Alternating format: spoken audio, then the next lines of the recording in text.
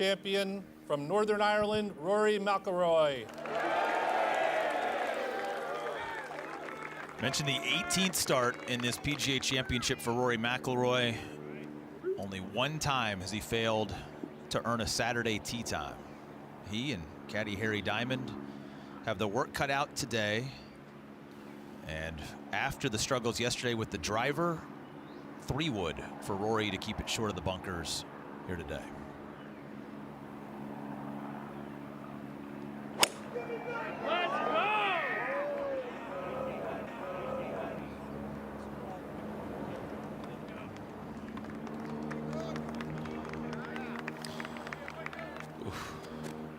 That is not the start he was looking for.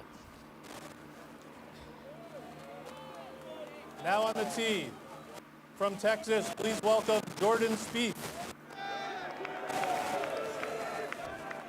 51st in the world, nearly won this PGA Championship back in 2015. Colin Swatton had a front row seat for that particular one we'll get into today.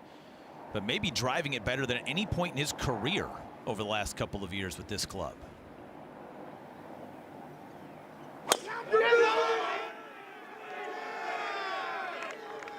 Just needs a straight bounce and gets it.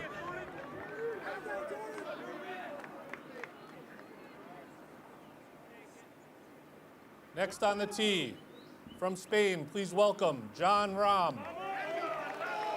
No player from Spain has ever won a PGA Championship. In his 10th start, Jon Rahm looking to create a little history for the proud nation.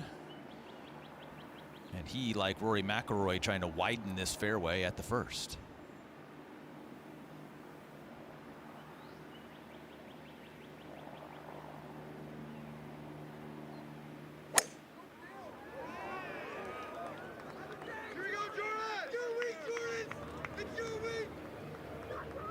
And with all that slope down that right-hand side, that will not be a problem for Rahm. 2 in the fairway, and the one that was probably the most curious of how he would drive it off the tee today, Rory McIlroy almost brought the boundary fence into play with his first swing with a 3-wood today at 1. Yeah, just watching him walking back there towards Harry Diamond, the look on his face was like, oh, here we go again, Harry. You know, we saw his warm-up a little bit too earlier in the day, and he looked like he was struggling a touch to find something. It's incredible. Watched him last week at the Truist Championship at Quail Hollow and final round, and absolutely drove it on a string. This is an intimidating golf course, windy conditions, and a lot of these fairways too, they all slope and camber. We saw that with the opening tee shot there for Jon Rahm, actually working a little 3-wood fade back against the slope. As the day continues, as the temperature continues to get hotter and hotter, we're going to see these firm and fast fairways that shrink inside from some 35, 40 yards wide. Huge gallery out with this group, everybody in tow for a number of different reasons. Obviously, you have Jordan Spieth trying to complete the career Grand Slam. That's become a big talking point of late, obviously, because Rory did it last year. Then Scottie Scheffler played his way into contention with an Open Championship win to do it coming up this summer at the U.S. Open. So you have a number of these generationally important players who can do something that very few in the sport have ever done. And it's not just the Jordan show, but obviously what Rory has done. He talks about the motivation, and there's maybe no motivated man greater in this group than Jon Rahm, with a little bit of a chip on his shoulder, trying to prove something to people. There's just so many wrinkles to the storylines that are in this trio as all three try to play their way into position or back into position here on day 2. As you take a look at these tee balls and see, it has not been very fun for players that have missed it deep into the left-hand rough today, like Rory McIlroy did there off the tee. But a lot of red dots today. This front 9 can yield some birdies, and we would expect some very good scores with the wind starting to die down and the temperatures rising here on a Friday afternoon.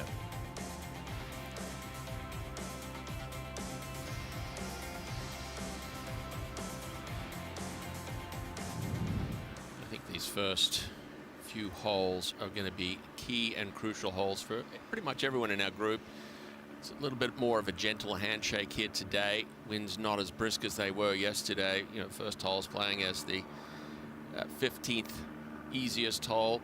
And then obviously the dogleg left, par 4, second hole, the 12th, and then the third, 14th, and the fourth, 13th. So it's important for all of our players. You've talked about the storylines that we're already creating within our group today. So it's all very important for them all to get off to a very good start and set the sound for the rest of the round. So you have two players at 1 under par, Jon Rahm and Jordan Spieth. The cut right now is 2 over, projected to get to 3, maybe 4 over, depending on the breezes and the rising temperatures this afternoon. What does a good round of golf look like for all 3 of these players? Ooh. I think it's a tough question. Obviously, for Rory McIlroy, he needs to do something, make that happen. You can't have the rest of the field dictate whether you make the cut or you don't make the cut. So he's got to go out and he's got to play Rory McIlroy golf and let the chips fall where they are. I think realistically, we've seen some scores that are actually not too bad. Chris Gotterup was one that you mentioned. He's at 5. He shot 5 under today. Cameron Young, obviously eagle at the last, shot 3. There's only realistically maybe 10 players that have shot, double digits under par today, or single digits under par, but better than 2. So it is playing a little bit harder, but with these winds just dying down a little bit, maybe a chance for this group to go a little lower.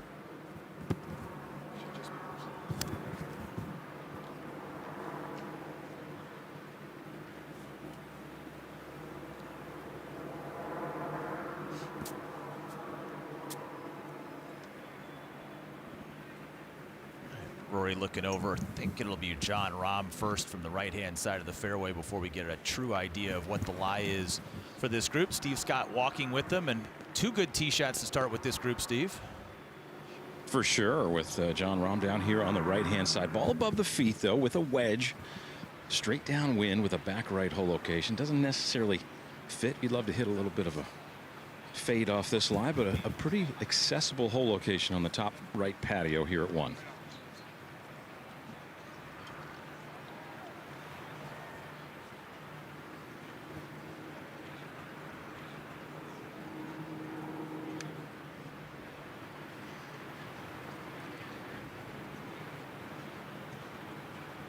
That's from 130. Only going to be a gap wedge here.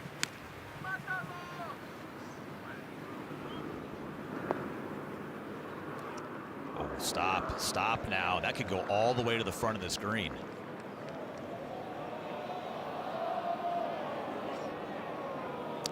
Rahm, one of those players that generates a lot of speed, has a steeper angle of attack, that needs to hold on. He hit just 5 of 14 fairways yesterday, 10 of 18 greens, and that is a poor effort with a wedge in hand here at 1. Is now Rory quickly. Yeah, this lie was a bird's nest lie, but it's in the bent grass rough. I think he can get the club through it okay.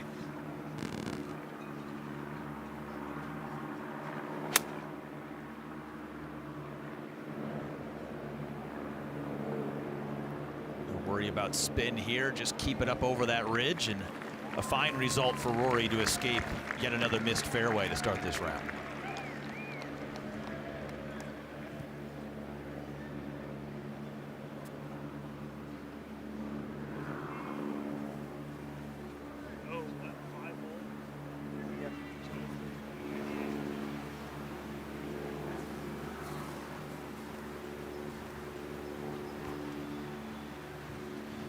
Just a flick of a lob wedge straight downwind for Jordan.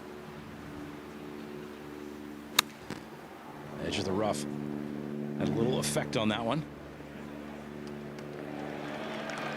Uses the backboard nicely, and Jordan Spieth, best look of the bunch at an opening birdie. You can see that ball hard up against the bumper rail left side there. First cut of rough, just an issue. But knowing there was just a little bit of a backstop there, able to bring it back. Look at this, had to come down a little bit steeper to avoid catching that. Holding on tight, stop it turning over. We had a friendly chat yesterday, didn't we, about there's so many great stories in this field, 156 professionals, and you could probably write a really interesting story for all 156 of them if they were the ones walking up the 72nd hole coming up on Sunday. But we said, okay, if you had to pick best storyline with the most eyeballs on it. There's so much talk about Rory versus Scotty, the inarguable top 2 players in the world. But Jordan Spieth was 3 under at one point in time yesterday. And you start thinking, career Grand Slam, the excitement, the engagement that he provides, the thoughtfulness that he provides the game of golf. If he plays well today and is near the top of the leaderboard going into the weekend, it's really hard-pressed to find many other golfers that would generate as much buzz as if Jordan Spieth were back in the mix in a major, especially one where he could complete the 4-pack in his career. Yeah, I think at the moment, arguably Scotty Scheffler is the needle mover. Rory McIlroy is the Pied Piper. But, Jordan Spieth trying to complete the Grand Slam, the one that's missing is the PGA Championship, would become the storyline. And I think, Michael Greller talking to him coming into the week, it's definitely on their radar. Not the birdie look that Jon Rahm expected off the tee here at 1. No, almost a disadvantage in a way to be in the fairway at times with how much spin you can put on the golf ball. This is from a good 60 feet here. And it's going to be a little bit sluggish. You never want this on the very first hole. Always trying to figure out the round, figure out your touch for the day. This will give us a good sense of Jon Rahm's feel right now. That is very well done. And there's quite a little intimate putting green here at the front of the clubhouse at Aronimink, and it's very difficult to have that length putt and actually practice that before you come out onto the golf course. That's beautifully done there for John. 122nd in the field yesterday in putting was Rahm, losing over a shot to the field with the flat stick, but good for speed there as Rory revs it up for his opening birdie look. Again, 4 over par, the cut right now at +2. It will fall from that, and it actually might fall from that here in the next couple of seconds, as there were a lean 70 players at +2 or better on the golf course. But I think if you are captain of the Rory McIlroy fan club, you know you need a round in the 60s today to feel comfortable with a weekend tee time.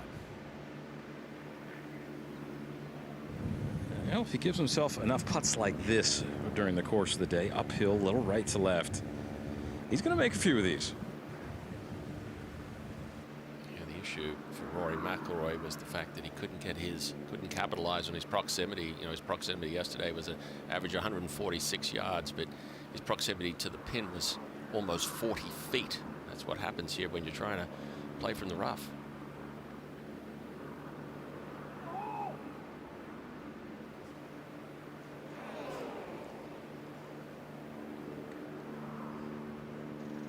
It's a decent run. Always a touch on the low side, but he's just got to do exactly what Steve Scott says. As we take another look at this one, just slide by on the low side.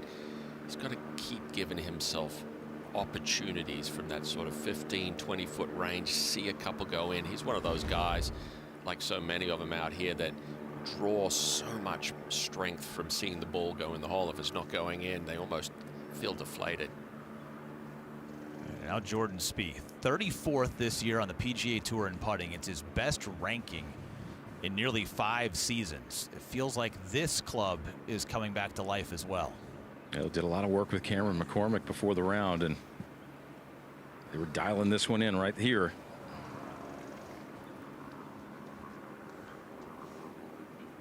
Slippery one slides away. He's had 3 tournaments this year, has Jordan Spieth, where he's ranked inside the top 3 for the week in putting. That was something that we grew accustomed to understanding with him. You're talking about a generational talent around and on the greens since he turned professional some 13 years ago. It was a stretch of years there, 14, 15, 16, 17, where he made everything, especially from distance.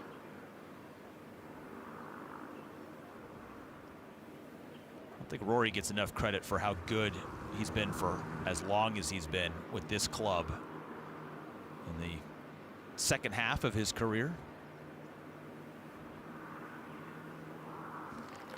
Didn't jinx him. Thought there for a second. Got a little nervous. Thought that thing wiggled a little right on him, but It's a par after the Aaron opening tee shot, and you can imagine in between those two ears, he's thinking, I gotta hit a fairway. How can I hit a fairway? How can I just guide one into the fairway?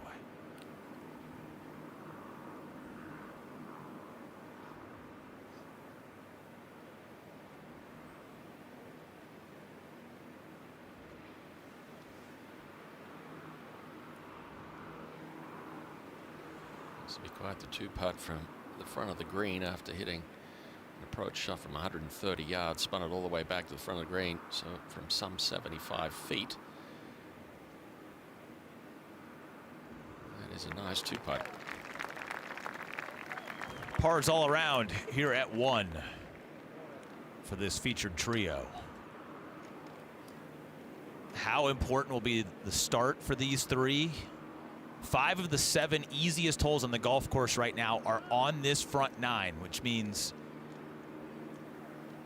you have to get off to a good start. And by that, I mean 5 of the 7 easiest holes on the golf course are the first 5, 1 through 5 here on the front 9. So that includes 1, which was the 3rd easiest hole, and it includes 2, which is the 7th easiest hole right now on the golf course, Colin Swap. Yeah, sea of sand down the left-hand side, 297. Even with the breeze into today, well, I think we'll see a number of players still challenge those sea of bunkers down the left.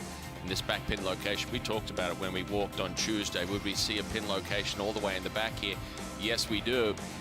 But those sea of red arrows indicate a fall off at the back of the screen here that will actually trundle all the way down onto the 8th tee box there. Plenty going on up at the green, but it's been a feeding frenzy at the second. 22 birdies, 25 bogeys, just playing a shade over its par at 4.07. You can see there it's the 7th easiest hole. So to your point, Will Haskett, you got to get after it. No doubt Rory is looking in that book, seeing what that cover is on that left bunker. There have been 65 birdies combined on 1, 2, and 3 today. There's only 79 birdies total on the entire back 9. So you've got to get off to a start today here on the front 9. You got to find fairways. You got to hit wedges close. Well, that was the struggle certainly yesterday with this man and this club right here. Comfortable win, though, a little off the right into the players. 300 to cover those bunkers down the left.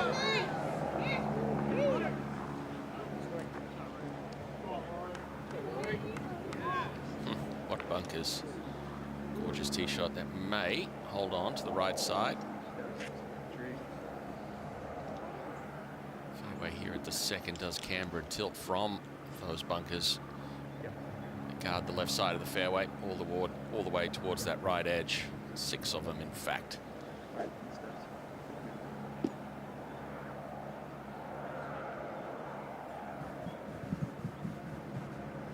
Jordan Spieth doing a lot of things well off the tee. As you noted, 12 of 14 fairways yesterday, and already perfect 1 for 1 today.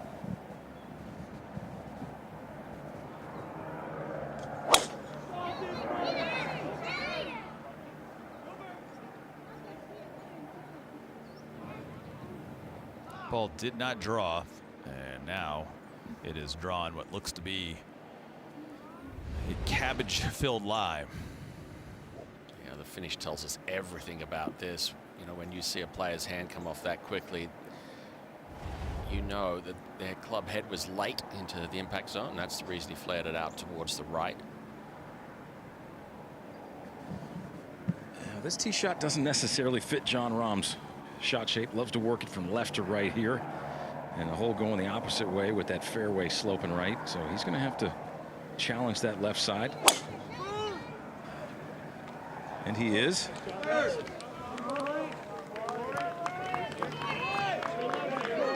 Just love the cadence and the flow. Jon Rahm, when he is in full flight with that driver, it's pretty to watch. He's trying to do what he did yesterday. And a hole out for eagle here for Rahm. We'll show you that in just a moment, but we are underway. Our afternoon featured trio trying to run down the leaders on a Friday at the 108th PGA Championship.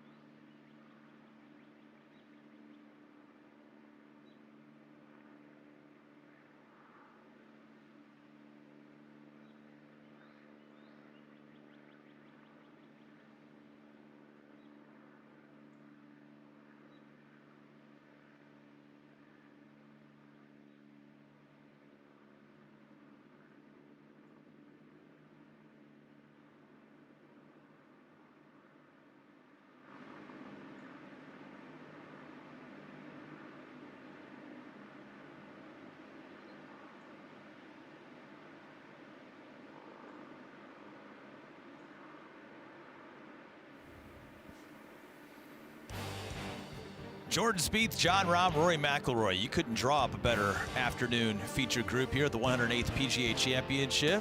Sit back, relax, and you might see something you've never seen before. Like John Rahm yesterday in his 139th round in a major championship, doing something he had never done before. That's make a 2 on a par 4, Colin Swatton. Yeah, it was actually 2 over at this point. Started on the back 9. That will certainly bring a smile to your face. Not just the excitement of the shot, but what it meant to the round of golf. He was really stuck in neutral yesterday. Bogeyed his opening hole at 10. He bogeyed 1, and there you see he was 2 over without a birdie on the card, and really just wasn't looking like he was putting himself in position at all to make a birdie. You get the bonus extra shot there with the hole out, and then ended up with another hole out at 8, and turned what was probably around a 2 over 72, 3 over 73 into an under par round of 69. It never ceases to amaze me. You know, these guys know how to do it, how to make a score. Off the right, a little bit hurt.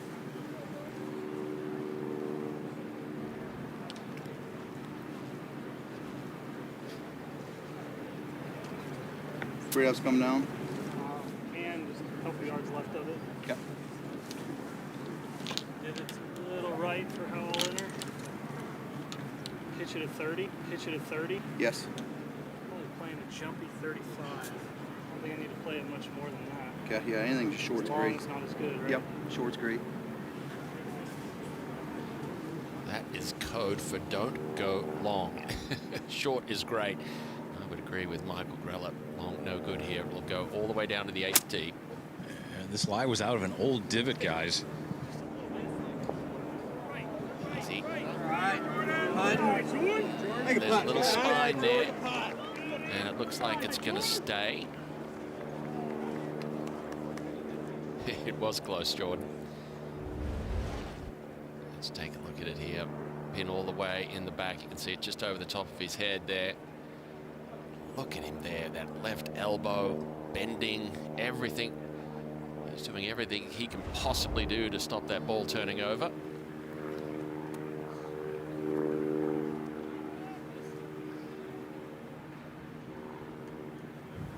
And now Rory from 110 yards right here. And he's going to want to flight this low, kind of take one hop and stop. You want to let this stop really with the flighted trajectory and the low spin here. This is an area of his game that has really improved. Easy. Oh, it's going to hold on there, Will, by the looks of it. That was within inches of ending up down an 8. He's not sure if it stayed there. And I talked about how much it's really improved here. Look how quiet that lower body is kept. That helps him keep those hands and arms in front of him. And he uses the bigger muscles in his back, the lats, the shoulders, to control the flight and control the speed. Beautifully done. Well, it was a pretty firm bounce, even though these players were coming into the wind like that. Now, John Rahm here from 108. This is where his round got kick-started yesterday with a hole-out eagle 2. It'd be too much to ask to do it 2 days in a row.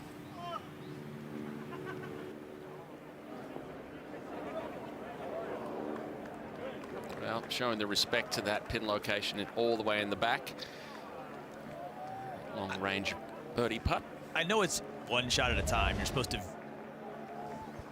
go through the process of this shot as if you're hitting it into a vacuum. But how much does the combination of not going long and having just ripped spin on your previous shot in the first sort of said, you know what, let's dead hand this one 20 feet underneath the hole. Yeah, that's right. John, you can see there in that slow-mo replay there, really comes down steep on it. Rory McIlroy used to do the same thing for years. He tried to manage that spin control. It's not a criticism of John Rahm's game. That's how he plays, a lot steeper action. But, you know, I think if he can manage to take some spin off it, I think long term for his game, I think it would really, really take it to just another level. But yeah, definitely when you spin it back from what he did at the first hole there, some 75 feet away from the pin to a back pin location that you know long is no good. Obviously, he's going to come up a little short. Look at all the folks out here on a Friday, and this is one fun little spot. Great little par 4, and then just to the right off the screen is the tee box at 8, which then works its way down the hill to that par 3. You've got some hospitality over here on 2. Think of all of the work that's not being done in Philadelphia right now, so everybody can be out here watching golf. Why wouldn't you? It's a gorgeous day. Temperature's a little warmer than it was yesterday as we take a look at our ball plots here. Jon Rahm, some 25 feet from this back right pin location. Rory McIlroy, boy, he took it on here at the second. Needs to if he wants to be in the conversation for the weekend. Outside the current cut line, and Jordan Spieth right on top of that little crown just to the left of the flagstick. You saw him grimacing after he hit that shot, looking at Michael Grella, saying to himself, oh boy, that was close. And there he is, right up on top of that crown, Steve. Yeah, very fortunate it didn't go an extra yard or two, but now he's got an outside chance to knock this one in. A little left to right, down the hill at first, and then back up at the end.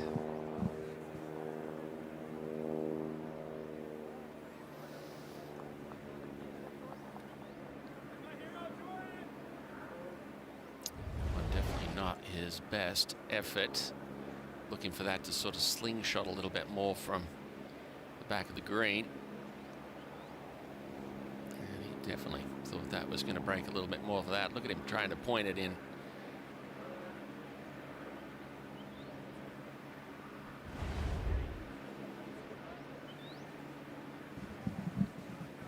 Everybody trying to capture the moment. Yeah, they are 5, 6, 7 deep at least around the greens and tees and fairways. I mean, this is a you're right. They're working remotely today from Philadelphia, aren't they? Good luck getting a signal. Yeah, Jon Rahm going to be working remotely here, 25 feet right to left, slightly downhill. He only made 35 feet of putts yesterday.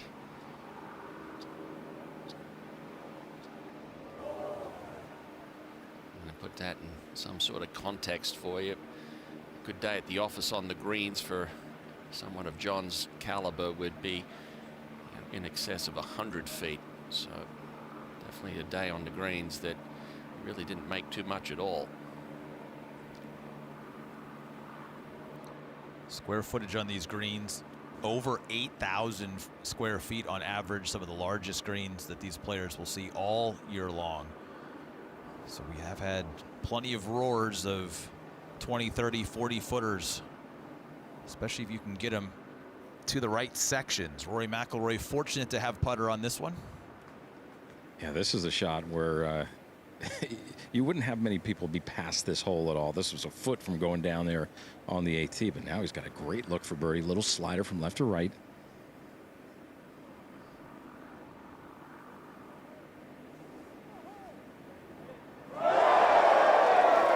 Going to need the edges to catch a few more balls today, but that is a wonderful start for Rory McIlroy's comeback attempt on a Friday. 1 under through 2, now 3 over for the week. Well, we talked about it, Will. He had to get off to a good start, had an opportunity from below the hole at the previous hole, took the risk taking this pin location on and was rewarded. And, you know, you mentioned it. You know, these first 5 holes, 6 holes, they're amongst the easiest here on Aronomink at the moment.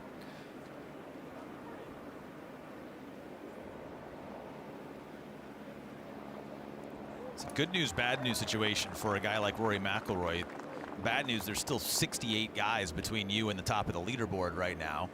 The good news is you're only 7 shots out of the lead because we haven't had separation. And so when you think about, say, last year, Rory McIlroy opened with a poor round at the PGA Championship, then shot 69 on Friday to make the weekend. There was some more separation. There were some guys that kind of ran into 8, 9, 10 under par early in that PGA week. There you see the current cut falling at +3. It has moved from +2 to +3. I thought early in the day, +4 was going to be okay. I'm not sure, Colin Swatton, right now, the way that the scoring is getting better on this golf course, that I would feel very comfortable at +4. No, these guys all don't want to take anything into somebody else's hands. They want to be able to control. As we take a quick look here at the third hole, par 4, playing 438 yards. It will be downwind off the left today. 348 to that bunker. They'll be squeezing it somewhere in just short of that. The pin location in the back, it caused all sorts of troubles yesterday for the players. Today, a little more generously positioned. 13 paces on, 5 off the right-hand side. A little false front, just short of this pin location, and a spine just to the back left of this pin. Also, too, very accessible. We've seen 21 birdies here already, and Rory McIlroy quick to take the tee after that birdie. Well, it's the highest point on the property here, and he's going to let this ride the wind. Like you said, downwind off the left just a little bit. 352 to that second cluster of bunkers. The first cluster won't even be in his line of sight.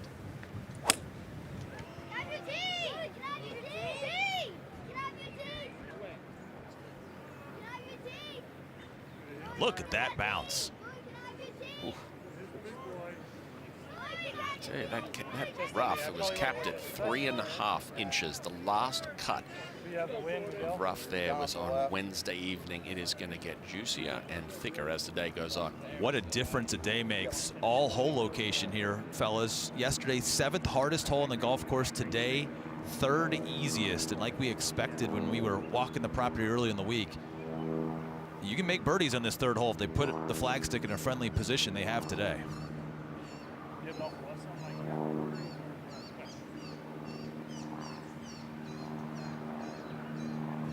You know, definitely in a friendly position. That left side, that's the angle. It's all about the lie in the rough there for Rory, and you'd love to just hit it right down the left edge.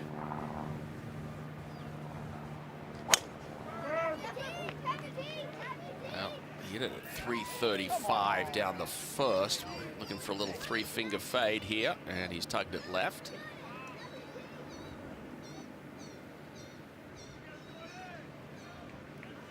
Fairway finding cut that just didn't cut for Jordan Spieth, and he's missed as many fairways now in this round through 3 holes as he did all day yesterday. Yeah, I'd expect Jon Rahm to even start a little farther to the left. This player's just looking for angles, maybe more than height of grass at this moment. See that wind graphic down the bottom of your screen there, picking up as we speak.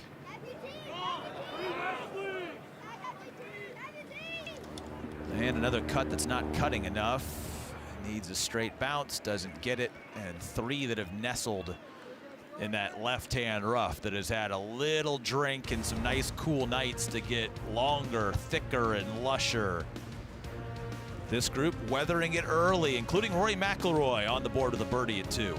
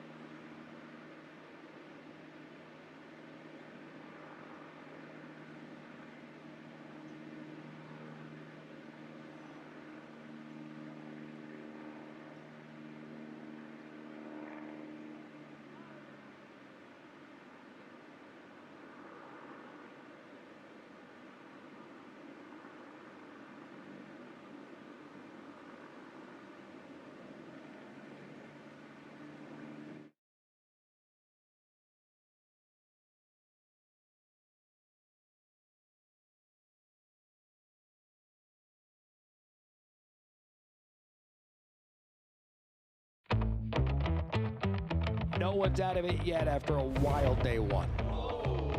It's okay, fellas. So you blew up yesterday. Don't worry. It's only one of those tournaments with the power to reshape your entire career. I'm sure it's not gonna haunt you forever. It's a beautiful day. Everyone's grooving. Feel the world shine. Everybody's moving. The PGA has seen some epic comebacks over the years. Friday is a brand new chance.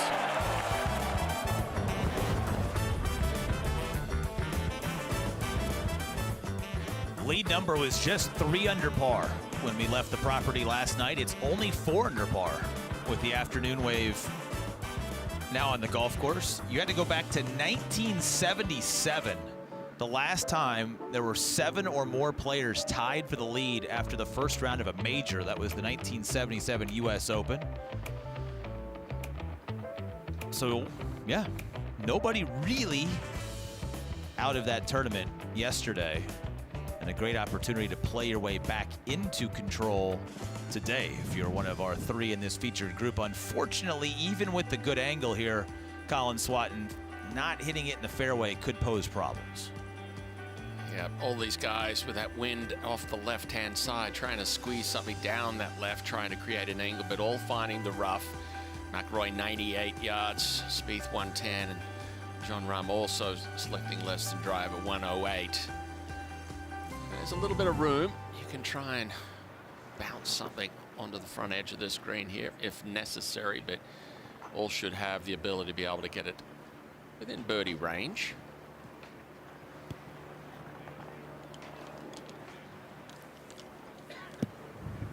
Well, Jon Rahm's drawn the best lie of the 3, so he's going to be able to attack the best. The other 2 lies are a little bit like a bird's nest, but it's still doable. They can run the ball up.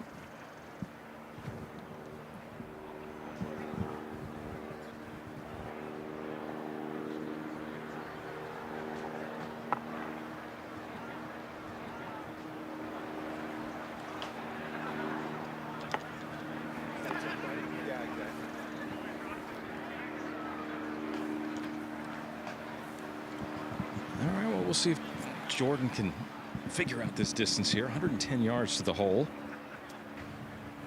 13 less than that, so 97 to the front edge, and that's kind of all they're thinking of right here. How can I fly this to the front edge and let the ball release properly? Saw an intimate conversation there back and forth. Jordan Spieth and Michael Greller. We couldn't quite hear what they were saying, but definitely a lot of the back and forth is going to be on what kind of shot are you going to hit here? Is it going to be what kind of window? How far are we trying to pitch the ball?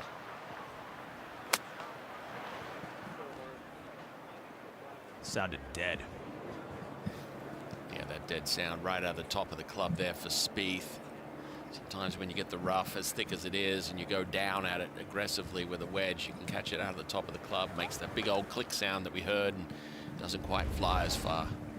Look at that. You can hardly see his shoes. And watch him go down here, try and get to the bottom of the ball. And you can see it come out a little bit higher than was expected. That's out the top of the club. Jon Rahm now. A completely different shot right here for Rahm. He's going to be nice and smooth through impact. He doesn't need to go down and get this one. Allowing plenty of room for release.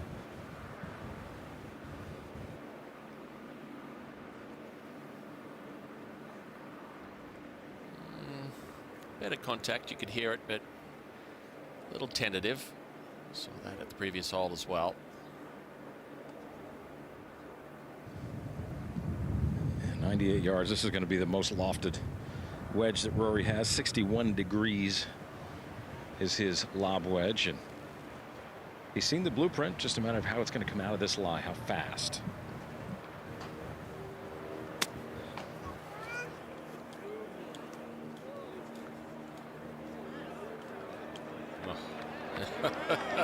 Oh, that is pretty well judged there from Rory McIlroy. A bit sort of vintage Open Championship styles here at the third. That was so good right there, guys. He's got one clear at jug back in 2014. And this is how Donald Ross designed this golf course to play when the ball couldn't go up in the air 100 years ago. Play it on the ground, and Rory with the best look at back-to-back birdies. Well, just 98 yards. He knows this ball is going to trundle.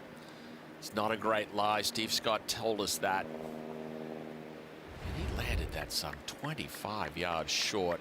Taking full trust in the lie was going to produce that forward spin and get him up within 15, 20 feet. All right, walk me through the art of reading that lie and everything around it to try and execute that shot. Obviously, you don't exactly know what's going to happen and how the ball is going to react, but what is he looking at? What are the variables to then play that shot? Well, what he's trying to do there is he's trying to establish how much grass is going to get caught between the club face and the ball for the shot he's going to play.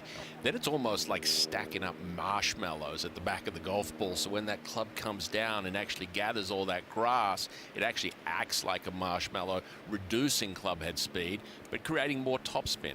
And that's what we saw there with Rory McIlroy. That was really well played. These guys all have like a massive computer on their shoulder. It's not just their brain. It's a glossary of shots that they've had over all of their career. And they're trying to say, I had a lie like that, similar to that.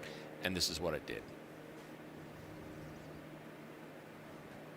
Yeah, there's so much improvisation on a shot like that, especially how that fairway is cambered. It's actually sloped from that bunker that's about 50 yards short of the front edge. It's sloped towards the green, so the ball releases a little bit more than it might on a different hole. You can see where Jordan Spieth's eyes are firmly fixed. He's got a little brow off that green side bunker at the front right. Look at the swing on this.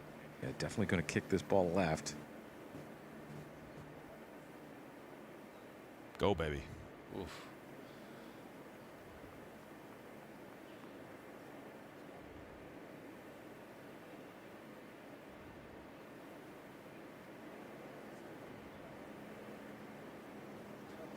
I was asked a question last night.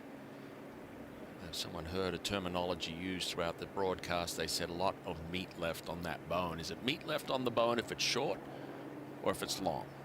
Or is it just in general? In general. Okay. Means you've got some work to do. Yeah. The task is not complete. It's definitely not complete there for Jordan Spieth. No, he barely took a bite out of that entire did. turkey leg. There's still plenty of protein left in that meal. Yeah, plenty of leftovers for Jon Rahm to nibble on here. This one's a much easier putt right here, and asked Rory McIlroy to move his coin out of his way. So Rory will be an interested bystander of this one. Not a tremendous amount of break here.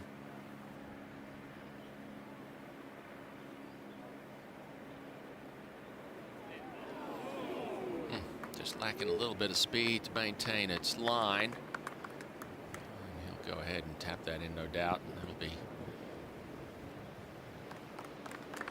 3 consecutive pars to start his round.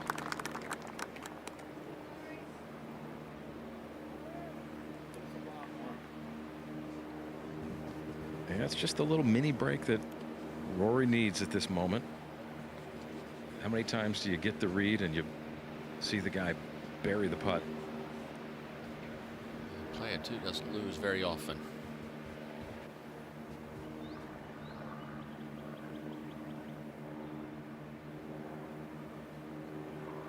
Yeah, this crowd around this third green is anxiously awaiting this one to hit the bottom.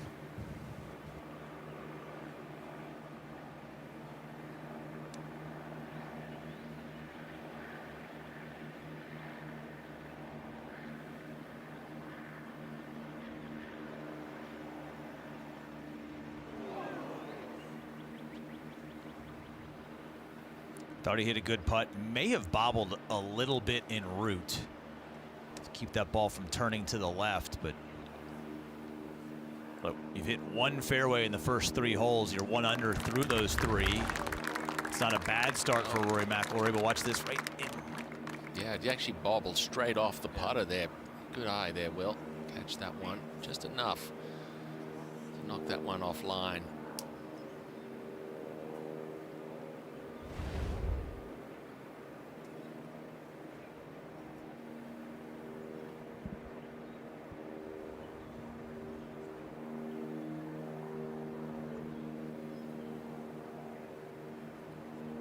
Well, this will be this distance that Jordan likes to look at the hole with.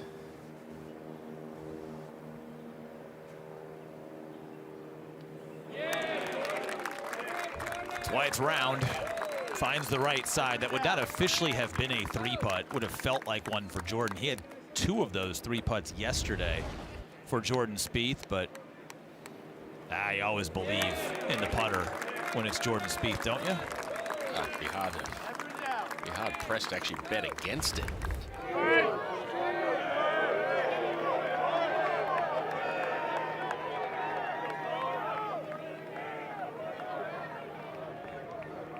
He's 3 times inside of 10 feet yesterday in that opening round. If he can get tidier with that stat, it should be a good week. Another par 4, 4 of them in a row to start this front 9. Yeah, these players, like similar to the 3rd hole, will just be squeezing it in between the 2 bunkers down the left-hand side. And with another pin location tucked all the way in the back portion of this green, up on one of those shelves or patios. As our man on the ground, Steve Scott, likes to refer to them as. Makes it difficult. You can see there, 6th easiest hole. We've said it. You've got to get after these first handful or so of holes. Well, comfortable wind, just really whipping right to left here. If you're going to miss this fairway, the left rough is a little lighter than the right rough.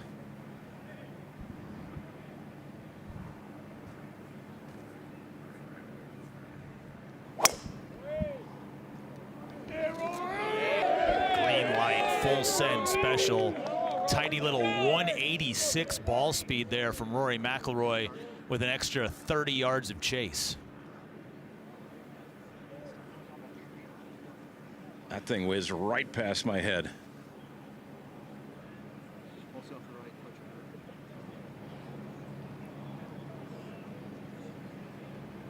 As you can see there, semi-blind tee shot here. You've got to do your homework Monday, Tuesday, and Wednesday before the gun goes off here Thursday. To find the left and right edges of the fairway. Jordan Spieth in there for a little buff. Yeah, Colin, I think that line today, it's not the farthest most left flag. It's maybe the middle white flag, and just let that wind turn it from right to left. Straight down that walk path you can see there, folks.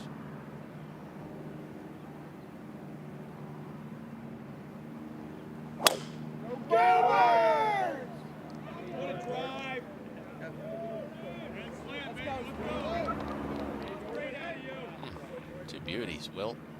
That's I call it dad strength when I see Jordan Spieth. Get out of that divot. Oh, it settles down in the divot. Towards the front of it, though, so that won't be as much of a problem you would think for Jordan Spieth. But, you know, you got 3 little ones at home now. That's Spieth and with his wife Annie.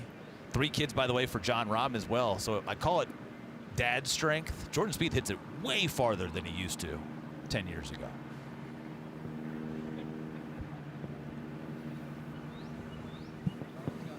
Now Rombo's ball is going to fight this wind a little bit on its way to its final destination. Yeah, you can see him aiming well left there compared to the other 2.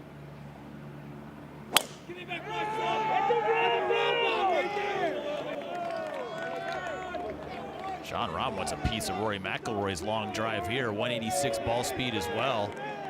Firing down that right-hand side. Just a much lower ball flight, more penetrating. Definitely riding that wind.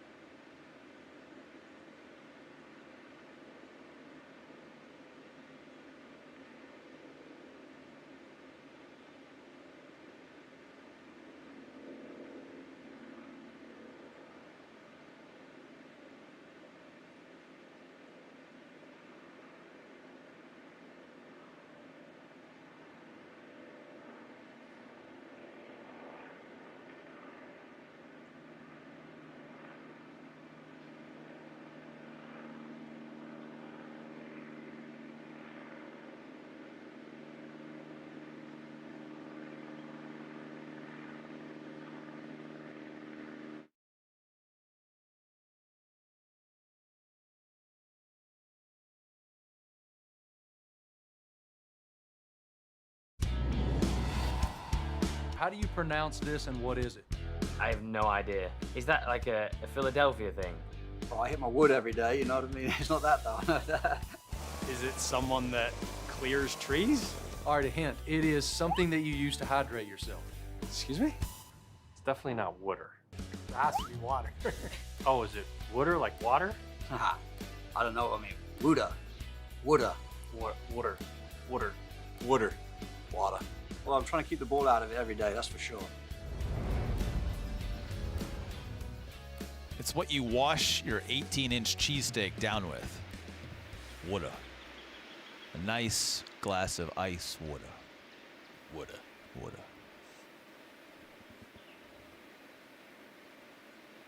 That's a bottle of water in Jordan Spieth's left hand.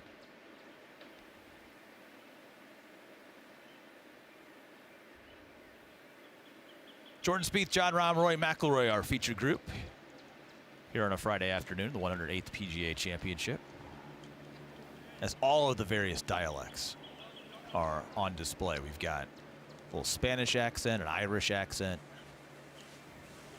Jordan Spieth, obviously from Texas, doesn't really have much of a southern Texas accent, not much of a drawl. And his caddy, Michael Greller, for the Pacific Northwest, not much of an accent fella himself either.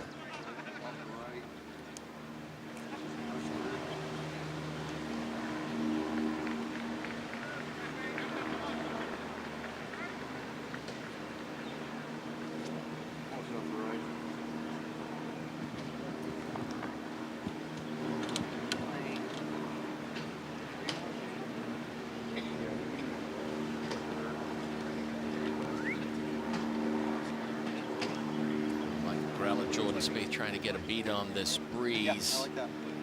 Just right up. Should be coming straight across from the right. Is it a little hurt, little help? Just straight across, guys. And this hole looks like it's sitting right on the precipice all the way in the back. It's only 15 feet behind it. Didn't have much of a reaction when he came up and saw this lie sitting right on top of the divot. Replaced divot back in the hole.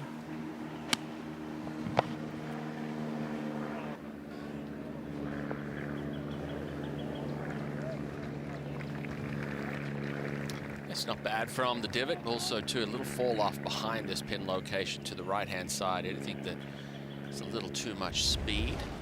Go off. There it is there. Look at the ball. Replace divot.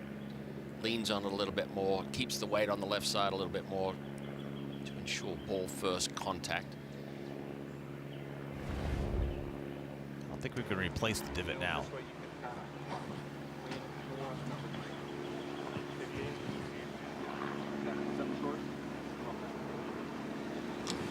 Perfect tee shot here for Jon Rahm, 135 yards. And Adam Hayes just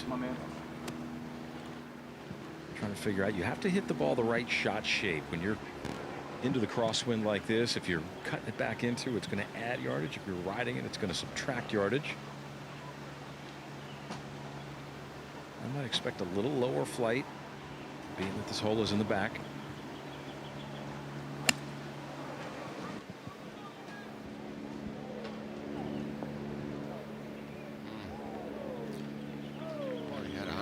At the first, hit it to 75 feet, 108 at the second, 24 feet, 107 yards to 28 feet. That one there from 134 yards, 67 feet. He's really going to be breathing with all of these. Longest drive of the day for Rory McIlroy here. We're in Philadelphia. He hit the cream cheese right out of the middle of that bagel. He sure did. Now, flighting this in here low, won't take one hop and stop. Kind of like that.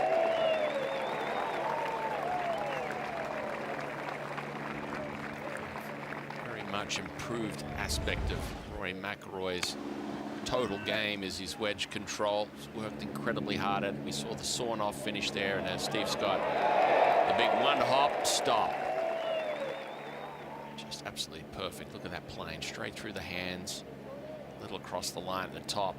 Look how quiet he keeps that lower body. That's where he generates all his speed. And sometimes when you have so much power to burn as Rory McIlroy does. Uses the ground amazingly.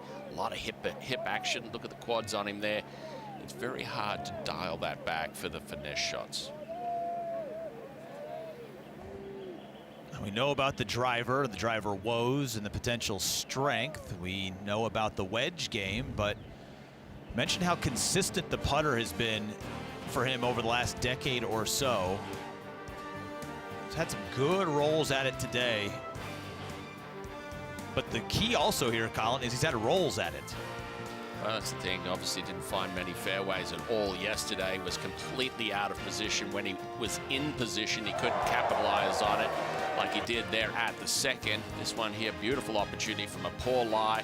Great look here. Bobbled early on him. Just enough to keep that one out of the hole there. But 3 good strokes so far from Rory McIlroy, and will have his best look at a birdie to go 2 under through his first 4 holes. That's what he's got to do. He's got to keep giving himself looks. At the moment, he's on the outside looking in. That cut is going to go up and down like a cork all day. So many of the more difficult holes are on the inward 9. The last 9 holes here at Aronimink. I think he's got to turn at least, try and get it back to +1 for this opening 9, and then see what he can do on the back.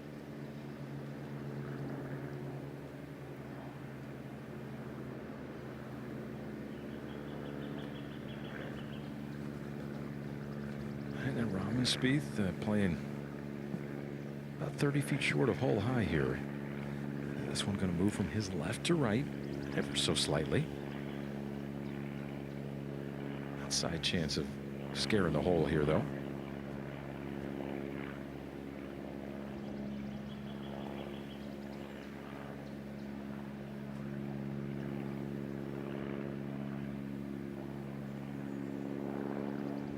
Gotta hit it. And we talked about the size of these greens. They're so big in surface area, but really small in puttable area where they put the flag sticks, Colin. And a case in point here today, you're watching on the screen, like, well, look at all the size of this green. Like, it doesn't really appear to be as flat. There's a little valley in the middle of this green that everything kind of gets pulled into. We have not had a birdie putt today made outside of 15 feet here at this 4th green. That's incredible to think of as these players just wait. Brooks Koepka, you can see him there at the top of your screen there. That is the par 5. Par 3, I should say, 5th. My mistake. I'm going to wait for all 3 of the tee shots over there. Xander, Brooks. Yeah, this tee box only about 12 steps from the left edge of this 4th green here. You at home can play everybody's favorite game. Where does this ball go? Oh, we're going to show you. Bonus coverage.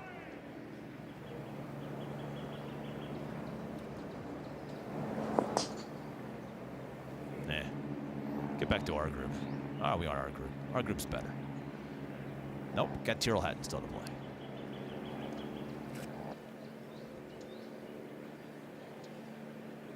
I'm contractually obligated to let you know that if you want to watch every single second of these 3 gentlemen, you can watch it here on ESPN Plus, 5 wide with feature group and feature hole coverage.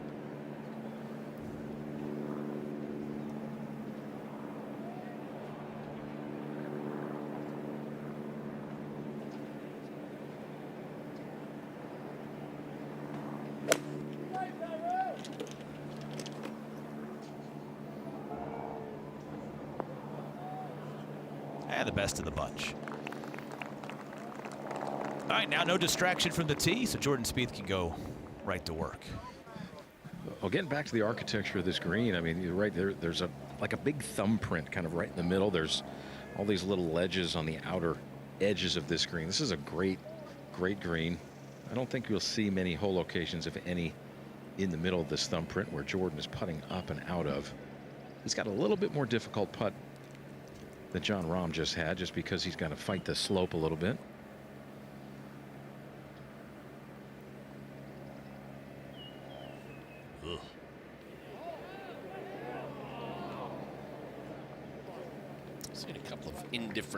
from Jordan Spieth.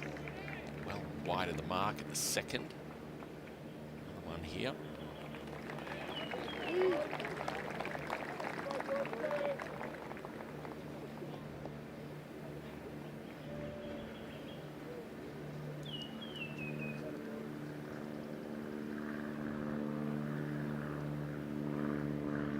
These are the golden opportunities you have to take advantage of if you're going to make the move you need on a Friday. Well, you hit a tee shot like he just did, and a gorgeous approach here. This one's just going to be outside the left of the hole, but a wonderful opportunity to get to 2 under here early on his round.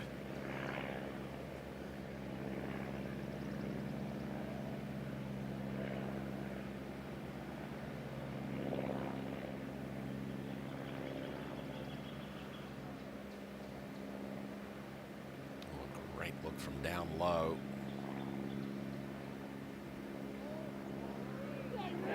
Bingo. Nice read from Steve Scott. Better read from Rory McIlroy because it mattered. And that's 2 birdies in his first 4 holes. And Rory, at least for the moment, re-engaged here at the PGA Championship. End over end and tumbles right in. A start he had to have, Colin. Oh, definitely, no doubt. He had a score in mind, something that he wanted to try and turn in on this outward 9. Currently, there are 73 players at +3 or better.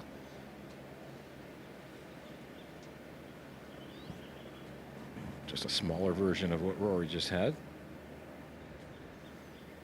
Once he gets set, he pulls that trigger pretty quick.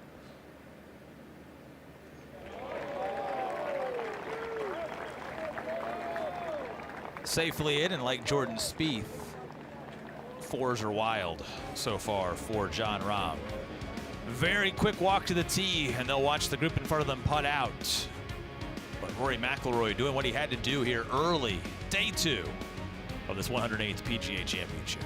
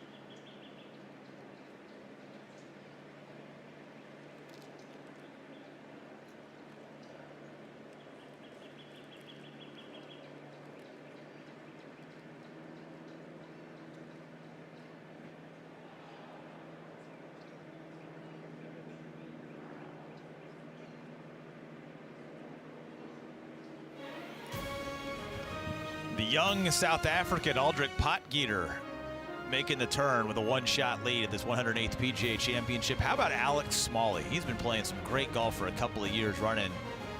Anything but a win. 2 rounds in the 60s for him. And Jason Day, champion of this tournament back in 2015, opened with 2 birdies at 1 and 2. Sitting next to a guy that knows a little something about his game. Colin Swatton. Awesome to see the position of Jason Day so far in this championship. Yeah, not the couple of weeks leading into this that he probably wanted, but you know, sometimes the score is not always a reflection of how you're playing. He has been playing well this year. Equipment's now started to get dialed in with Voda Golf, and he is in a position that I am sure he feels extremely comfortable. He is part of our feature group and featured hole coverage right now on the ESPN app. 4 feature groups, all of the action at 15, 16, and 17 as well. So if you want to see Jason Day, you can track him along with 12 other players spread about the property. And that includes our featured group with Rory McIlroy coming off his second birdie of this second round and has the honor on the tee here at the par 3 5th hole. All 18 of the holes here at Aronimink Golf Club have nicknames that are based after Native American tribes. This one is called Mohawk. So a question for the group. Of our trio, not us, the players, who would look best in a Mohawk? Steve, you've got the mic. Yeah, that'd be a good one. Maybe, I don't know. Gosh, that's a good one. I think John Rahm would look pretty strong in a Mohawk. Yeah. But he's tough as nails with whatever haircut he's got. They're just waiting for a couple people to take a seat in the back. This is why at Major League ballparks they kind of black out behind the pitcher, because your line of sight to your target, you want that to be nice and clear. Sometimes with these hole locations, this is the 4th hole location in the first 5 holes that's all the way in the back of the green today. So there's always very difficult hole locations, but playing downhill 4 yards, 184 yards on the card.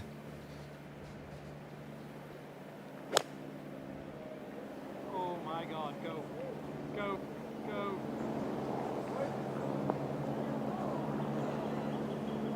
That ball wasn't more than 50 yards off the club before Rory McIlroy was calling go, go, go. Wind off the right. He hit these tee shots straight back into that wind. If you get the wrong trajectory, he can just get chewed up, and that was the case. You know, Colin, the wind kind of turned back into the players ever so slightly just then, so hence why Rory's ball came up well short there. But with the elevated tee, ball is in the air a little bit longer, gives a little bit more time for the ball to get buffered by the wind. Yeah, all the way to the hole. Yep. Yeah, so like that. Yep, I agree with that. Yep. Wind's coming in there on the right.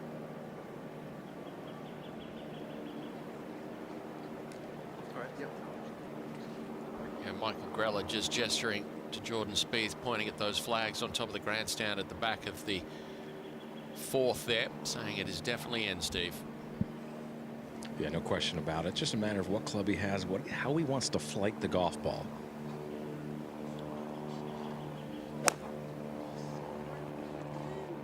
It's nice and high. It's straight into the wind, not even off the right. Go. I got hit almost 30 yards. That could be a challenging 2-putt from there.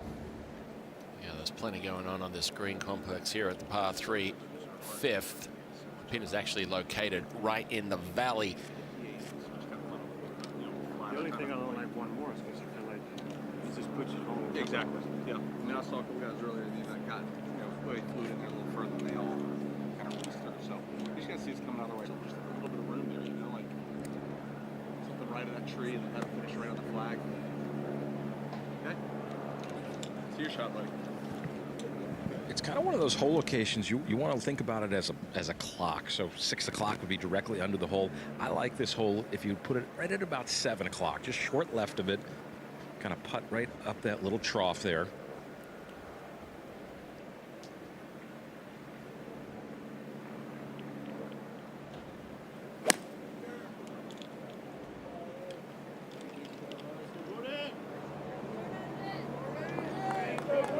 Come on now.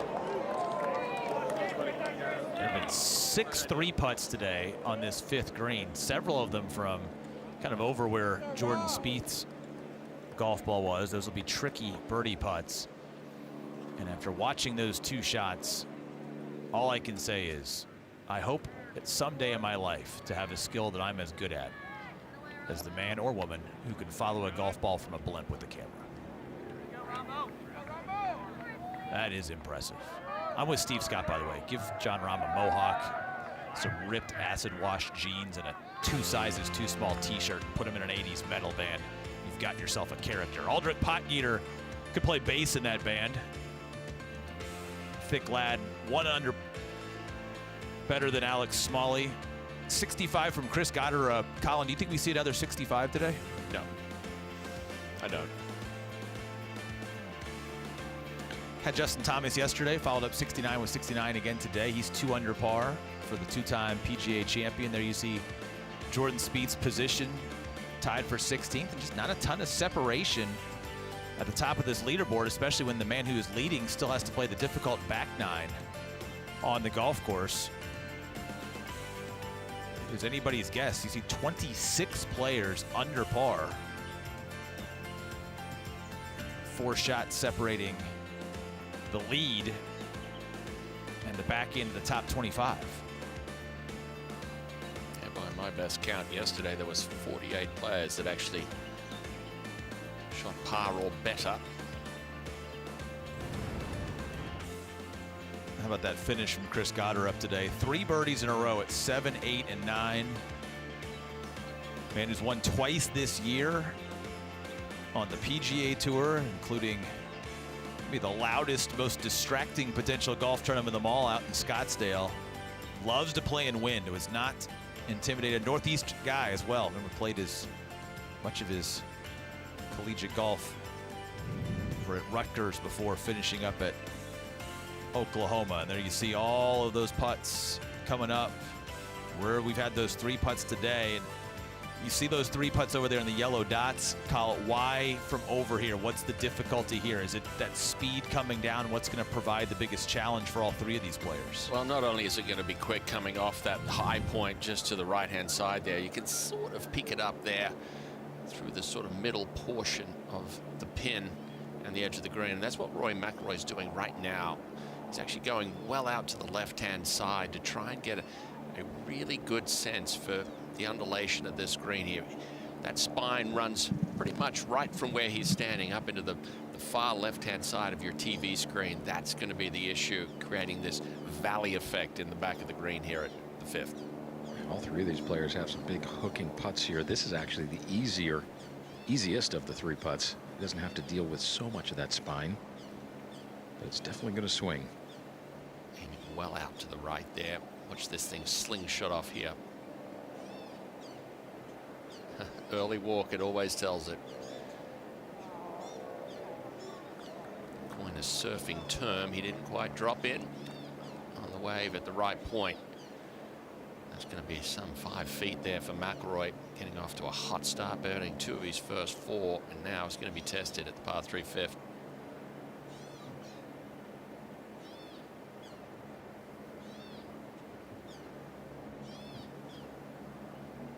Higher point here for Jordan Spieth, coming down into that valley where the hole is cut. In the group ahead, it looked like Brooks Koepka had a very similar type putt and almost knocked it in from here, but take a lot of imagination, a lot of green reading ability. Well, we know Jordan has that, though. These are the type of putts that really make him focus, really make him lock in. Great point there, Steve. We've seen a couple of sort of misreads early from relatively easy putts. This one much more complex.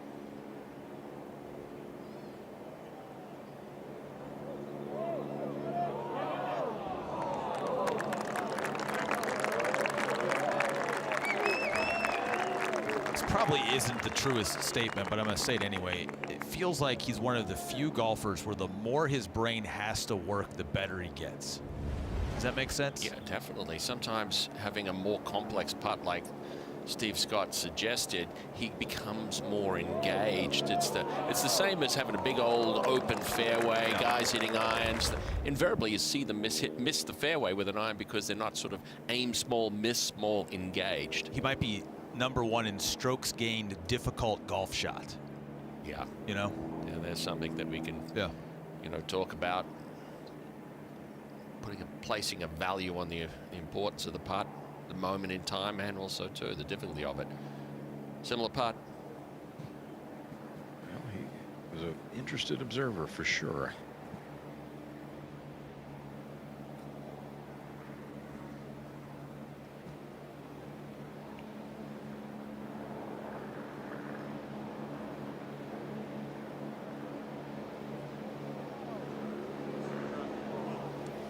it's almost as if the farther right you were for that putt, the easier it was going to be. Just get it to that high point, whereas Rory McIlroy just couldn't get his putt high enough to really challenge the hole.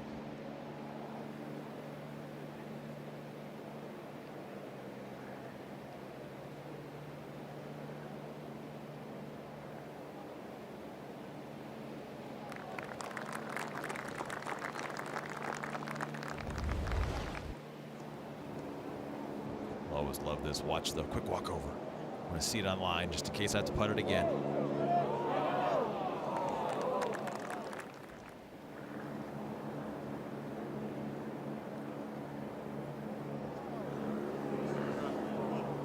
Some great efforts from up top, but now Rory trying to avoid giving back one of the 2 early earned birdies.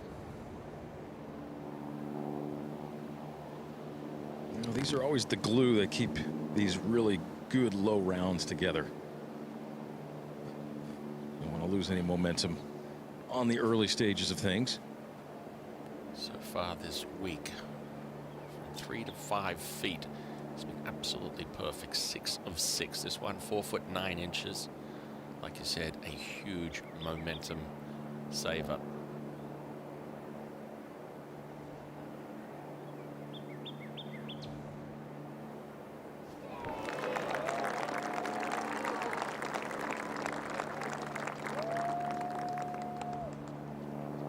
Threes are always good, and Rory's got 3 of them here in the early going.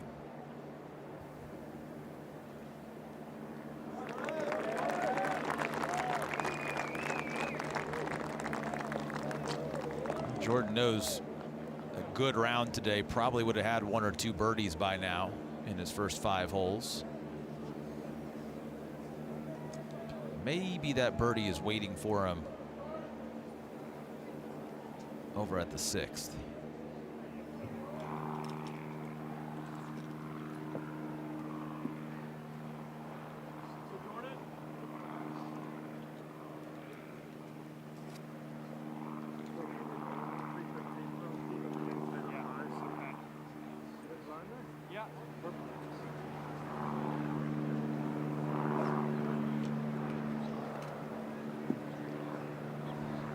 Rory's going to hit the full bore driver here. The fairway pinches in about 335 yards from here. It is uphill, but the wind is helping off his left.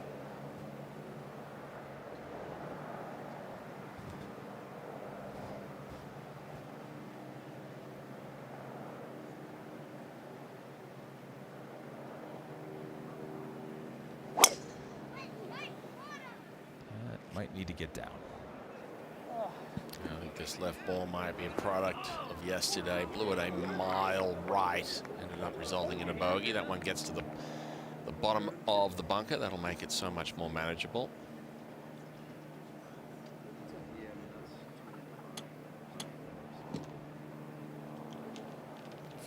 Bunkers in total here.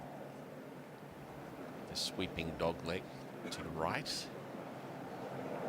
Michael Greller and Jordan Spieth trying to do the math on the line. Yeah, it's not gap. Off the left mainly. Touch it open. All right, just take a look at the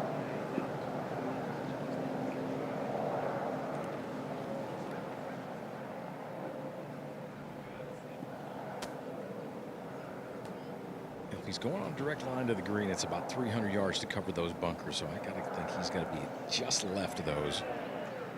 Really tough hole location here today too, Colin. He's picked a gap right in the trees.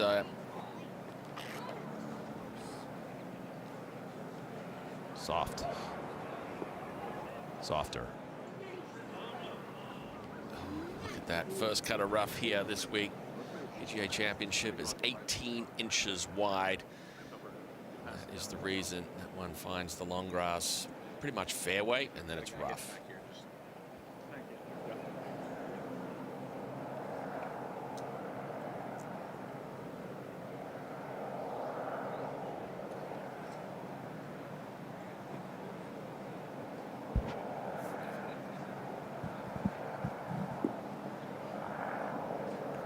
Steve, from the blimp way upstairs. John Rahm going through his pre-shot routine. Something's got his attention. Yeah, I think he's just waiting for the ball to maybe land over there on the par 3 fifth. He's ready to go. This one is going to be full send as well.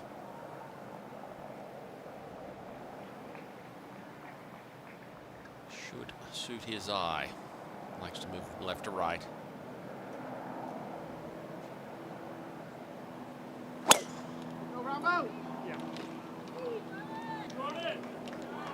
Well, the pull cut also needs a straight bounce. Not going to get it. Uh-oh. Up in the lip. I hope I don't see what I think I saw. No, you're okay, John. It looks like it's on the edge. Didn't stay on the lip. It did come down to the flat a little bit. All three of those shots, 310 plus just to get to those bunkers and through the rough. That's why they're the best in the world. Uphill, 14 bunkers off the tee. What in the world would an average golfer need to do off the tee here? You know who's got the answer to that question? It's our guy, Joe Hallett. He's in Frisco, pro. There's no way I can cover 310 in that bunker. What am I supposed to do? No, gentlemen, and you have referred to the true average Joe right here. Let me tell you that. You know, a lot of times we see some different clubs off the tee this week on that 390-yard hole, irons, hybrids. A lot of times the average Joe and the average player, when they hit these shots, they're not very comfortable with that off the tee. And boy, do you set yourself up for an epic fail and some trash talking from your partner when you miss a fairway on a short par 4 with an iron. There's a little trick that we can do that one of my mentors taught me years ago. If you really are just dead set on hitting the big chief, El Jefe here, we're going to take that guy right off. Grip that thing all the way down to the bottom of the grip, literally. Once you get set up over this ball, you're now much closer, more like a 7-iron. Your swing is going to be a little bit shorter, and as you get in here, that ball is going to go a lot straighter. Oh, and it flights itself too, so you get a little less distance, a good flighted shot, and all you did is just go down to the bottom of the grip and say, let's have a good time on this hole with the driver. That is a good tip right there. From our El Jefe. Forget the driver. That's our boss right there. 2024 PGA of America Teacher of the Year, Joe Hallett. Thank you, Pro, for that one. It's the biggest club in your bag. Why wouldn't you find a way to lay up with the biggest surface area if you're a 15 handicap? Yeah, you know, if we actually wind the clock all the way back, the driver has just got longer and longer and longer and longer over the years to add more and more leverage to hit the ball further and further. So it makes complete sense. What Joe Hallett said is just grip it on down, makes a little shorter swing. We've seen it from the best players in the world, too. Not all driver swings are the same. There was a great piece last night that I saw on Golf Channel, actually, from Paul McGinley, and he was talking about the fairway finders that Scotty Scheffler hits. And even though it always looks like Scotty Scheffler's swinging hard at it with all the footwork and craziness, he was hitting big banana slice cuts off of some of the tees yesterday because he could control it and it would stay short of some of the bunkers, knowing a curving ball like that is not going to go 300 in the air, but maybe only go 265 or 270. He could hit that shot with a 3-wood, but instead electing to use the driver to control the spin and control the shape of the shot. That is a great point as we take a look at the ball plots here at the 6th hole. 390-yard uphill sweeping dogleg from left to right. 300 yards is the magic number. You heard Will Haskett mention that. McIlroy 325 in the bunker. John Rahm fought for a moment. He might have plugged it in the bunker on the left-hand side. The good news was it didn't. T-shirt to tee off. Hoodie now on. As the day goes on, it gets a little cooler and cooler. It starts to affect how far the ball goes. Also, too, you put more and more layers on. Sometimes that does feel a little different. These players are going to have to adjust and pivot for both of those points as they come to the house. Be finishing late in the evening.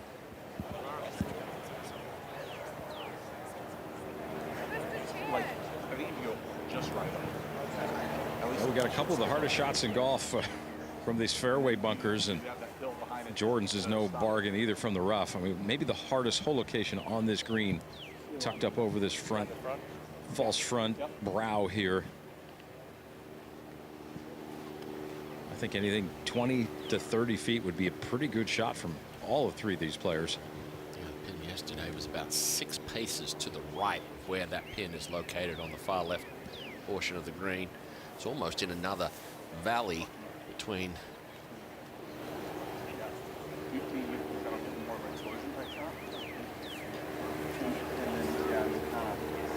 That way, on that case, I'll like I stood. That's the other. I like that way. I'm not used to an angle, you know. I think the issue is the lip in front of the ball. You could also hear them debating, guys. Exit sign, crosswalk finishing kind of on that somewhere. And you see the exit sign behind the green, which is well right of the flagstick target. But I think the debate here, Steve, was whether to clip it or play a full explosion shot. Yeah, I don't think the explosion here from 80 yards is going to work. I think you got to kind of pick it.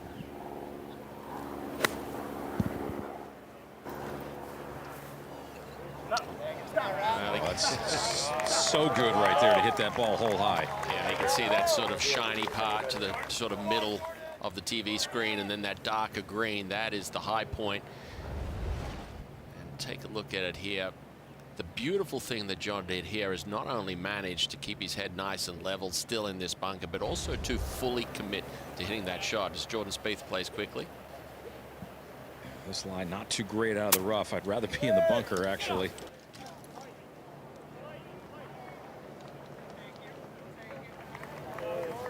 About all he could hope to do there to keep it on the green.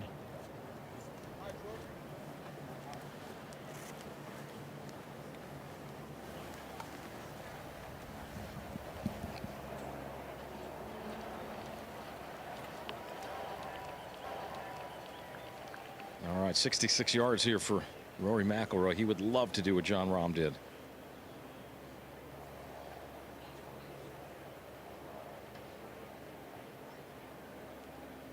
That was the explosion there.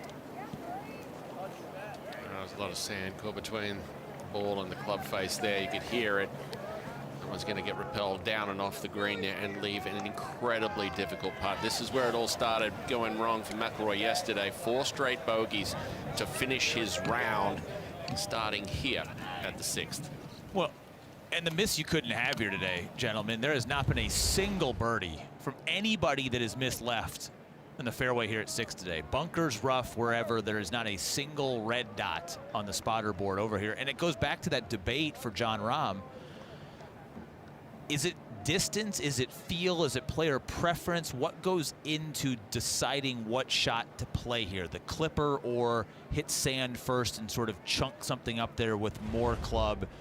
What goes into that decision-making process? Well, I think the important thing in that conversation and back and forth between Adam Hayes and Jon Rahm is that he said, and this is the way it needs to be with a caddy, what do you see? You can't go as a caddy and give an opinion on that. Sometimes the player has the intuition, how it feels when they get in there and stand in that bunker. Does it look a certain way? And that helps them create that. And I think sometimes by asking a question, you allow that player to have a sense of feel and encourage that feel to be able to determine what kind of shot to play. Technique-wise, is there a, do you get to a certain distance where, look, you just can't swing hard enough no matter the club to be able to play the explosion shot, and then eventually it becomes a physics experiment as much as a feel test? Yeah, and sometimes, Will, what you'll do is you'll see a lot of players back down from a sort of traditional wedge. They'll go down to a more straighter face wedge or even a 9-iron, open it up and try and create a little bit more of a splash that way. You're not, you're sort of skipping the club through a little bit more rather than sort of digging it in. It's just a tricky pin location. We saw it yesterday. It created a lot of, hassles for the players. Today, being a little bit further left, about 5 or 6 paces, it becomes even more difficult. And to your point, you get out of position on this left side here, it makes it virtually impossible. And look at this putt here, the complexity of what Rory McIlroy has here. He's got to putt it way up on top of this spine that juts out in the left front. And then that darker part that you can see just between the shiny and the pin. That's the downhill. That's where it's going to really pick up speed and turn right.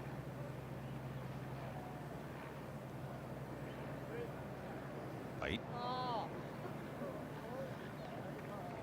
Not too bad from down there. You could see the difference in color on your screen. And again, it's so hard in a two-dimensional medium like our featured group coverage to really do justice to what these Donald Ross greens that were renovated and restored by Gil Hanse a decade ago look like out there. But massive surfaces with a lot of slope in them and easy places to tuck and hide hole locations. Yeah, Steve's mentioned, you know, throughout the telecast yesterday, already today, that these green complexes are over, you know, in excess of 8,500 square feet. There's one that's almost 10,000 square feet, but they don't play that big because of the contouring, because of the shelves, because of the valleys. You know, they play a lot smaller than that, and if you're out of position, you just can't get the ball close enough, and we saw that yesterday with this featured group. A little right to left here. And he was almost walking before he hit it.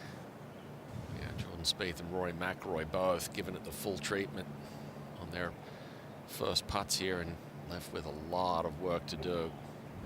We're seeing the sweaters and the pullovers go back on. Temperatures are going to plummet into the low 50s before these guys are done playing golf tonight. But I mentioned that the winds are also going to subside. Would you trade 10 degrees for 10 miles an hour of wind? I think the difficulty becomes putting the layers on, dealing with the cold hands. That affects the putting, things like that. You know, the thing with this inward 9 here is you've got 7 of the 9 holes all rank as the more difficult holes to finish. It's only going to get more and more difficult as it goes on.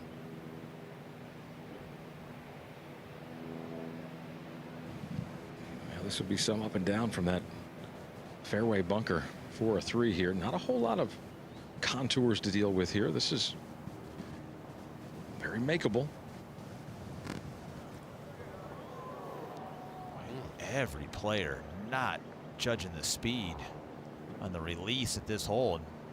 Nobody is in for par. They're just not seeing something out there, Steve. It's a great hole location right here. I mean, look, you got to have some defense on a short par 4 like this, and this is one of 3 holes out here where the hole location is only 9 feet from the edge, and I think there's almost, it feels like it was an uphill putt, but there's a little bit of a fall off towards the fringe there that just keeps maintaining the speed of the putt. So hence why these guys knocked it 4 or 5 feet past. There have been more 3 putts at the 6th green today than any other hole on the golf course. Care to guess how many? Field of 156. We've had about 100 and so play this hole. Steve?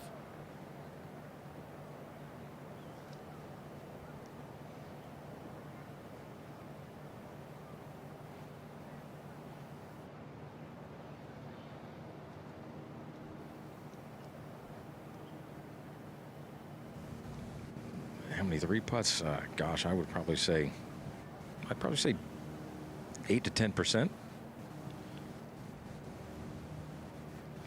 We'll see if Jon Rahm adds to the total. Delay the answer. Okay, does not add to the total. We have had 13 3 putts total so far. I'd have to get you the full percentage, but yeah, that would be a little more than 10% so far today. Okay, so it was close. Yeah.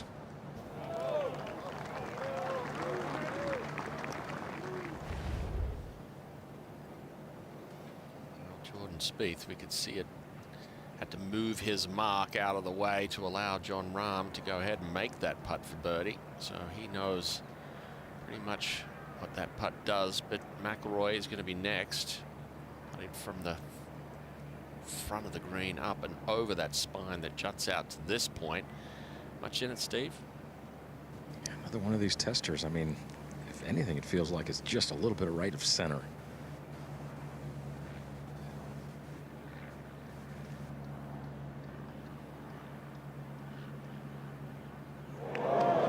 He's had a couple of helpful grabs from the cup today. Survives the 6th, a third of the way through on a Friday, and still 2 under in the round. They're the ones that really keep your momentum going. That one was given the full treatment, almost 360 there, a little shake of the head. You don't need to give this man 2 looks. One of the best in the business with this thing. He was hitting a lot of these putts with Cameron McCormick, kind of holding a club shaft on his hand path earlier today before he started the round.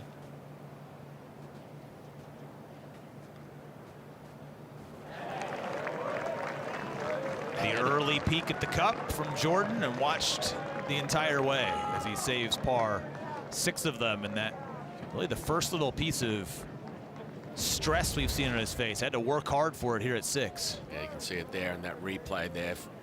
Fully engaged, looking at the hole. Sometimes he looks at the hole from short distance, sometimes he doesn't.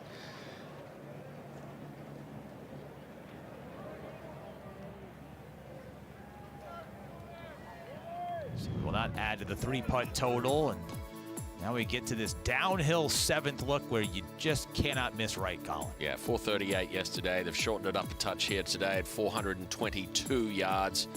It's just about how much do you want to chew off on that right side, the sweeping dogleg to the right. Whole fairway here does camber and tilt from right to left, feeding the balls down into that thick rough on the left side of the fairway. Saw the pin all the way in the back to yesterday. Today, over in the left portion of the green, is a little bit more accessible. It's a difficult driving hole. Has been lengthened some over the years. This is one of 4 holes that were added. Length, some 35 yards. It's a gorgeous hole, but back into the breeze for our players today.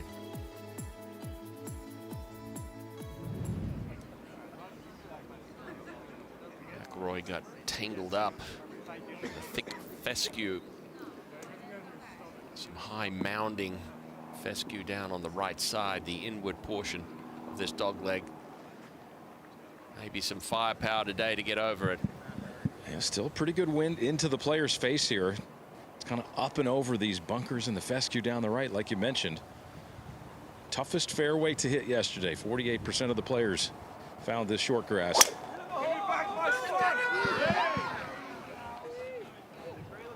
Much better swing.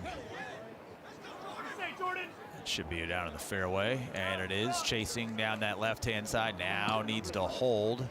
So you avoid those hummocks, as they call them, down the right-hand side. Those kind of hairy little pimples that are out in the right-hand rough. Bryson DeChambeau just hit it over the hummocks in the previous group, made double on this hole, as his weekend plans are getting grimmer and grimmer as Jordan Spieth trying to follow Rory McIlroy. Yeah, you'd love to follow that line, but that's a that is the full send line over there. Jordan might be a little bit more comfortable keeping the ball left of that. Uh-oh. Got to get lucky now. Here's a good look at that tall fescue. He knew it as soon as he hit it. He knew where that ball was destined. It's all going to be a product of the lie that he has in that, as to whether or not he can actually get it on the green.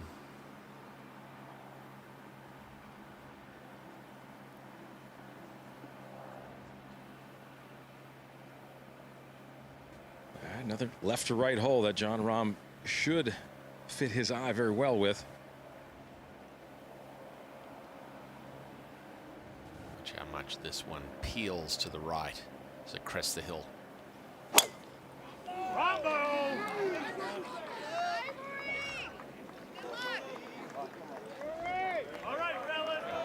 Very soft bounce, and just hops into the primary. Rory's is sitting up on a tee in that first cut. Rory having a much better go on a Friday. So many fans out there. Saved par back at 6, and that young lady has the evidence of it. For the rest of her life, a Rory McIlroy fan.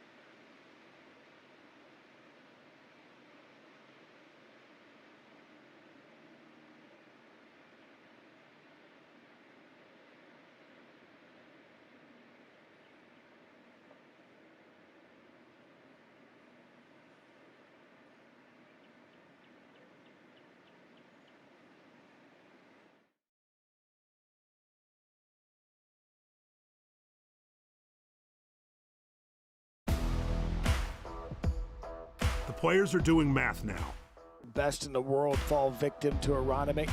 trying to figure out the cut line, teetering on the edge, Things have gone sideways a bit. pride on the line, I don't know if I've ever seen that from him. and lots of money too. You just don't expect it from players this talented. This is the second round of the PGA Championship.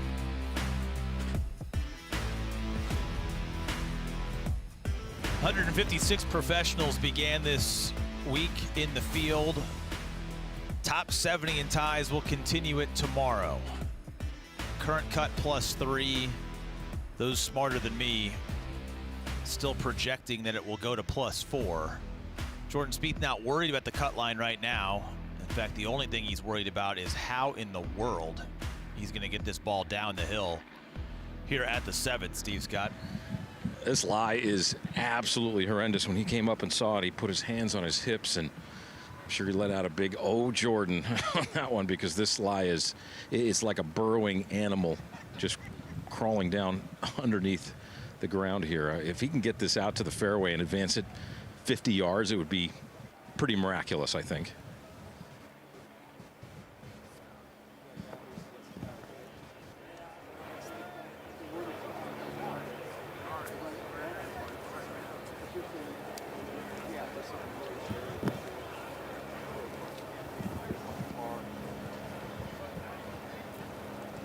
Look at how high that is. To Steve's point, it's almost up to his knees. I'm just trying to get it out of the stuff.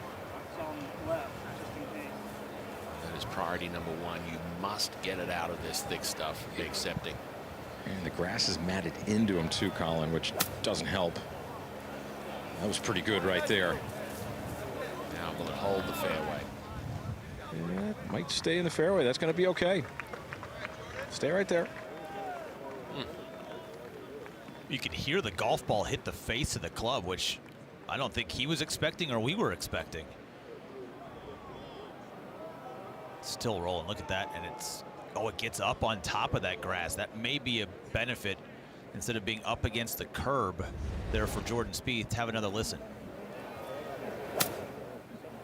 Yeah. Good contact. Back to that dad strength we were talking about. Jon Rahm now. Yeah, that's from 129. He's kind of out of the front part of an old divot right here, so the lie's a little bit cleaner than it could be. Should be able to control it.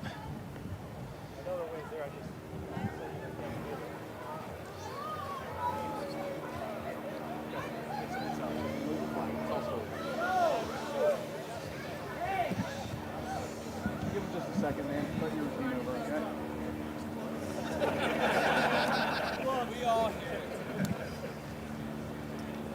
Having a good-natured laugh with the crowd there.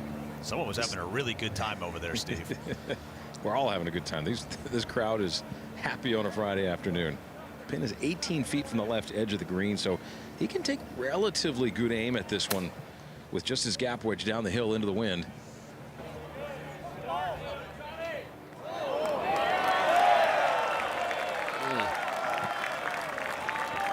Using the slope and the contour on the left side of the green at 7 to feed that one a little closer, and that is one of the better shots, closer proximity than we've seen from Jon Rahm in the early going. Good contact, good reaction, and no need for anger management today at the 7th. It was high and soft when it came down. Now Rory. Just a flick of a wedge here from 86. Bringing it in here low. It's got some spin.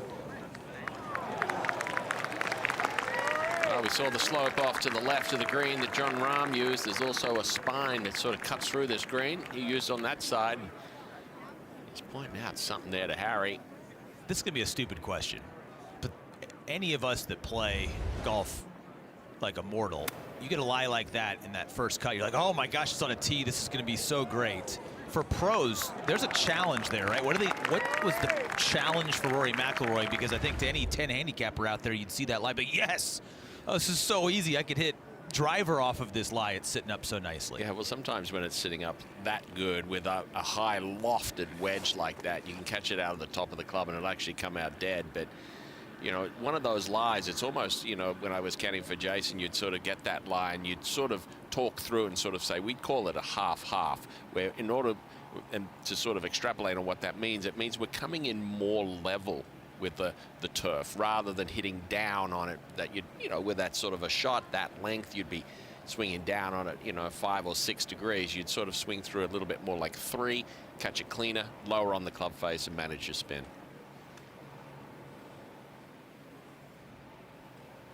All right, it's time for the short game wizard to show us how it's done.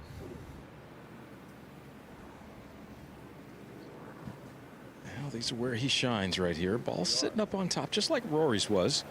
This first cut is kind of beveled where the edge closer to the fairway is actually a little bit shorter cut than the outside edge of that 24-inch pass. So kind of interesting how they do that, but ball sitting up nice. Should be able to put a little spin on this one. Tied 6th currently and scrambling around the green. You'd expect that for Jordan Spieth, but tested here, runs away on him.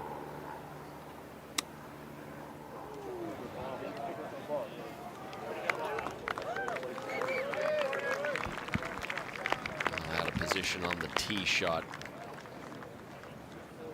A lot to do with Jordan Spieth now having to make a bit of a bomb here to try and save par. The difficult 7th.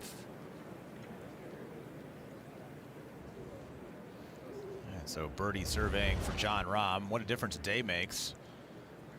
This was yesterday. One divot went flying to the left.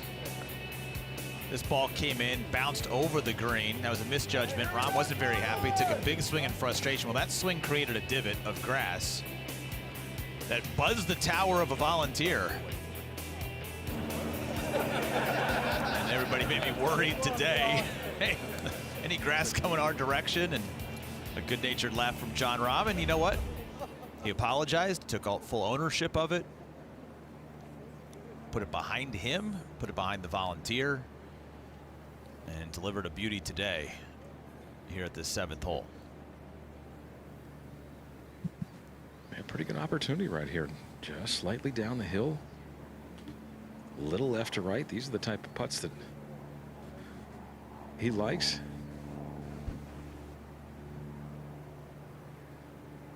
His eye's actually looking a little bit more to the right, so he feels like it's going to move left on him. That's certainly where he is aiming and looking.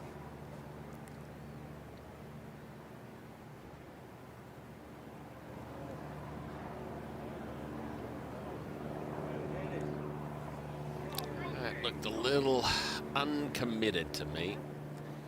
Yeah, I think what was tough about that was the ball was slightly above his feet with the contour of the green there, but the whole terrain, the low point, was actually to his right where that 11th green is down there. So that's what fooled me on the read initially, but hard to get real committed to that one, especially down the hill. You're not hitting it the pace you'd like to really keep the line. This is probably one of the more uniquely situated greens on the property, in the sense that I've said if it weren't for the grandstands behind this green, it's almost like an infinity edged back to the green, but it's sitting down below and the contours are going this way.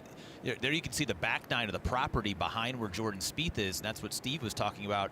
The natural drainage of the golf course would go that direction, but the slopes coming the other way. It's an odd green to get the feel for, isn't it, Steve? Yeah, completely. I mean, Donald Ross knew what he was doing when he built these greens, and they're still in their original pads here.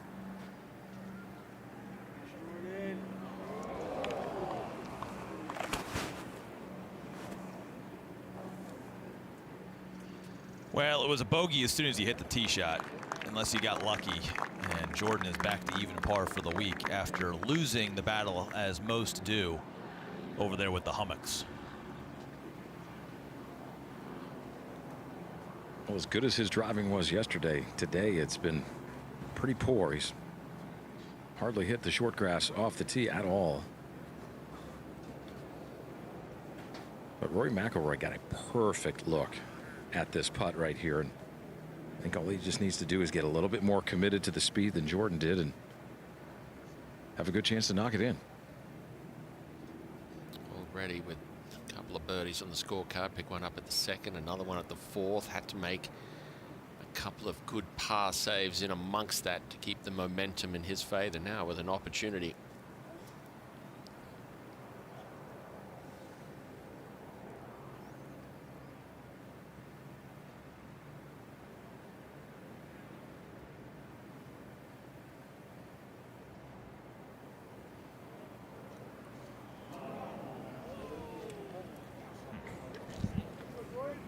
Yes, it goes left.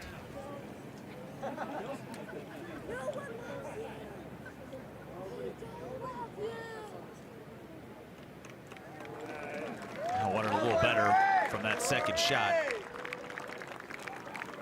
A lot could go wrong with the inerrant tee shot at 7. He was able to just manage it in that first cut.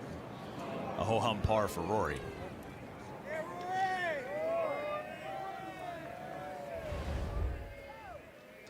So they'll walk over to the 8th tee, where yesterday we saw long waits for the field. It'll be a little bit of a wait again today at the 8th as this featured group prepares for the meat of this golf course.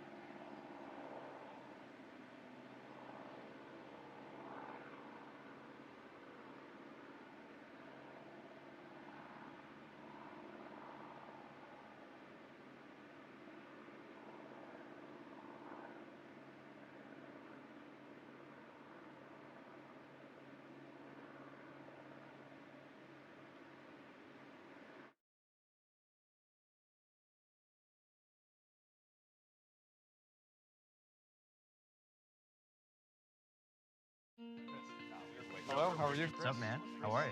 We first met in a junior tournament, and then later on in high school, we had a really good group of friends. That's when we started playing a little bit more golf together, got to visit the Young family down in Florida and create a relationship with them. So like that one there. He's always, the first to reach out whenever I play some good golf, and we've kept in touch. Anytime you get to kind of reconnect with someone after a number of years, somewhere like this is pretty cool. It just seems like just yesterday, watching them with the bags on their shoulder, walking down the fairway, it's pretty neat and a little bit scary all at the same time how fast that time flew. Yeah, I've been slowly gaining speed, just trying to swing it as hard as I can. I always envisioned Cam being in a major, but I never really knew if I was ever going to make one. But to be able to both be here and spend the time together is a dream come true for me.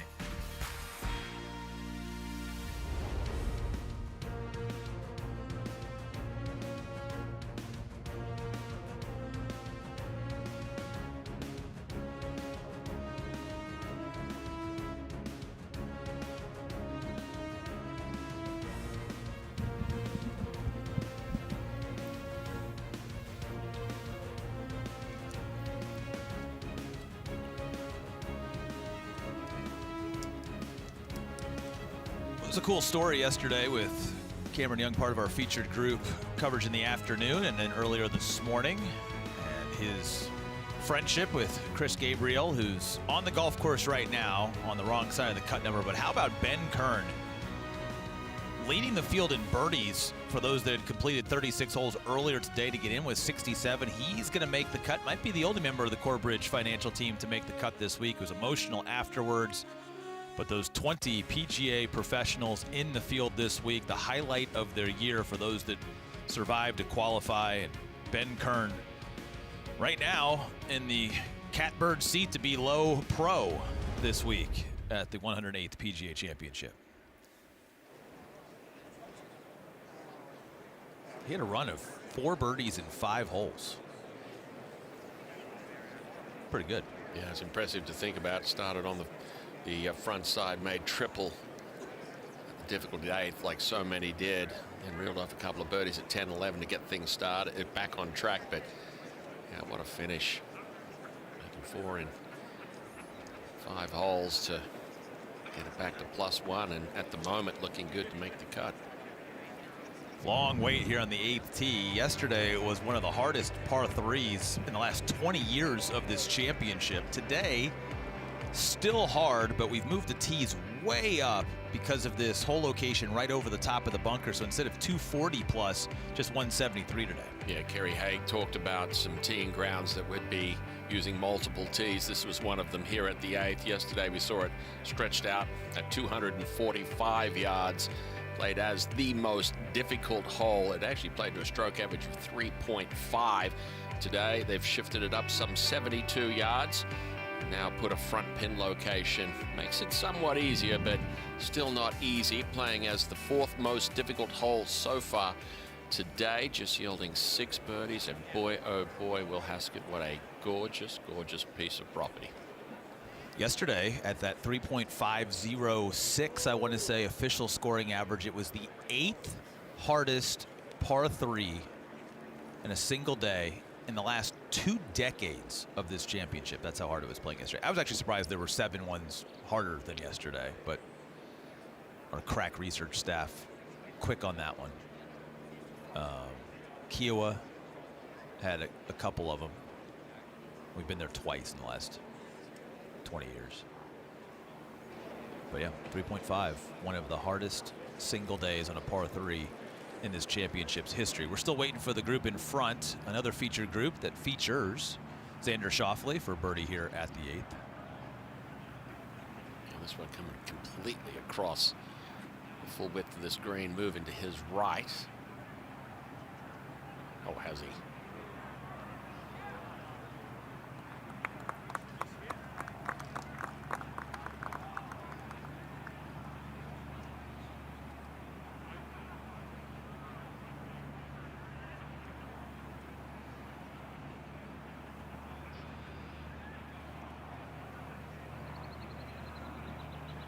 As you'd expect, not a lot of players close to the hole today. We've only had 1 tee shot inside of 10 feet down the hill over this bunker. It was from the low round of the week. Chris Goddard somehow hit it in here 4 feet 7 inches, flirting with that bunker. You look at me like I'm crazy. Yeah, he hit it to 4 feet 7 inches today. The only player inside of 10 feet. Brooks Koepka. So many coming up just a little bit shy. Koepka's loitering on the leaderboard, 1 under par. Massive greens. You're seeing the slopes here to get up to them. We talk about how big they are, but how sectioned the putting areas are, which means lag putting and dealing with the big ridges are so important this week. And it's a skill. You can work on that skill. That's why you go to your PGA professional and learn about the art of those long putts. And that's what we're doing right now. Throw it down to our pro, Joe Hallett. Joe, help us with these greens. Gents, it's all about the words that you use. And yes, a lag putt, those 30, 40 footers. Those are my birdie attempts these days for some reason, but those 30, 40 footers, you know, people hear the word lag putt and they're thinking they're just trying to get the ball just cozy it down there. I want you to change your meaning. For those of you listening at home, lag putt means speed. You're going to focus on the speed. You're not trying to leave it short, you're trying to get the right speed. So when I look at this putt, I can see I placed the golf ball down here. That's my job. It's going to roll the rest of the way. So if I can hit this putt, essentially, and get it somewhere around where that ball is, the speed on that is probably going to be pretty close to about hole high. I almost left it long enough to have another lag putt. Maybe I should practice that one a little bit and work on speed for the lag putt. Thank you, Pro. Down there at the PGA's beautiful headquarters in Frisco, Texas, we'll all be together next year. Joe and company. Sounds like there's a Category 2 rolling through Frisco. Joe out there on the greens, and that could be a huge part of the PGA Championship story next year at that new facility this time of year. How much the winds pick up. Not a lot to stop it there north of Dallas. But it's an incredible facility. It is phenomenal. We're going to have some staff putting games on the giant. I mean, have you seen the putting facility outside of the teaching center there? I mean, No, it's I haven't. 20-something thousand square feet worth of putting green. Wow. We'll have some 7-up games, a few putting games next year. It'll be good. Get your dollar bills ready right now. Koepka and company done here at the 8th. That means the flag stick is in, and that means Rory is ready.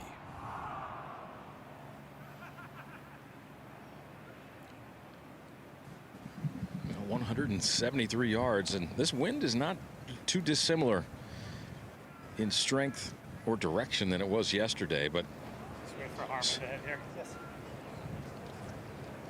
certainly they're not hitting 7-wood or 4-iron here today, but the location just perched over that bunker by about 12 feet. There's a great view of not only the log jam here at the 8th, but also to that up tee that they're using today to make it just 173. Yeah, it plays 10 yards downhill as well, but this ball's going to hang in the air quite a while with this wind into them.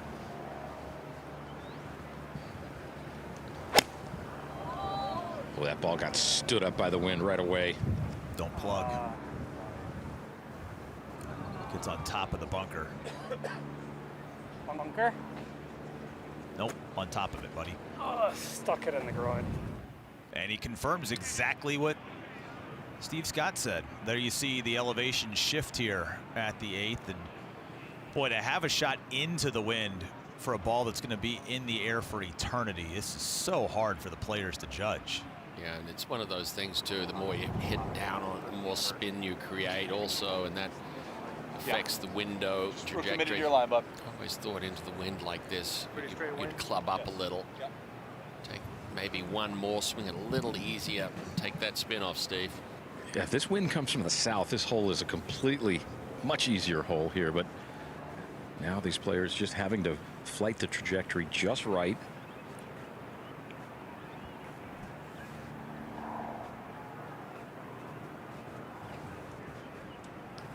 Always like being the second player off of one of these elevated tees like this too.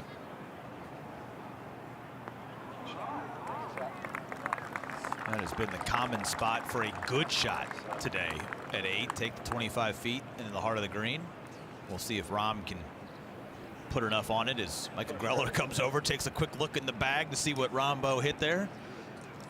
He's entitled to do that. Of course, you cannot touch the equipment of another player's bag. You can't go in there and start moving things around and take a look, but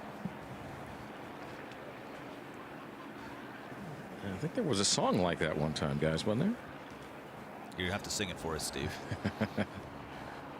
I'll have to Google the lyrics. All right. Let's see if Jordan Spieth figured out between those two. This one on a pretty good line. I'll say. Made it look easy.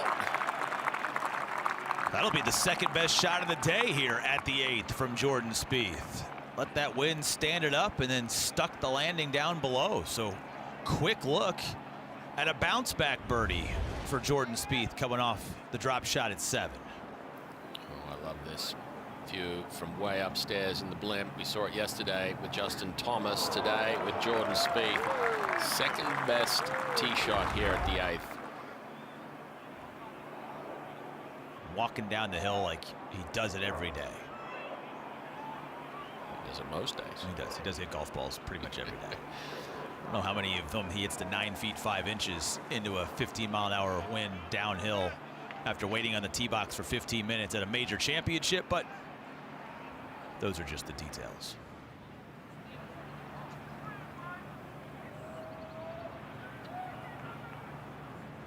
That stretch of holes that they're on, 7 and 8,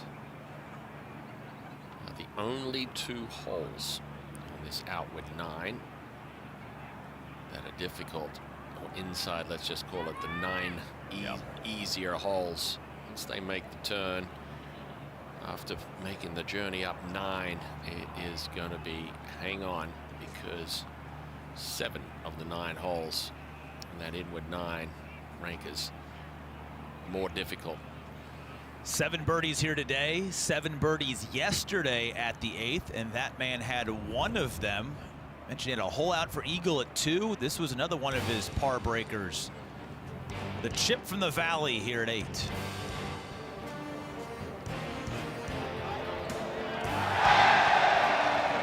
Yeah, it deserved a fist bump from Jon Rahm.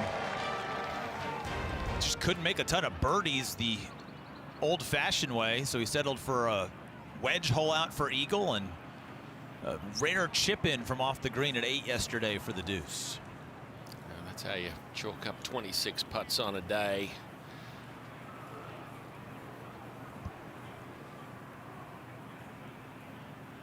Hold up, guys, hold up. Thank you.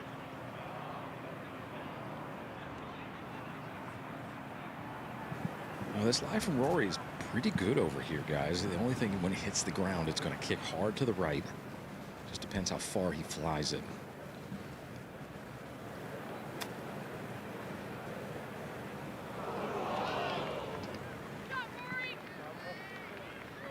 A little sound you could hear there was a little click, a little more club on that than he wanted. Wanted to slide the club under it a little bit more. Not bad, though.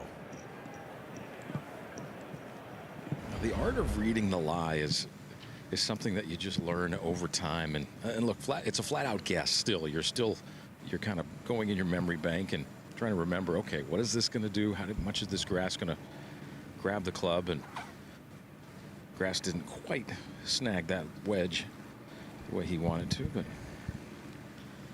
now Jon Rahm safely aboard here. 25 feet or so. Not a whole lot of break on this one, but the last half of the journey slightly climbs up the hill.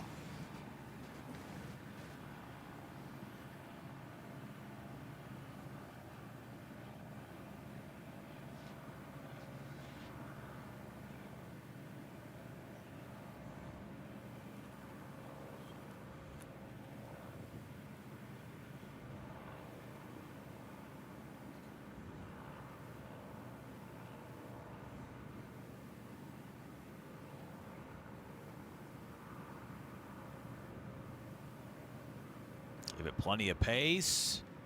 How about these 2 days for Jon Rahm? 15 birdies in total at 8, and he's got 2 of them in back-to-back rounds.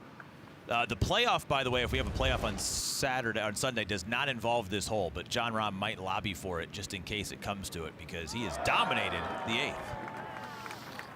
One the correct way. Hit the green. Lovely putt. One yesterday, as we saw earlier. Chip in from the back of the green.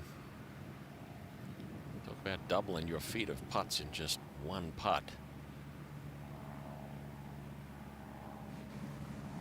Colin, this hole is cut right on a ridge right here. It's just kind of, it's very crown where this hole is. So if he gets it left, it will go left. If he gets it right, it'll go right. See that color change there that Steve's talking about. When you see a player hit it that hard on the low side, generally it says instinctively they felt they were low. They try and compensate it by hitting it a little bit firmer. He has got plenty of left on that one. By the way, with that birdie from Jon Rahm, now leads the field in par 3 scoring average for the week. A couple of birdies and the rest pars thus far, with the 2 birdies coming at this hole for Rahm, as now Rory looks to scramble his way to a 3. And I think this is a much easier 6-footer here. Much easier line that Jordan had. Pretty much on the same one that Jon Rahm just had. So just climbs that hill and just hangs to his right.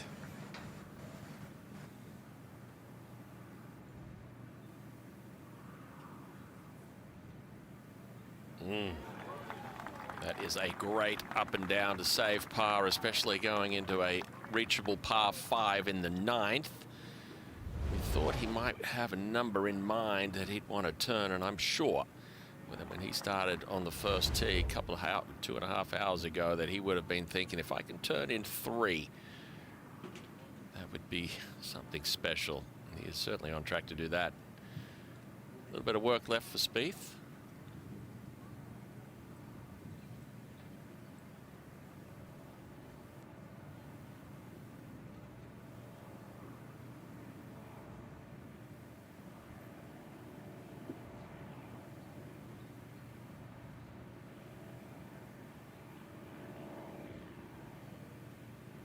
Jordan could not pay off the brilliant tee shot here at 8. That feels like a lost opportunity as he still searches for his first birdie of the day. Jon Rahm with a birdie here has now moved it inside the top 10 into a tie for 8th, just 3 off of the lead of Aldrich Potgieter as they start to make the walk back to the 9th tee box. They'll tee off here at the par 5.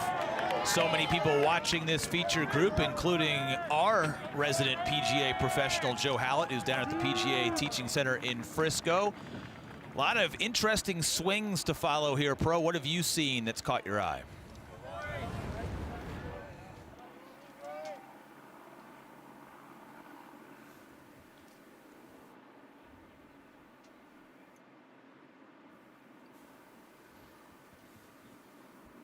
All right, we'll get back to Joe in just a second. Get that microphone prepared because I can't wait to hear his thoughts on the swing and the path of these professionals and what it means to you at home as well.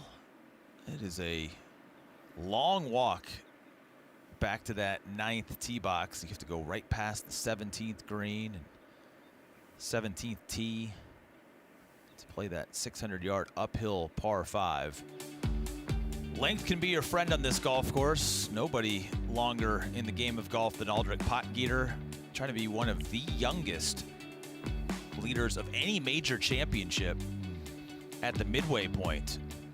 He's been a household name the last couple of years in professional golf because of some success, but easy to forget that he's still just 21 years young. Turned professional just 3 years ago. In the middle of the back 9 and so far up to the challenge on this difficult Aronimink Golf Club layout. Got her up 65. Looks like it will be the best round of the day, although Siwoo Kim turns in 3 under on the front. He's gotten it into the top 10. This 9th hole where the players are going to presents the option for maybe the big bird, Cameron Young. Well, we saw him yesterday in every single second of his opening round, Colin.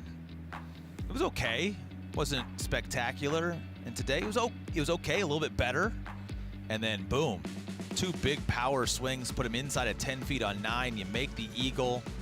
You're 2 under par, just 3 off the lead, and one of the hottest players in the sport the last couple of months is right there heading to the weekend. Yeah, everyone was pretty bullish on Cameron Young coming into the week, obviously running the hot hand with Players Championship and obviously the Cadillac signature event down there in Miami. Took care of business in fine form, really. But certainly put 2 circles on the scorecard on 1 hole, and that is making huge gains. Jordan Spieth's bogey back at the 7th. Falling back into a big tied even par. Some big names there. Look at major champions: Jordan, Xander, Cameron Smith, Patrick Reed. Ryo Hisatsune was one of the 7 co-leaders. He's struggled starting on the back 9 today. 3 over par in his round. There's Ben Kern, the lone Corbridge team of 20 member inside the cut number right now. A couple of past PGA champions there at the bottom of the board. Padraig Harrington rallying here in the afternoon to get inside the cut number. Martin Keimer, 5 worse today than yesterday.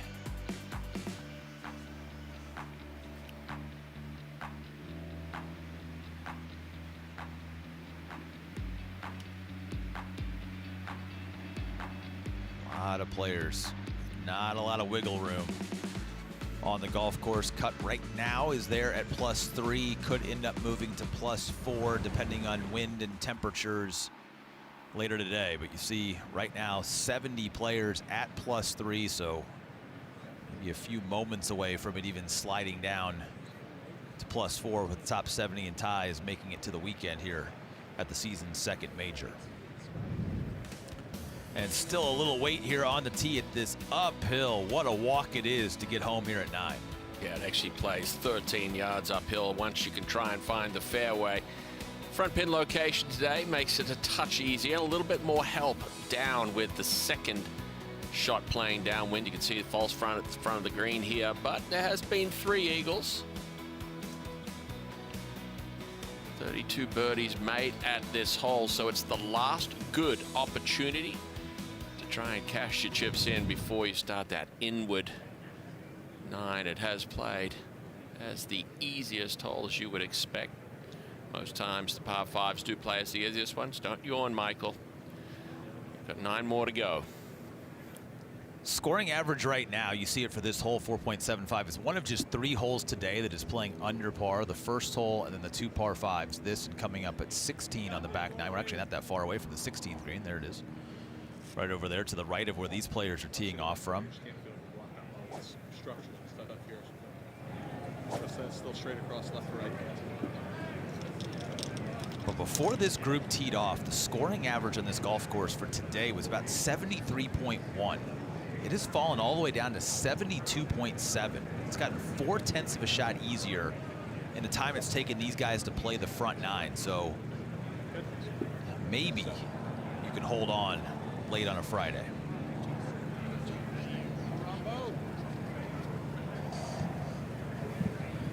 All right, well, it is uphill on the 2nd shot if these players are going for the green, but it's downhill off the tee about 8 yards. So you've got about 292 to cover these 2 left bunkers down the left.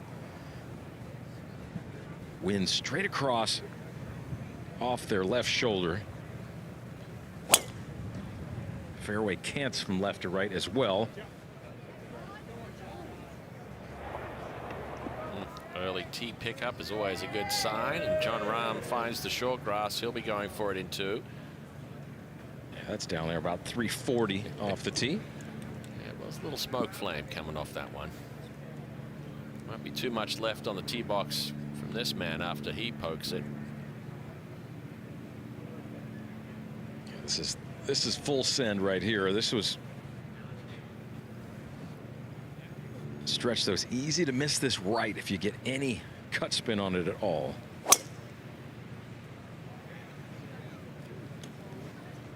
Shot.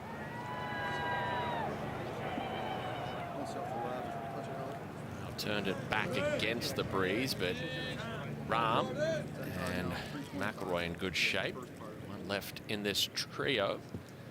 Left to go. That's the man out to tee the tee bots there. Jordan Spieth hasn't had his best stuff off the tee today. It's been a little bit errant. 2 of 6 fairways, Steve. Yeah, this would be an important one to hit, though. He doesn't quite have the firepower that the other 2 have, but He still moves it pretty nicely.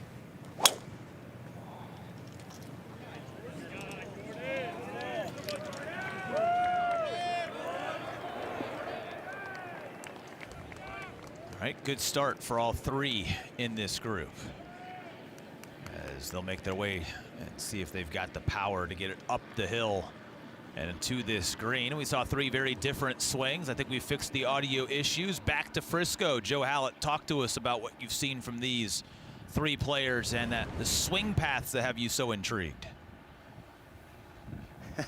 Will, Colin, you know, even with the technical difficulty, we're about 14 minutes into our 90-minute discussion of swing path and swing plane. But, you know, for the average golfer, you're going to see maybe a Jordan Spieth, maybe a little higher plane, maybe more over his head, and you're going to look at Jon Rahm going maybe a little bit more around. I just want to give some basic common sense to those players that are maybe high 80s, low 90s. If you're going out there and you've got some shoulder issues, I can tell you, you're not going to want to swing the club up a whole lot.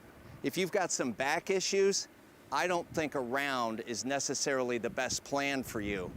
So with that in mind, I think if you just kind of learn to swing it over your shoulder, I got to get those grips cleaned. If you can find your shoulder on the backswing, you're going to have a really good day.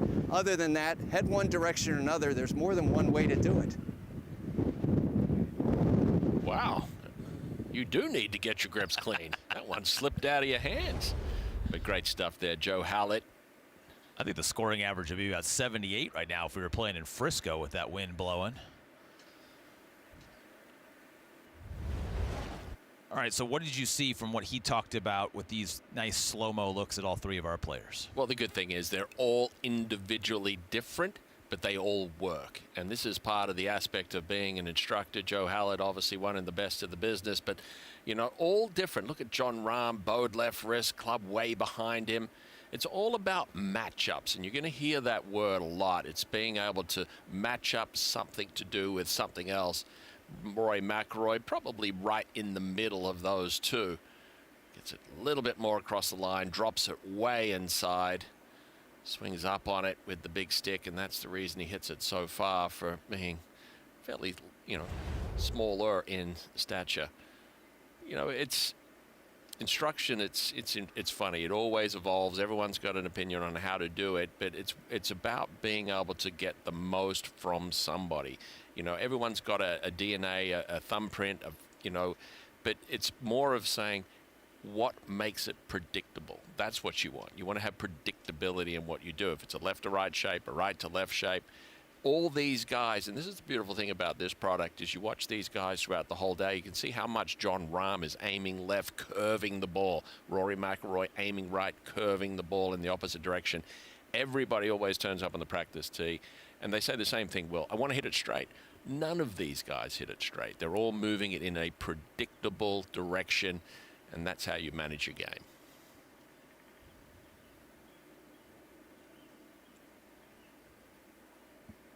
There is no one perfect swing. We talk about the ones that are the prettiest. We talk about the ones that are maybe the most efficient.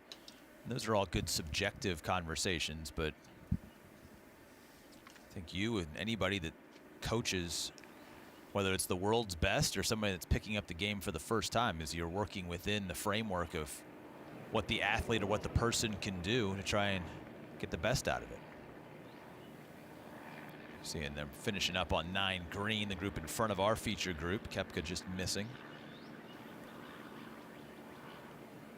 I think the best example of what you're talking about there would be, you know, Randy Smith and #1 player in the world, Scotty Scheffler. It's not necessarily what you would say is the perfect swing. You know, people, you know, talk about the perfect swing. Probably Adam Scott comes to mind.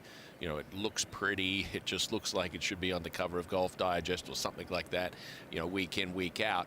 But then you look at Scotty Scheffler, his feet, he's moving in all different directions. He, you know, falls off a lot of golf shots and things like that. But Randy does an amazing job at getting the most out of that and letting Scotty, you know, swing his swing to allow him more time to be more mentally focused and present on a lot of golf shots.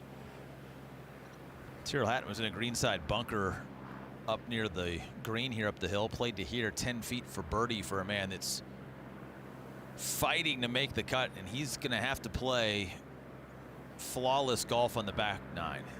If he makes any bogeys, he's going to have to balance them out with birdies, or Tyrrell's going to be trunk slamming at day's end. I think a lot of people would have thought that Tyrrell might be a good pick this week.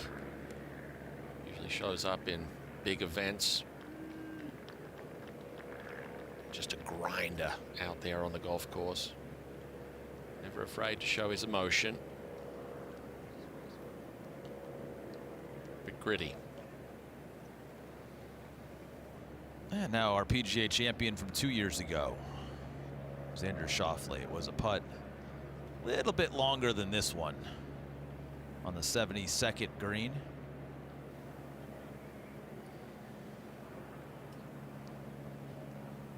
It's for birdie to turn at 1 under for the week.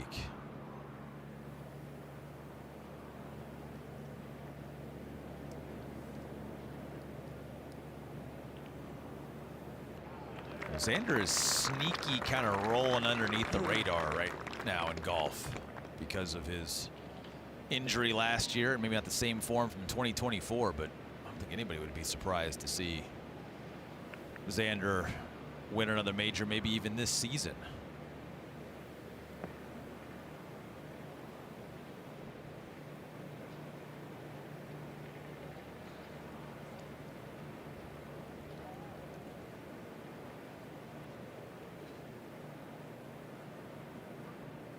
Par for Koepka. Flagstick will be going in here at 9, and all 3 in our feature group will be tackling from the fairway. And you see again how long the drives have been. McIlroy just a yard away from being the longest drive today here at 9. Yeah, whenever you get that little bit of breeze at your back, also too off the back of those 2 bunkers down the left-hand side, there is a little bit of a brow. If you can catch that speed shot slot, I should say, you can get a little bit more cheap yardage here. McIlroy, sorry, I believe it'll be Jordan Spieth first to play.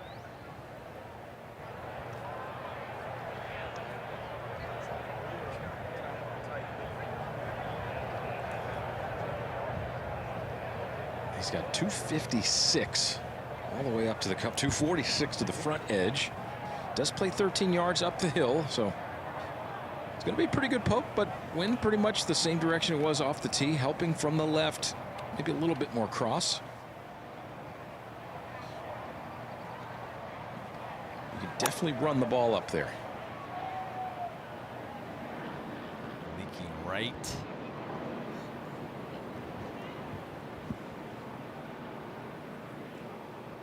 Issue that a lot of these players are going to have to face is when you start getting the ball above you a little bit and you get that elevation change. You know, in this particular case, left foot for Jordan Spieth would be higher than his right. Sometimes it just stops and limits the amount of rotation that you can get through your hips. You'll see a lot of players flip it quickly left or block it right. All right, Rombo with 249 here. Trying to work that lofted fairway metal in there. Oh, They did fly it all the way on the surface, but it doesn't hold. Even sending that one way north. With 4 eagles way back in 2018, including Rory McIlroy from 229. Longest iron he carries a really strong 4-iron here, so he's going to have to smoke this one here from 250.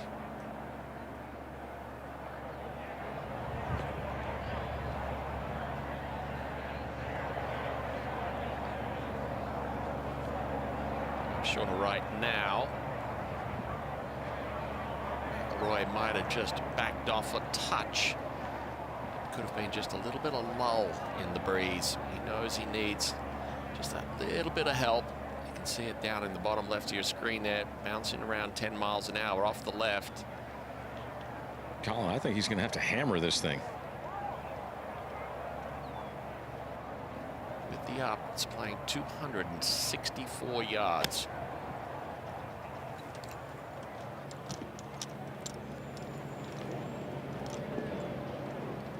Hammered it to the front left edge, but that's a high point and will knock that ball back. If that had been on line, it scoots up onto the green. He maybe has 10, 15 feet for eagle, but he'll be pitching instead. It has been a very good front nine for Rory McIlroy.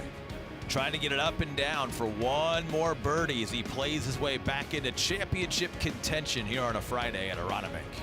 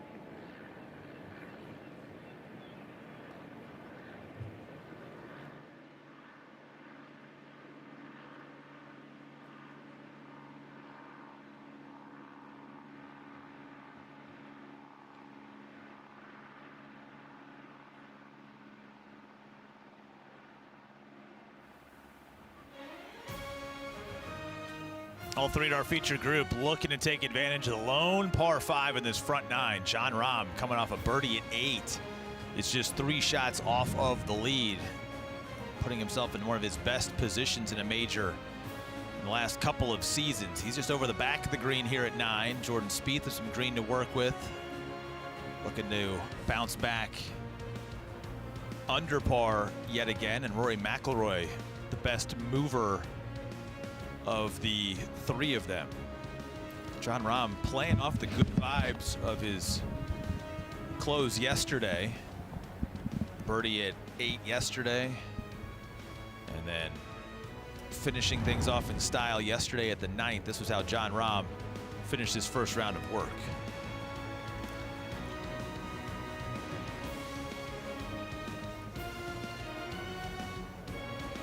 Kicked that one in for a birdie finish. It was a birdie finish for Rahm to hustle his way back into a round under par. 69 yesterday, he's 1 under today, looking for better as Rory McIlroy looks for a path to the hole here at 9.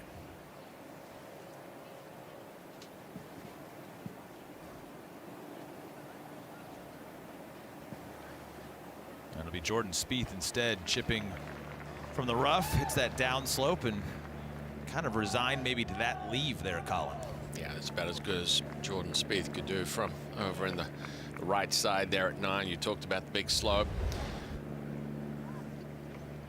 Look at that thing. Look how he keeps the club face open through the bottom arc there.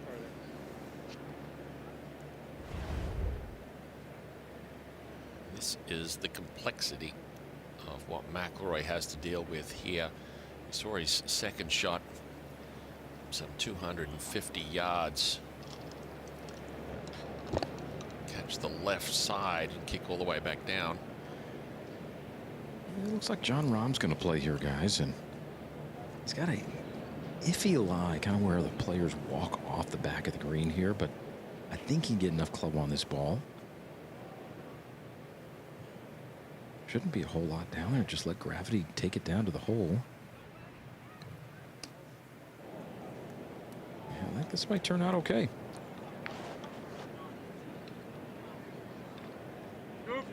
Yeah, baby. A decent effort from the back of the green there for Jon Rahm. Not quite as good as yesterday's effort. Still have some work left, some 5 or 6 feet. Now this shot for Rory is going to take a little improvisation here. He's got to chip it off of what would be like a linoleum kitchen floor. It's very tight, and he's got to bounce it into the slope. And then when it hits, it's going to kick right. And then when it hits the green, it's going to roll more to the right. But he's taking the putter out right here. This is interesting. He could take a multitude of clubs, but deciding to keep this one on the ground. So he's going to have to play maximum break here. That is a lot of fringe cut to come through there. This is all going to be a product of how it rolls through this. Yeah, Colin, the lie is just so tight that even the second best player in the world isn't going to take a lofted club here.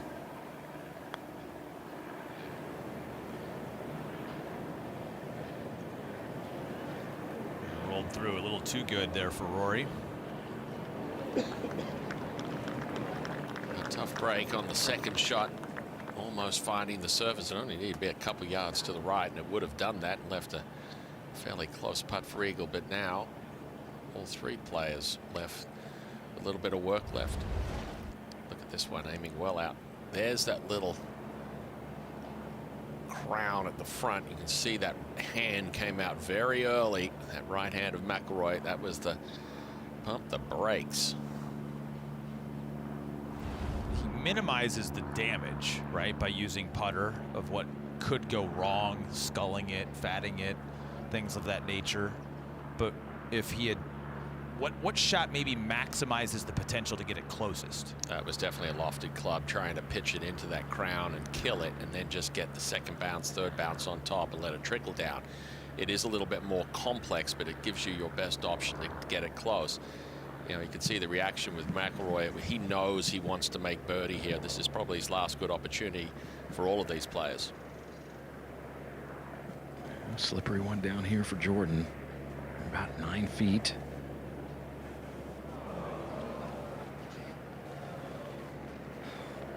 Well, Aaron's second shot there for Spieth, I should say. I'm sorry.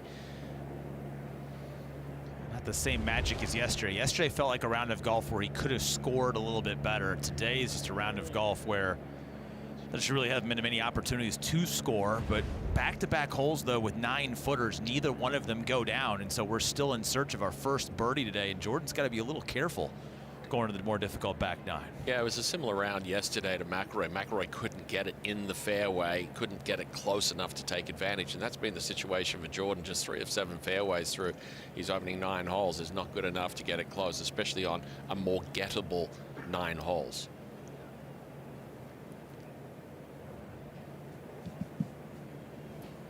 This one's definitely got some speed to it here. He's got to keep it outside the hole on the right. Would have definitely liked to get that third shot inside of 3 or 4 feet, but here we are nonetheless. This to shoot 3 under on his opening 9.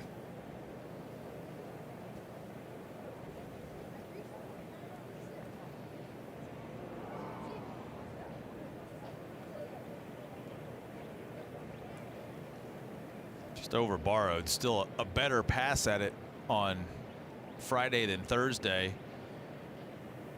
But in similar fashion to Jordan Spieth, you just haven't taken advantage of all the opportunities on this opening 9. And now you don't have a ton of wiggle room to work with if you're Rory headed to the back 9. Meanwhile, Jon Rahm, putter is showing signs of life, as you see there, and a chance to get within 2 of the lead. Well, good opportunity here. I can't imagine that all 3 of these players would walk off this green par. So Rambo, the last hope for this trio.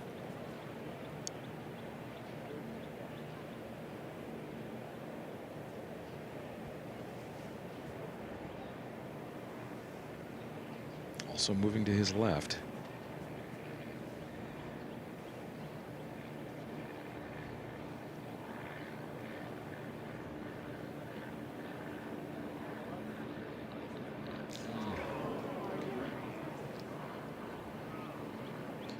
Can't believe it, but that felt like off the face it was going to really struggle to hold its line.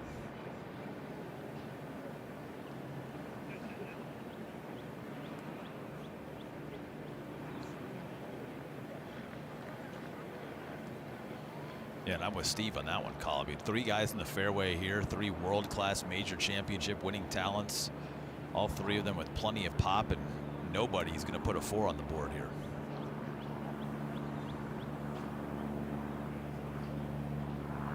Yeah, all the firepower to get it there, but tricky pin location at the front, as we saw.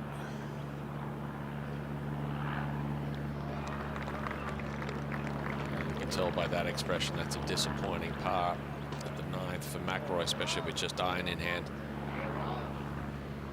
So 1-9 down. Unfortunately, you've got the harder 9 on the golf course awaiting when you head over to the 10th. Need to show some love to these players on the back 9 if you're going to survive and win that Wanamaker Trophy come Sunday.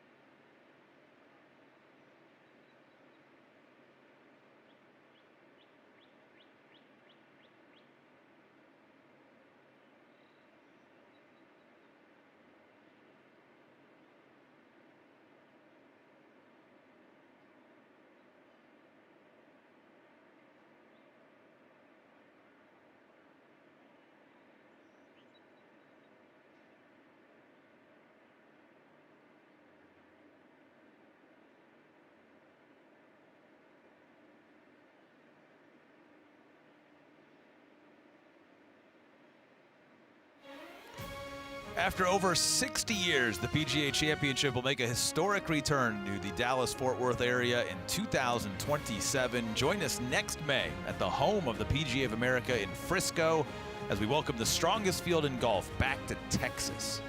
To register for tickets, visit pgachampionship.com/register. Registration closes soon. Come join us. Let's have a party in Frisco next year.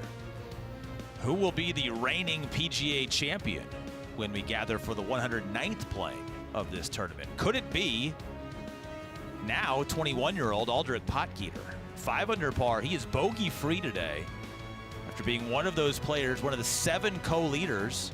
Just a couple of birdies today, but no bogeys, Colin Swatton. And this is one of the longest and strongest players in the game at just 21 years old. And look at this craftiness over at the 3rd. We saw this from our feature group. No one did it better than Potgieter today from the left-hand rough. He made birdie there.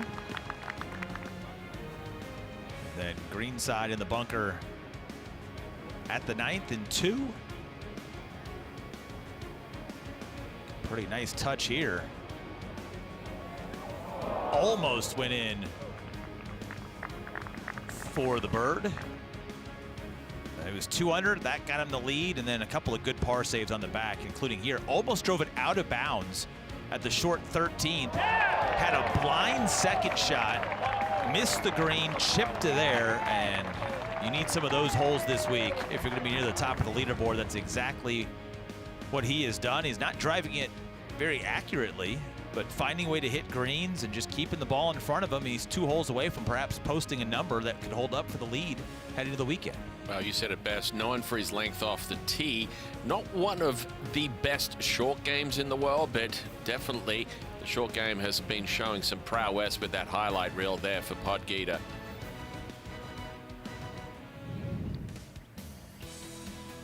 All right, our feature group makes the turn, and this is when things start to get really challenging. The 10th. Go ahead. I'll let these guys play it. I want no part of this hole.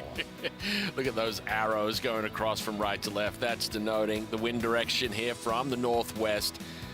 Pin all the way in the back left portion there, up on top of a shelf. There is a valley that works right through the center of this green, indicated by those sea of arrows just to the front side of this pin location. Difficult one, difficult hole, played as the second most difficult hole yesterday at 477. So they said, you know what, let's tuck a few more yards on there and make it a little bit more difficult, and it did, playing as the toughest hole on the golf course. And if you're Rory McIlroy, you've got time to kick your feet up, maybe have a protein shake or two, because there's only 9 birdies being given out here against that 47 bogeys and 9 others. 4.41, it's almost a tough or a semi-easy par 5. Yeah, Rory's sitting down. We still got a group on the green, a group in the fairway waiting to hit their second shots here. There's so much difficulty on this golf course and a lot of bottleneck spots on the property as well. Rory trying to focus himself for a back 9 without any bogeys if he's to make yet another cut here at the PGA Championship.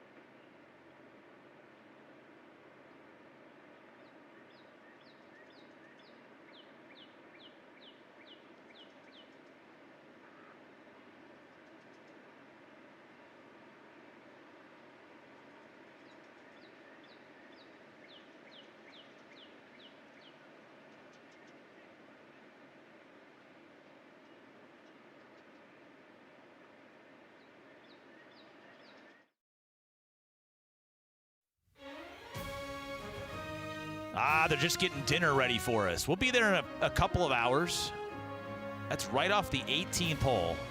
And Colin Swat is really curious what's in that food truck. I'm more curious about the landscaping budget. Look at that backyard setup.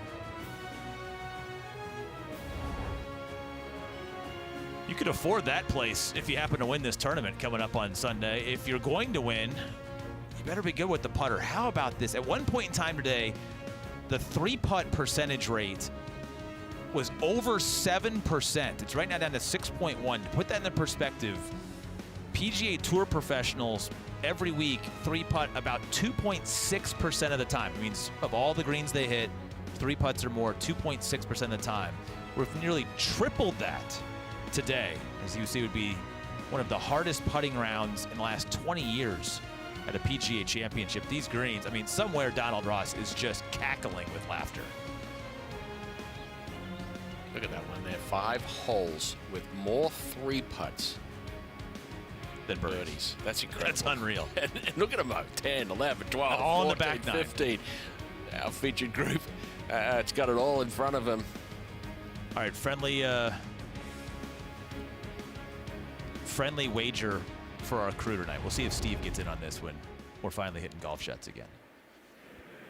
Will one of our 3 feature group players have a 3-putt in the first 4 holes in the back 9? It would be hard to bet against it. I'll bet against it. I have faith. You want to go? You're going to bet for carnage. I'm going to bet for positivity. I never want to be betting for carnage, but you would playing the percentages. You would just on the percentages alone. Just after that little sort of insight, you'd have to say that one of them is going to do it. Tasty glass of something? There you go. Okay. All right. So let it be written, so let it be done. Tyrrell Hatton. See if he 3-putts. He doesn't count. He's not part of our feature group. We're bonus coverage here as our group still waits on the tee to hit their tee shots. There's Brooks Koepka. Big tee ball from Brooks.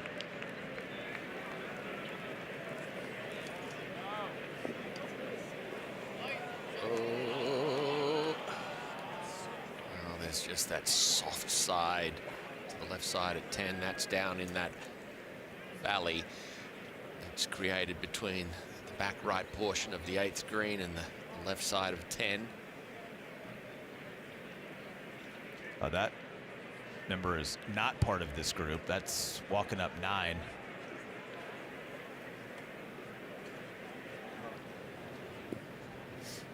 McClure Yeah, you're all set there. is going to be in the line of fire for Jon Rahm if he doesn't watch out.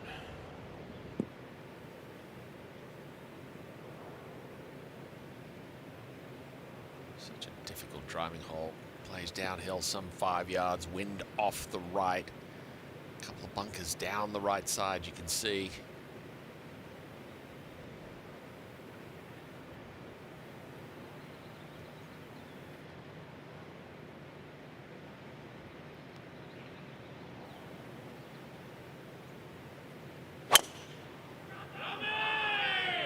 John trying to turn something from left to right back into this fairway that tilts from right to left. Oh, look at that thing. Good kick off the brow of those bunkers, and that is some cheap yardage. Still speed slotting its way down the right side of the fairway, and now that is position alpha. Well, Mr. McClure here playing down number 9. He hit pretty quick, hit a great shot, and got out of the way very quickly of that one rolling by him. Now Rory setting up to draw it with the breeze.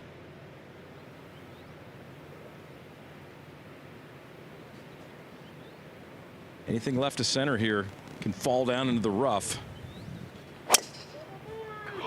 Wow. Does it draw enough? Oh, I heard tree into the fairway. Living right, Rory. I think it's okay, is it?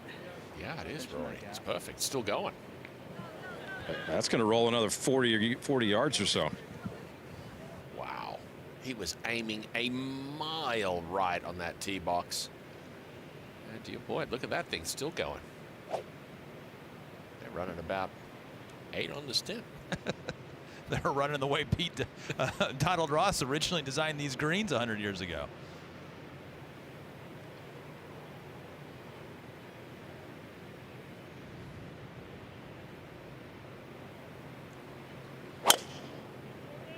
No, not there, Jordan.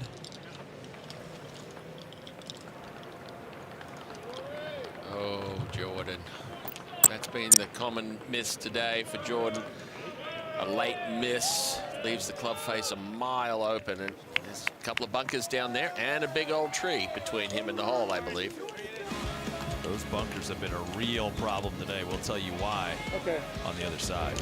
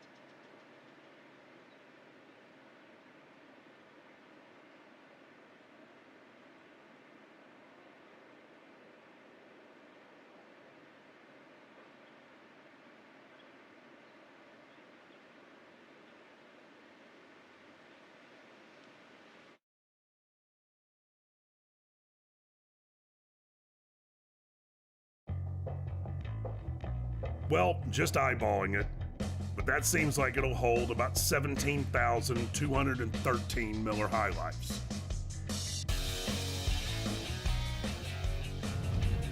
Sounds like a challenge to me. It is happy hour here on Friday at the 2026 PGA Championship. A few people partaking down there. I like them. Is this a gender reveal party? We got pink, we got blue. Maybe we'll have one of those exploding golf balls later? Maybe. We should have had Steve run over there when he was walking up 9. Crash the party. I'm sure he'll stop off when we're on 18. Absolutely. Can't miss it. If he doesn't, I'll be disappointed. Rory's looking for his golf ball over here. It's actually down there. Amazing break from Rory McIlroy. Hit it miles right, hit the big old redwood, kicked back into the fairway. Oh, there it is. Look at it. Look at those trees. That's what it hit, folks. And kicked all the way down in the fairway. But for Jordan Spieth. And this is where he has to be careful, Colin, is that it's not just the lip of that bunker, but those trees. In fact, just a couple of groups ago, Sahith Theegala was in the exact same bunker that Jordan Spieth is in.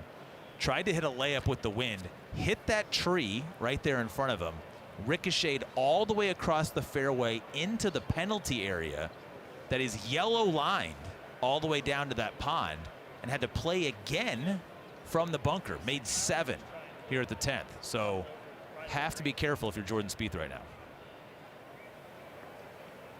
Yeah, guys, he's got no chance to get this one to the green from there. He's way too close to the lip. I mean, this is just going to be a layup short of the pond and then a pitch and putt from 70 or 80 yards. Say you can't hit a wedge. I can hit a wedge, it'll hit this tree. But also it's a core ledge. So I'm thinking if I can get anything up there where I can at least drive something up. Maybe on right here.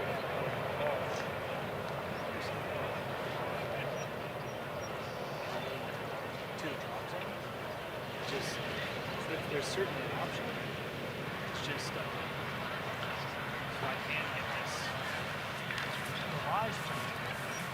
So if I'm open faced, even if it's bad, it should be putted. And then if it's hit well, it should get right to the green, which would be the best option, right?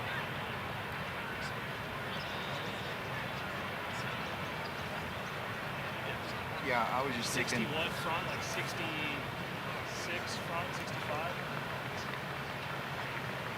Can we see it in here?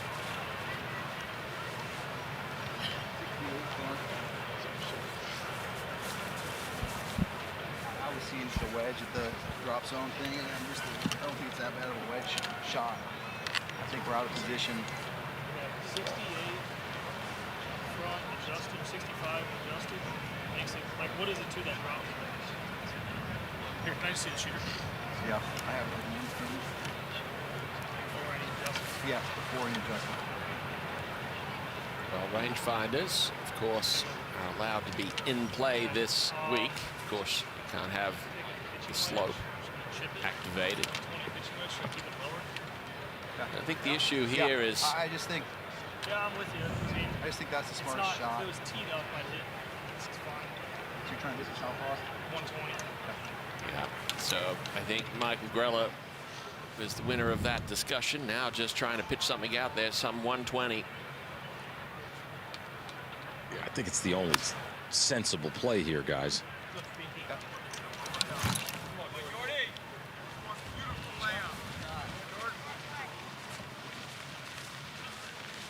It was an interesting back and forth there between Michael Grella and Jordan Spieth. He wanted so hard to be able to sort of try and advance it there. You could hear him talking about trying to get it on the green, and then that would have left a really complex putt. Not often does the caddy win the discussion or be able to sort of sway his player to make what is the prudent decision, but in the end, I think that was the perfect choice.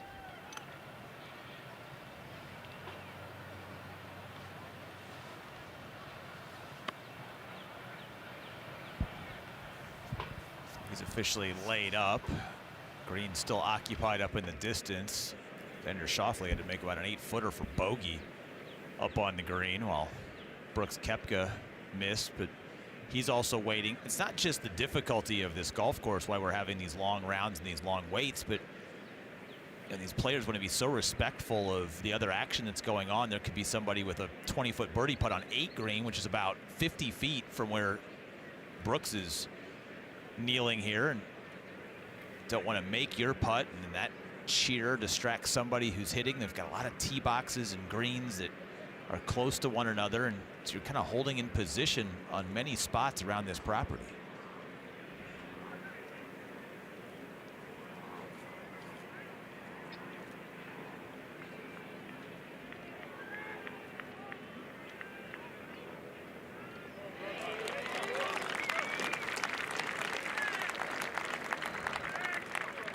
Koepka just hanging around. We know his opinion on what it takes from a mental standpoint to win these majors, and always feels as if he's at an advantage most weeks compared to most of the field. If it's a mental test, and it certainly is one this week. Yeah, he's certainly one of those guys that the more difficult the golf course, the bigger the moment. You know, certainly the more engaged he is, the more he wants to prove the point. Ooh. It's in now.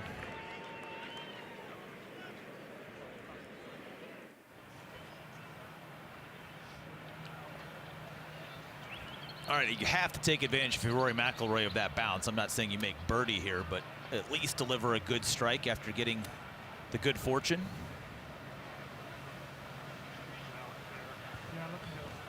Yeah, I totally agree with that, Will. I mean, it's off the downslope a little bit here, but I think it'll help flight it back to this back hole location.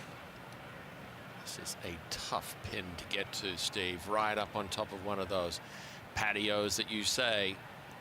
Back left. Yeah, this is a challenging green right here. 141 yards. I would say this could be just a nice little back foot pitching wedge here. Wind off the right and hurting slightly. And he was having no business with that left hole location here. Yeah, it's just such a difficult pin location. Look, they've only had 9 birdies here. It's explaining this the most difficult hole on the course. It's almost a half a shot over its par. You know, there's green light opportunities, there's amber light opportunities. This is a red light opportunity, in my opinion, even with a scoring club in your hand. Big, the big shelf just to the right of the flagstick. You've got a soft edge to the left and beyond it.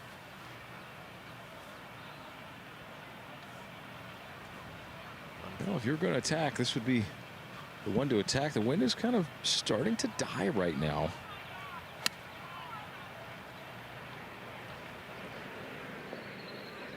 Easy, easy. Oh, there's that soft edge. It might say that it's 7 yards off the left edge of this green, but I can tell you the first 4 yards of that has that soft edge to it, and that is down in that valley, and that is going to be a challenging little up and down for Jon Rahm. He knows it. It's almost like the hole's on a little upside down saucer over here. Very, we'll call it very Pinehurst number 2-esque.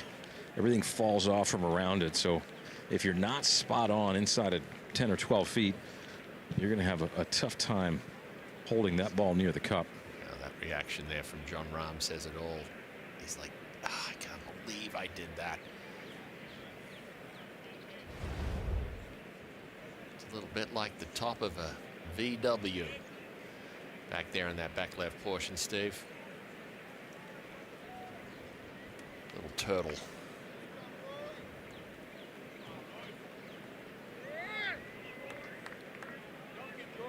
I like what Jordan Spieth's doing here. Errant tee shot, found the bunker, thought about it for a long time, going for it. Eventually decided to lay up, and he's walked all the way up to the green to get a good feel for what he needs to do here. So much of this shot is going to be about the spin control. Try and manage the right amount of spin, the right flight trajectory. Look at all those green dots representing one putts today. Those could be pars, those could be rare birdies, but you see nobody is making a putt from outside of the spine from which that hole is cut on, with that valley to the left, kind of little crack of a valley running up the middle of this green at 10. A lot of places the ball wants to go and hide. There's so much complexity to these greens. You know, Donald Ross done an amazing job, but now Jordan Spieth forced here to be somewhat aggressive. Let's see, driving it in here low, couple hops. Needs to skip. Stop, ball. Stop. Nope. No! Oh, it's just 6 inches from perfect. That's You described it well, Will. Down in that valley now. And outside, those green dots that we saw as one putts. Right there, he's begging for it to stay. no! Oh, it's just 6 inches from perfect. That's annoying.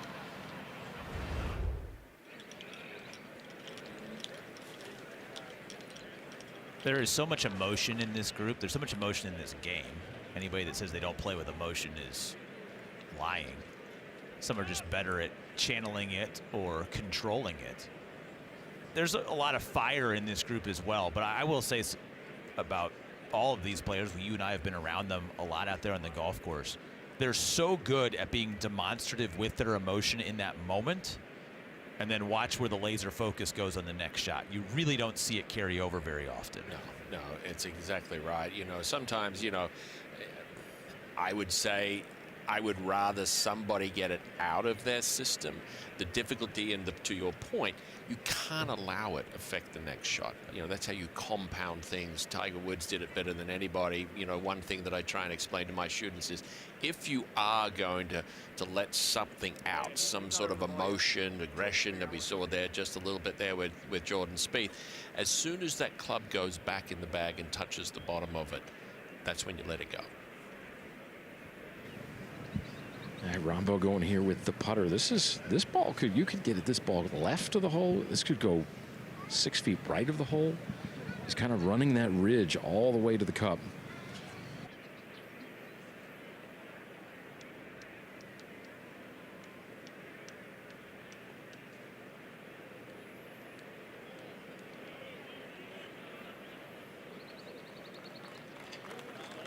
All in all, that's a pretty good effort from the valley between the back of the 8th green and the left of the 10th. Look at how many 3-putts there have been down here where Jordan Spieth finds himself at 10. And that's the thing, you get down in this valley and you've got that situation that Steve just mentioned. It's like you're coming up such a steep slope, but also too, you get it a little bit too aggressive, you could run it off the other side as well. Create those 3 putts, and it's the reason these guys are giving these putts the full treatment. 14 3-putts now today at this 10th hole. It has taken over the top spot in terms of most 3-putts on a hole here today. Remember, it was the 6th hole when this group was there a bit ago. There have been a few recently here, and Jordan Spieth really can't afford a 3-putt. He's trying to get this thing up in 2, minimize the damage to just 1 shot after the errant tee ball. Yeah, this whole location is just absolutely brutal here. I mean, if you put this thing, if you hit this 3 or 4 feet past the hole, it could keep meandering on. So, but you have to hit it firmly enough to get up to the cup. That's the conundrum here.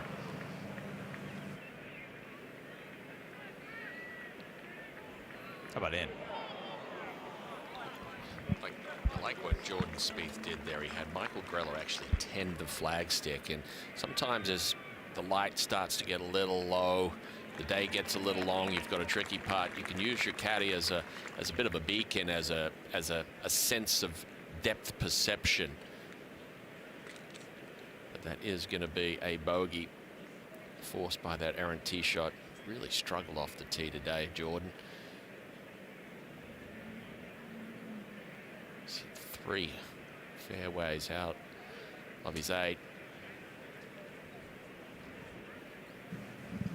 Well, that putt from Jordan certainly gave Rory an idea of the speed that he needs to roll this one up to the hole, but he's got to climb up some 3 feet to the cup almost here.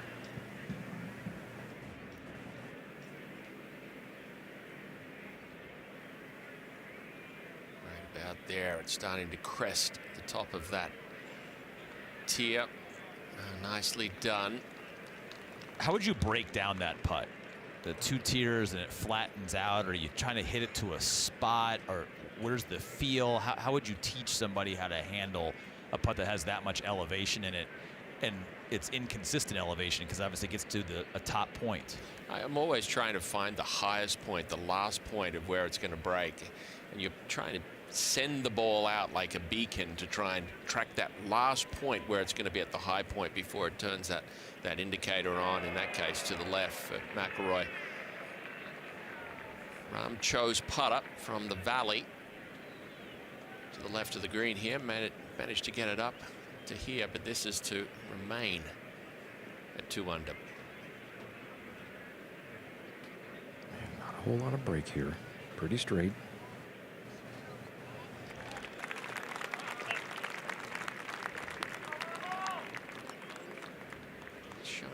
Of patience today, John Rahm. A number of wedges early in the round. Wasn't able to get the proximity close enough to manage to get some circles on the card.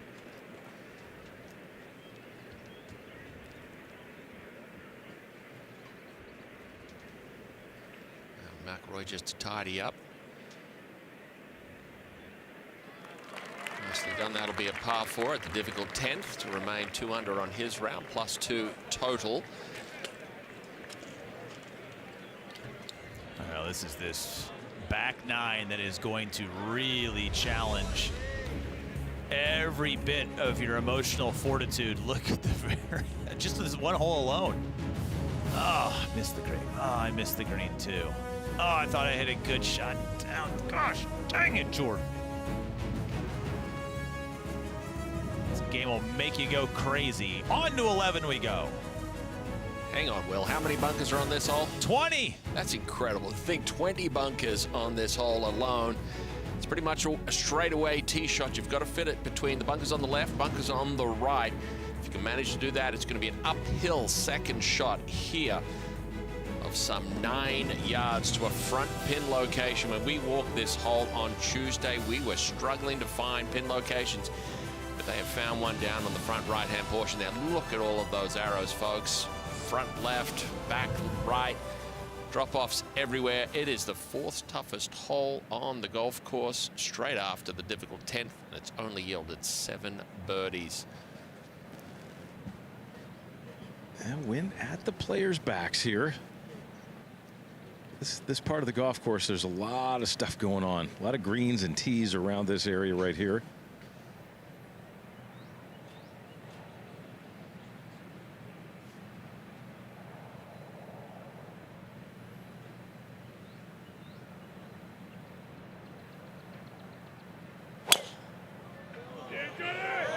Jet streamed that one. He has driven it beautifully today. That patented power fade splits the fairway here at the 11th, and now in great shape to try and attack this front right pin location. You were talking about quads earlier. Top of this leaderboard is full of some guys with some serious lower body strength. Rory McIlroy trying to join that conversation with all of this power train below the belt. Yeah, he does his squats every week.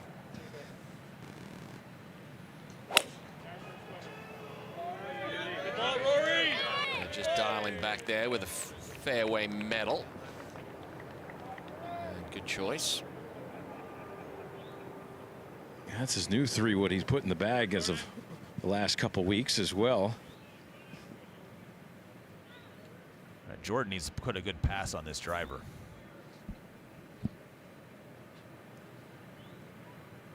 Yeah, he certainly does.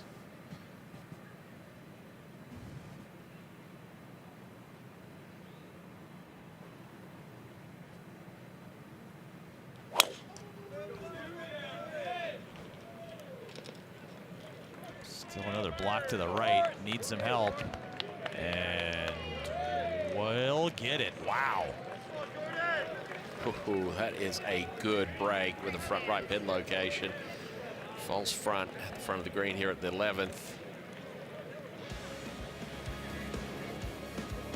Trying to find it right now. Jordan Spieth, some right misses. Can't afford those on the back nine here at Aronimink.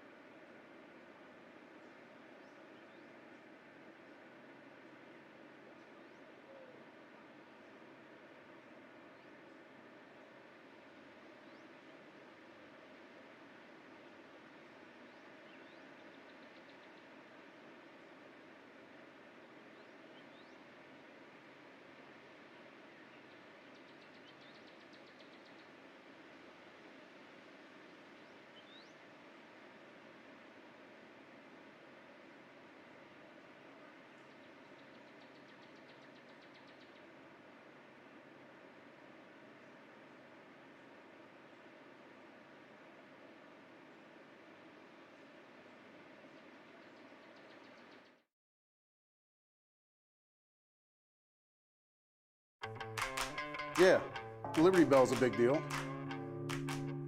But let's get real. Say Philly, and most people think cheesesteak. Around here, it's not only a delicacy, it's a discussion. A heated one. Pats or Geno's. Chopped meat or sliced. With whiz or without. The argument never ends, so let's just say this. Come here for the history, stay for the cheesesteak. Tastes like home.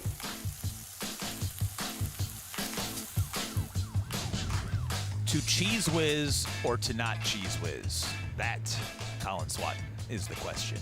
Well, we've gone back and forth on this in the car rides back to the hotel. I didn't know what cheese whiz is. You're probably better off not knowing what it was. Yeah.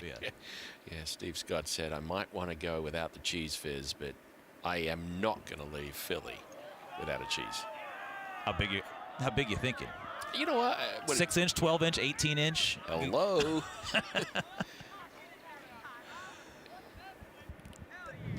Tell you what, John Rahm had 2 cheesesteaks for lunch to pipe it out. 356 down breeze here at 11, and Jordan Spieth got lucky with his drive, all 3 in the fairway. And I guess it now asks the next question is, how aggressive can you be to this right hole location from the fairway?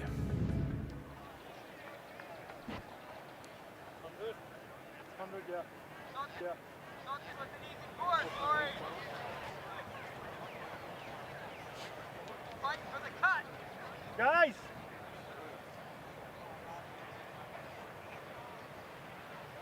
McIlroy just doing a little crowd control. Well, you can guarantee this one will be full and spinning right here. A very tough looking hole location from the fairway, but if any of these 3 players has a good shot at it, it would be Rory. He's got the fullest. The other 2 have very challenging approaches. Gotta be so cognizant of the spin control here.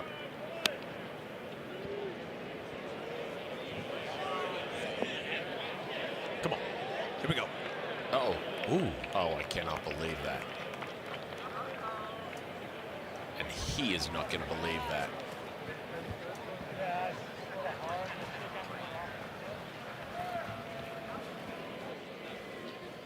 Do you like the layup here for the reason that Steve was talking about?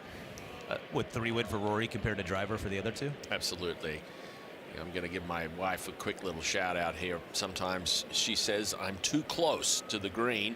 And I think in this case, too, you are. John Rahm, you know, to give to case in point, he's 52 yards, you know, a full lob wedge for these guys flies somewhere in the vicinity of about 90, 95 yards.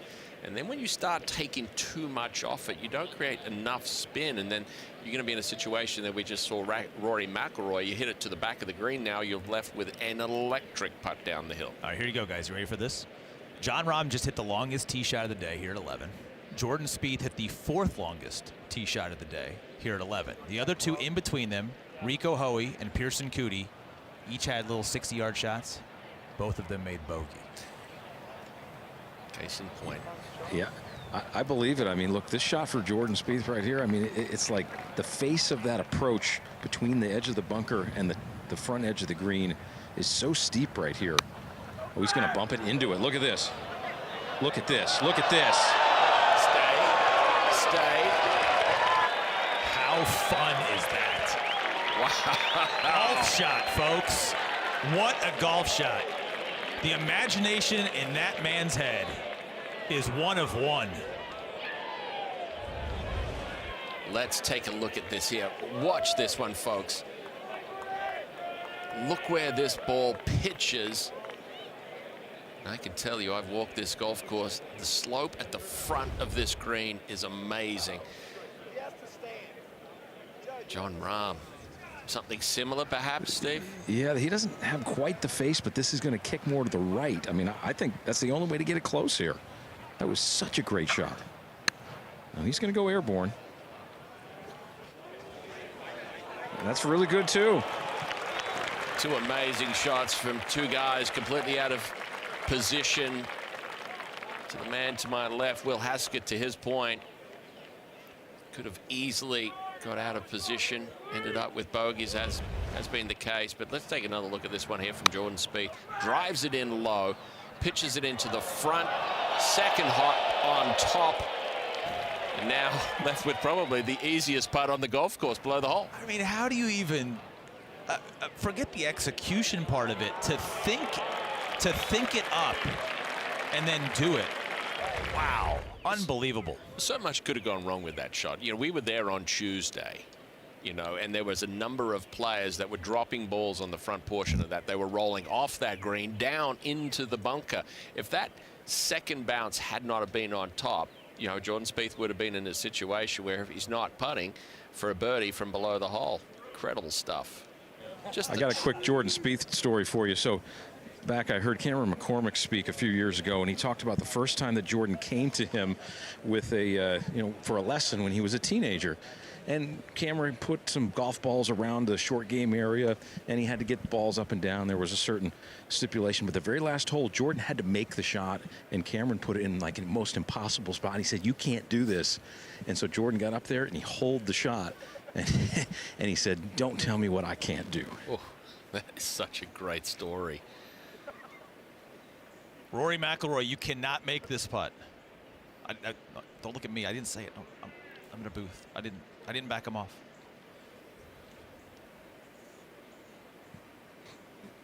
Yeah, he's just trying to figure out how much of this into the wind nature of this will affect the downhill slope. This is the steepest sloping green on the golf course right here. The wind will have a little effect, but it will still be lightning quick. Downhill into the breeze, difficult.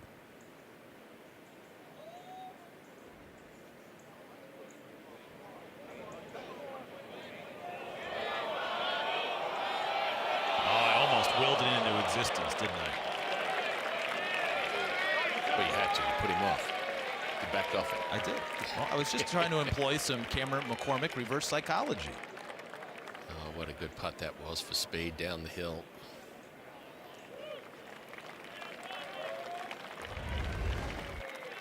Take a look at this. How much break is on it? Right about here. It's taken that last little movement to the left, and then look at this wiggle back to the right a little at the end. And the crowd about 8 deep at the back of the green. They thought he'd made it as well.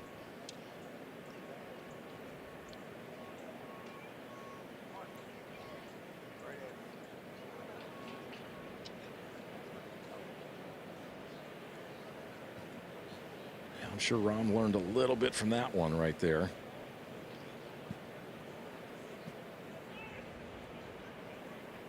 last 6 inches of this putt are the most important. Will it wiggle back to the right?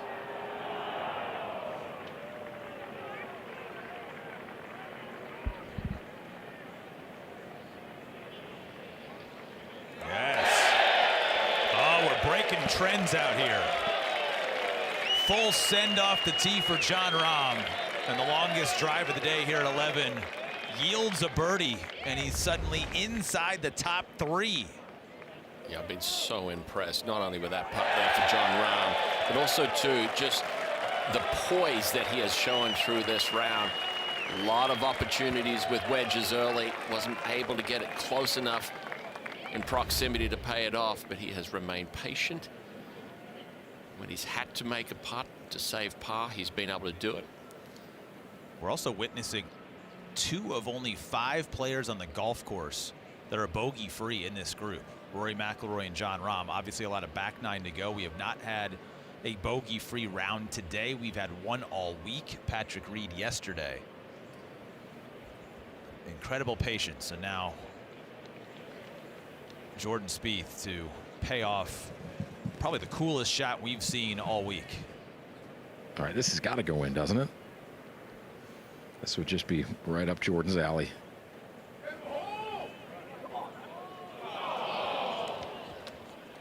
It broke the other way. So a couple of putts from the top of the hole actually sort of wiggle back to the right. He's wiggled off in the opposite direction. All in all, it's an amazing 4, but an opportunity squandered for a guy that's a couple over on his round today. Not losing ground necessarily, but we do have a new leader. Maverick McNeely is gotten it to -5. Aldrich Potgieter struggles late in his round after being so good. Bogeys at 17 and 18 for Potgieter. He's back to -3. McNeely, by the way, going to finish on the front 9, so maybe an opportunity to be that outright leader for McNeely coming down the stretch. McNeely through 12 holes. We go to 12. Yeah, so much of this tee shot is fitting it in between that bunker on the right at 260 and keeping it short of those bunkers on the right at 310. You can try and take it up that left side, but you will be challenged by that thick rough down the left side of the fairway. Right pin location today at the 12th. 8 paces on, 5 off the right-hand side. There is a huge false front at the front of the green there, indicated by those white arrows. You can use the tee up to the left and beyond this flagstick if needed to bring it back. You can see that right in the middle. Not the easiest, not the hardest. 6 birdies all day. And less than driver. Yeah, I like that. Right about the 315 mark, it pinches into 22 yards wide. So it's I think an appropriate play downhill and downwind. Whoa. All right. What was that? Great question. What was that? Oh boy.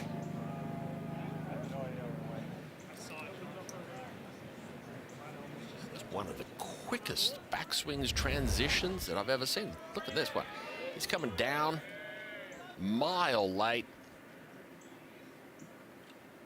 If it wasn't a wood, I'd say it might have been a little bit of the part where the shaft goes in. Well, they say your swing gets shorter as you get older. Man, I can't wait to see him at about 55 or 60.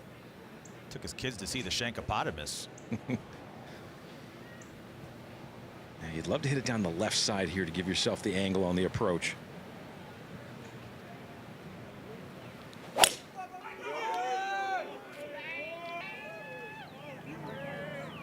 Wind off the right, trying to push this one left.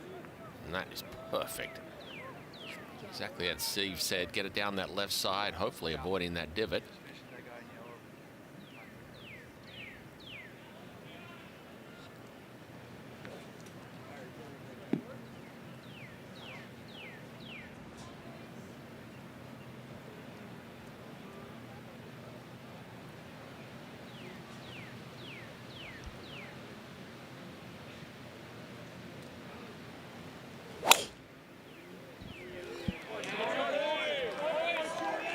Be the 5th hit fairway of this round for Jordan Spieth. Both he and McIlroy in good position. Meanwhile, Jon Rahm closer to the 15th green than the 12th fairway as the search party walks up 12.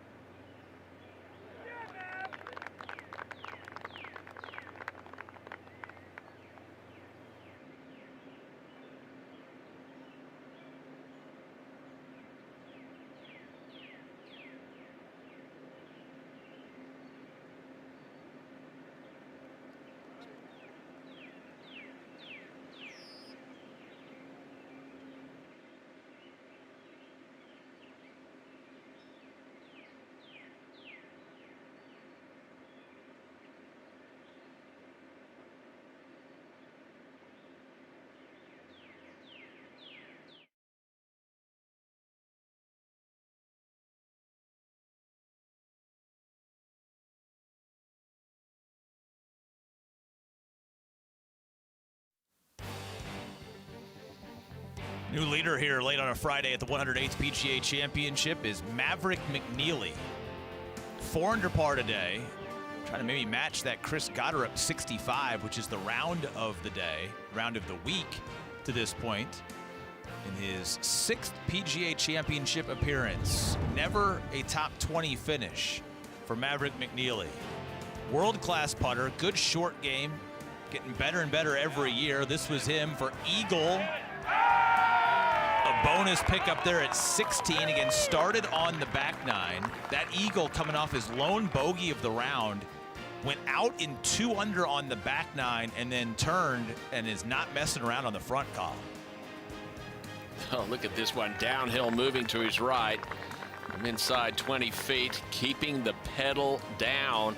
But he wasn't finished. This one over at the second.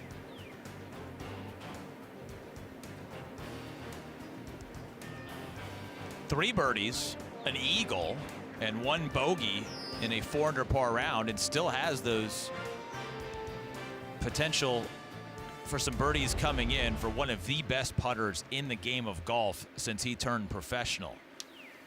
They could use the putting magic in our featured group. Rory McIlroy, Jordan Spieth, they're playing the correct hole. We don't know where Jon Rahm is. Steve Scott, do you? I do. He's actually just off of the 15th tee over here. I got word that his golf ball in the air hit Wyndham Clark in the foot and kicked off to the right. And he's got a very blind shot, but he's got a clean lie and he's got an opening. We'll have to move some people. That's adding salt to the wound for poor Wyndham Clark.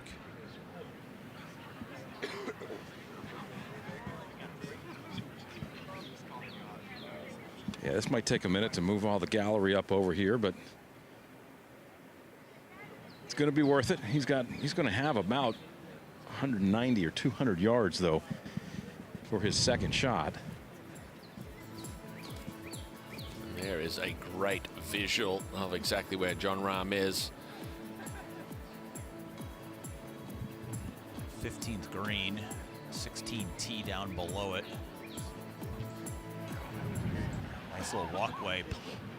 The fans here can walk all the way around the back of 15 green to that corporate hospitality area that you see there on the right-hand side of your screen. So there's kind of this is a flow point of traffic on the back nine of the golf course. So we got to move a lot of bodies just to have a clean line of sight here. Adam Hayes going up there, surveying the real estate. Yeah, well, right now what they're trying to do there is actually find something out there, whether it's a tree, maybe a chimney, peak of the house, something, in order to say that's the line that we're intending to try and hit at, because this is blind. You can see it there, folks. Not able to get a clear visual at the green. Well, he's waiting. Jordan Spieth has played. And that one's going to meander down into the valley here at the 12th.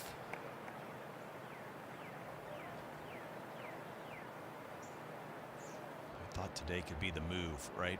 Get yourself in position, maybe top 5, top 10 going into the weekend, and it's going to need something that not a lot of players have done coming down the stretch for Jordan to be in that position. As we're back to Rahm I just don't want this thing to come out crazy. Conversation.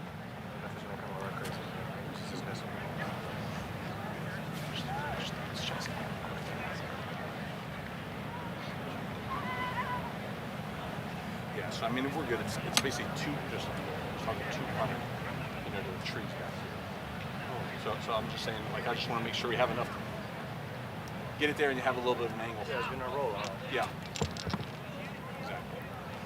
I think the issue in the conversation here, Steve, is that little bit of grass right behind the ball there, potentially talking about a flyer. Yeah, I agree that it's very dry back there as well, so you just have to be cautious of that. But the bad miss here would be short and right.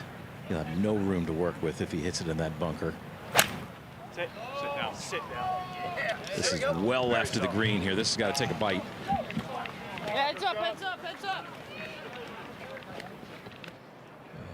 Didn't have eyes on it, so we'll have to figure that one out. But you can see him trapped down on it.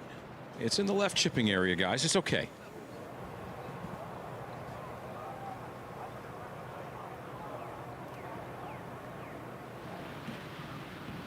Roy all set now, 135. Good looking angle at this pin location.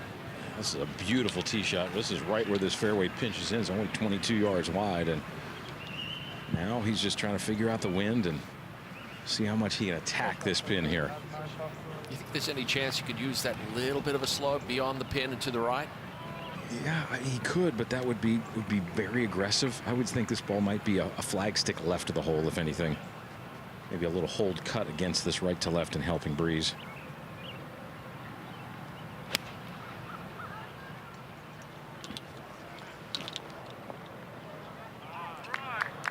Wonderful shot there. You know, Jon Rahm stayed back at where he struck that second shot for quite some time. I think he thought he hit it off the property. He hit it so far left of his target. Steve's saying it's okay. It's in the chipping area. It's going to be a huge sigh of relief for Rahm when he gets up to the green. As Rory and Jordan will both have birdie putts up ahead, and take another look from up high from Rory's effort. Yeah, I love what he did there, Will. He just gave it a nice, smooth motion through the ball, control the spin. We've talked about it. Highly improved area of Rory McIlroy's game. Watch the speed through the ball there. Nothing hurried, nothing rushed. Just by swinging a little bit smooth, a little softer, you're taking some RPMs off the ball. That's what managed the spin. There is a false front at the front of the green here at 12.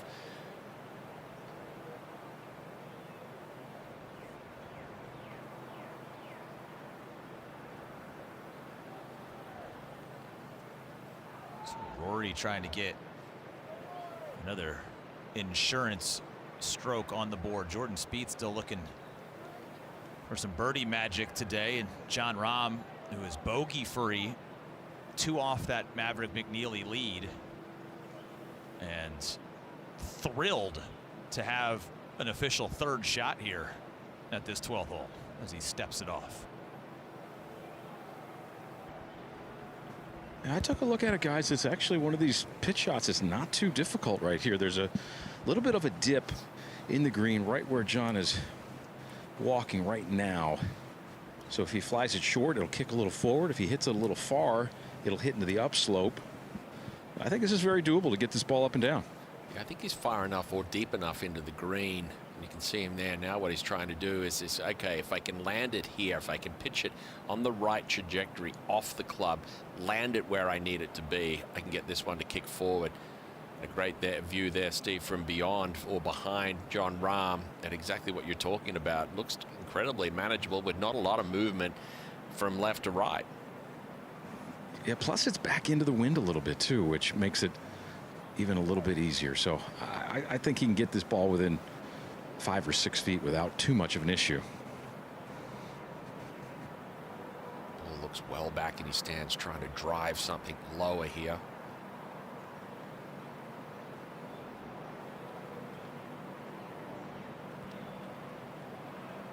And grabbed on that second skid for Rahm. He's already made several little knee knockers today. Didn't make a putt outside of 6 feet yesterday for Jon Rahm. He's already made several of them today, including that birdie putt just a moment ago at the 11th. Some more confidence in the flat stick today for Rahm.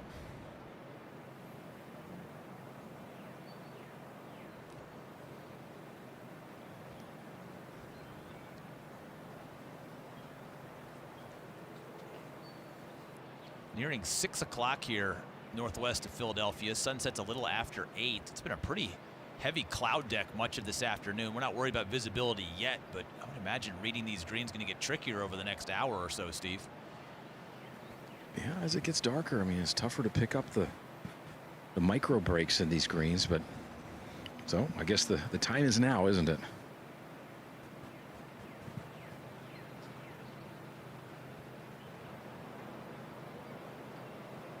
Hit it, you make it.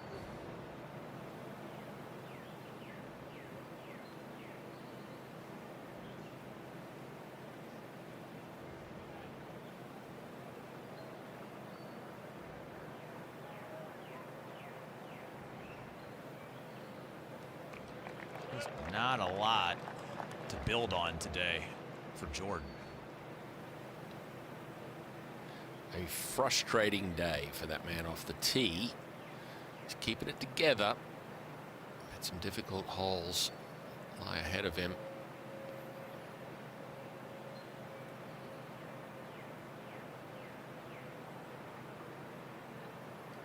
Gorgeous wedge shot in here for McIlroy.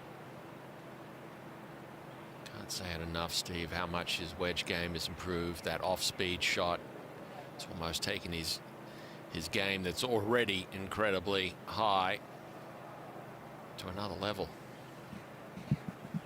These are the moments where you kind of start to feel like he's got to get some extra momentum right here, and thinking about, can I get this back to even par, even under par before this round is all said and done. But this is definitely a very good gift right here if he can hold it. Oh, we've got a great view from beyond the hole here, putting straight back up the hill. Looks like he's aiming for just a little bit of leak to the right.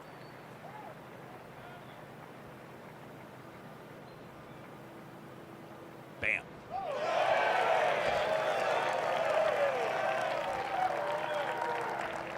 Now 3 shots safely inside the cut number for Rory McIlroy. And we're getting closer and closer to not thinking about the cut, but thinking about how close can he get to the lead number to make a run at his 7th major title.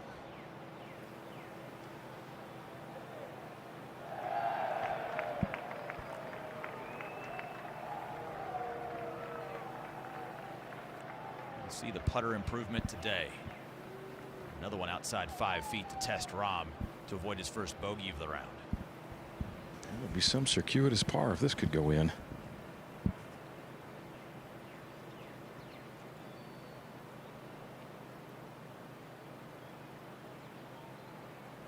It was always a 4. Way right, way left, chip and a putt, and Rahm is still 2 under par. Good putt there from Jon Rahm, maybe even a better putt from Rory McIlroy. And what have you loved today about Rory's bounce back? I think with Rory McIlroy, he knew he had to come out and play a good game of golf. We talked about trying to get through that front 9, possibly 2, 3 under par. But when he's been tested, he's been able to come through with those 8 and 10 footers. This has been an impressive round for McIlroy. He wants to be in the conversation late on Sunday, and he has got a lot of fight in him. All right, shortest hole in terms of the par 4s in this back 9 is 13, and we'll see a lot of layups here today, Colin. Yeah, I think so many of these layups is going to be due to this pin location. You can see it way in the back left portion there. I don't know. I think someone's going to go a little bit aggressive here. Iron for McIlroy.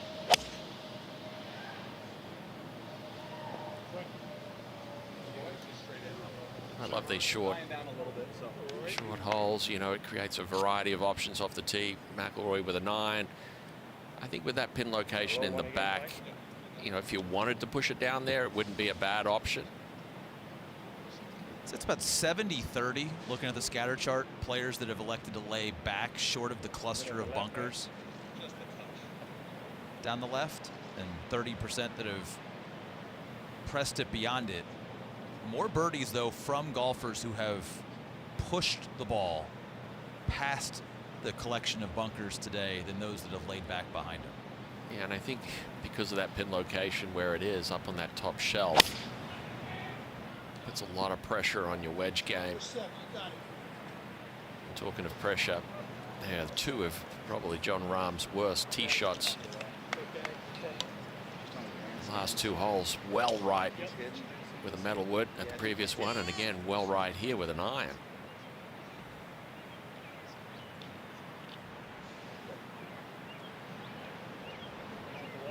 Well, no surprise with some of the driver woes today that Jordan Spieth's not going to try the aggressive play off the tee here at 13.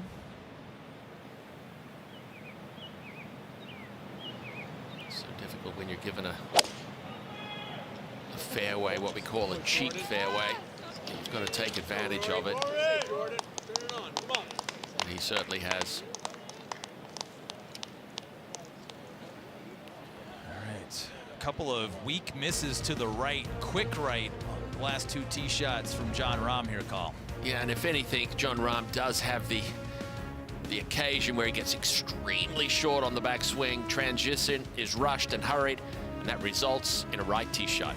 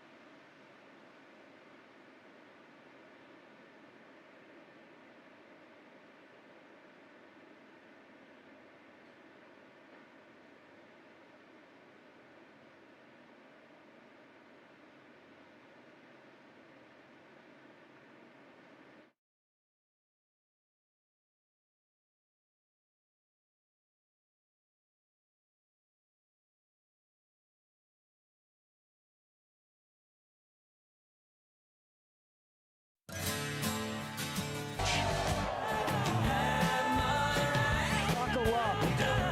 We are just getting started.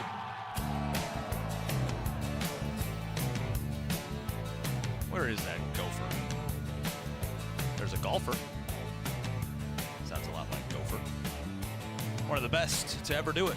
Walking up to his tee shot here at 13. Featured group coverage here on ESPN continues. Jon Rahm, Rory McIlroy, Jordan Spieth, Will Haskett, Colin Swat, and Steve Scott. Another right miss for Rahm, who's 2 off the lead of Maverick McNeely here late on a Friday at the PGA Championship. By the way, morning wave scoring average today. It was cold this morning. For those out in the 6 o'clock, 7 o'clock hour, it was 3 layers and beanies when they got to the first of the 10th tee. 72.88 was the scoring average this morning. Scoring average for this round as in total is 72.7. So we know these guys out this afternoon are having a better go of it, albeit fractionally, as Rahm arrives on the scene. We can see the ball from the blimp.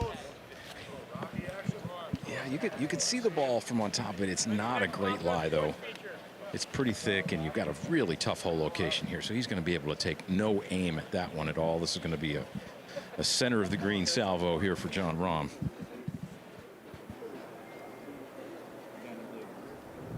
lot of bogeys in this right-hand rough today where Rahm finds himself.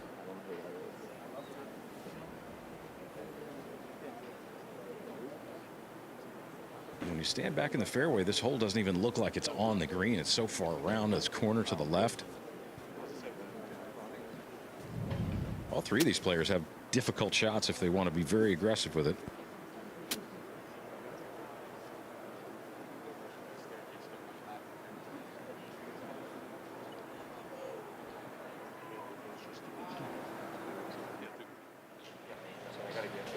The one thing they want to do, if they do miss this and if they are aggressive, even a little left pin high, you can get in that fairway cut just left of the hole and have maybe a 12 or 15 footer. We saw Justin Thomas earlier today there, and several people have been there.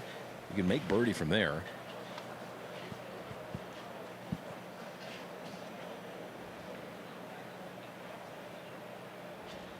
This will be a thick lie going through this ball here.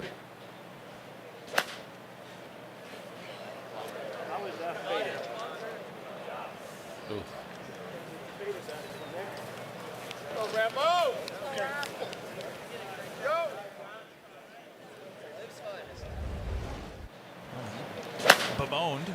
Listen to this. How is that fading? How is that fading? Yes. Normally in that situation, Will, you can see the long grass sort of grab the hosel a bit and turn it down. Wind off the left, but Jordan Spieth playing quick. Yeah, these trees and the homes that kind of border the left side over here block some of this wind. Just from 155 for Jordan. He is very aggressive at this one.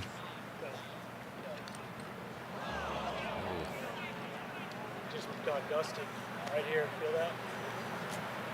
Oh, that was so good. Sometimes it feels like the golfing gods are stacked against you. That's the look from Jordan Spieth as Rory walks in. Let's see if he plays cautiously or aggressively here. Maybe a little back foot trap draw. Maybe try to skip it up the slope a little bit.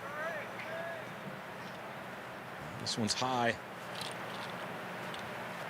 Well, we saw it bounce, but it's obviously kicked back into the bunker.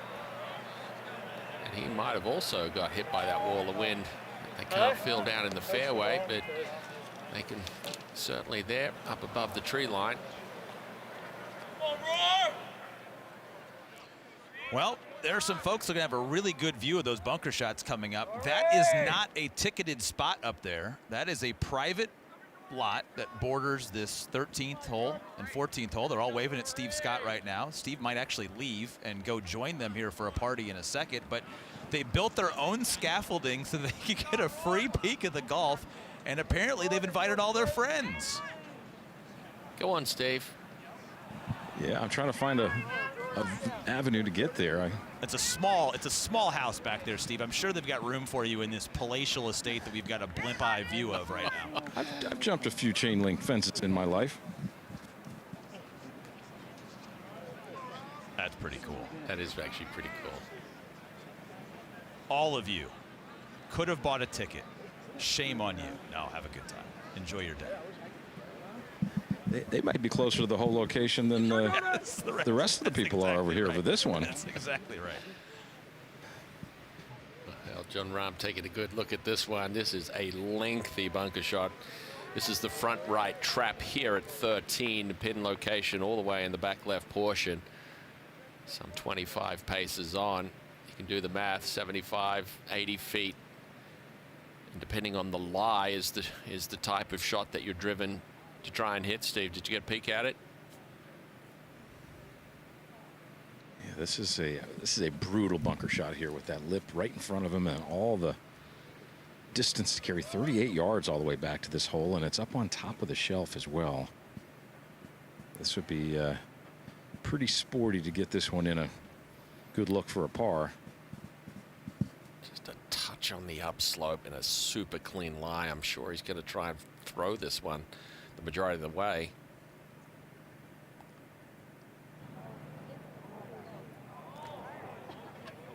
Well, we're going to test the bogey free streak right now at 13 for Jon Rahm.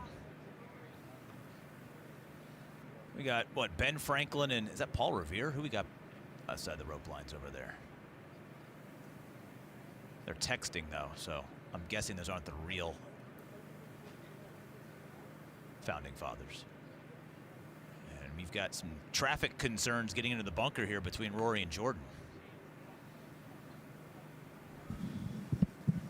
Yeah, they're going to have a little bunker contest here. I think these are both very doable, though. That is an incredible piece of scaffolding to hold all those people as Rory digs in, and they've got the best view of this shot. Everybody was telling me it's an easy up and down, so I guess people have had some good success from here. I can see it.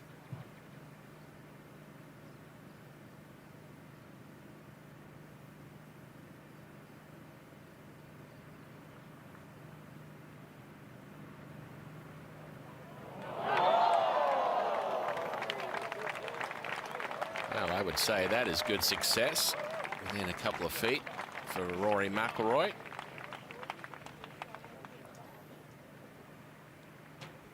A lot of action in this greenside bunker. More than half the players in here today have gotten it up and down for par. We have not had a bunker hole out, though, today here at 13. And if anybody can do it, it's Jordan Spieth. Yeah, you're not kidding. Travelers Championship, John Deere Classic.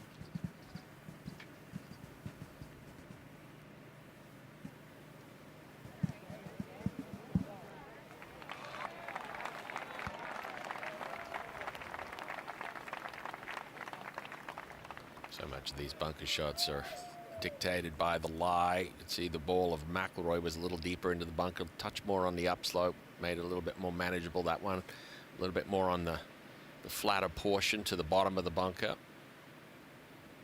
That's the reason that one released a touch more.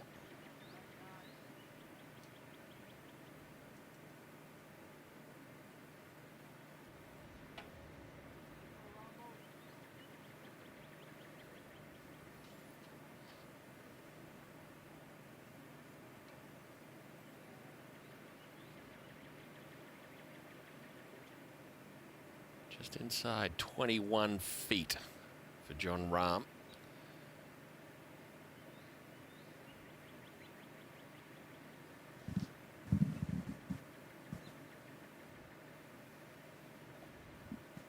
Yeah, it's going to be a little sluggish up this hill. And it flattens out when it gets to the top.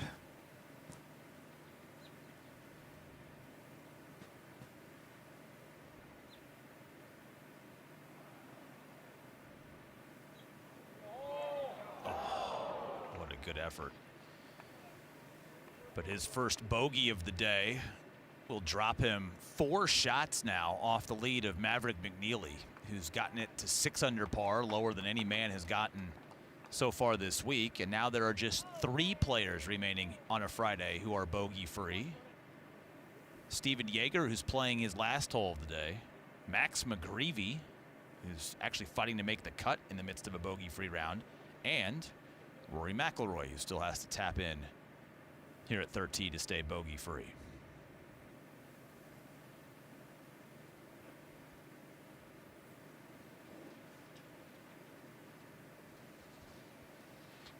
And not a whole lot to this. This is a really cutesy hole location. I think this hole will be drivable at least one day over the weekend.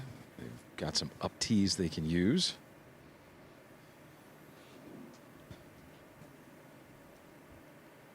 One of 21 inside 3 feet. This one just a squeak outside.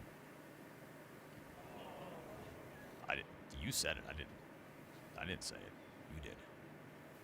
I went Spieth Legion coming after me for that one. That one was just hit.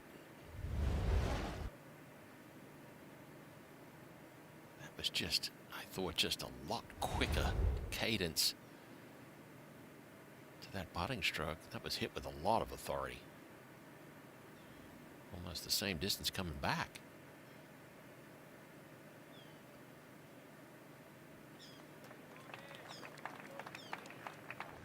That was another soft bogey from Jordan. He has to be careful now, Kyle. I mean, there's just not a lot of positivity right now. You got some really hard holes coming up and only a couple of shots to play with a cut that looks like it's fallen at +4.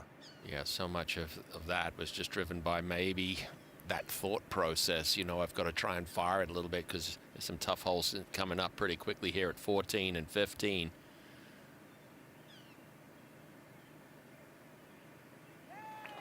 Rory stays bogey free and will be first to fire at the par 3 14th in the midst of this blemish free round. There you see 84 players at +4. It's not going to wiggle back to +3, and with some attrition you can feel pretty confident that +4 is going to be the number at the end of the day. So Rory has done his part after starting the day at +4 to get himself some separation from that number, but now all of a sudden Jordan Spieth, who is 2 off the lead to begin the day, is closer to the cut line than he is the lead late on a Friday.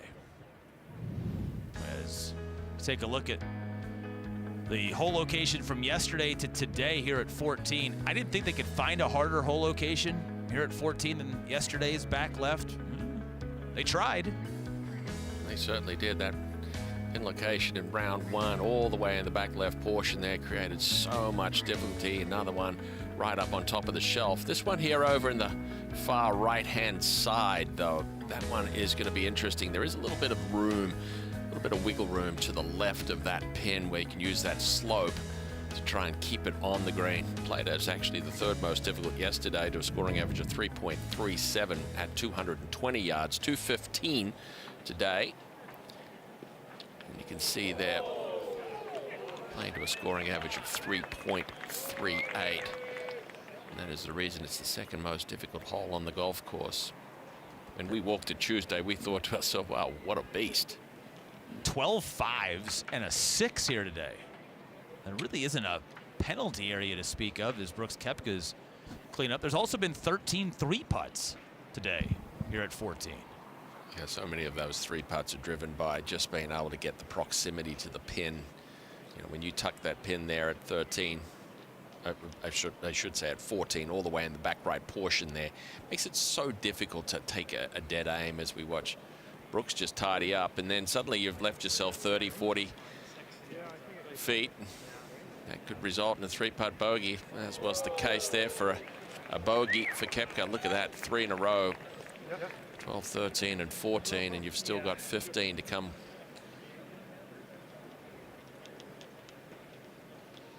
All right, Steve, what's your line and what's your shot shape here to survive 14 today? Yeah, just left of the tower really is perfect. I saw these shots earlier, and if you fade it just a little bit, there's a little bit of a trough that helps feed it to the back to this right hole location, the way this green is contoured. So that's kind of the play here.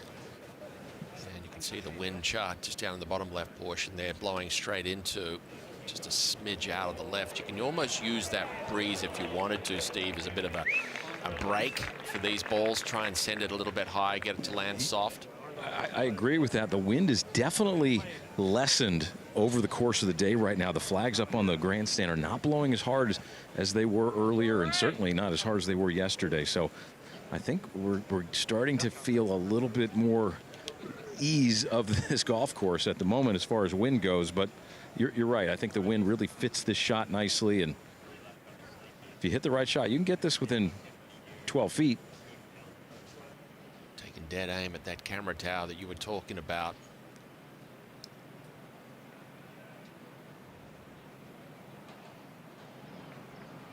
Get in the trap, Rory.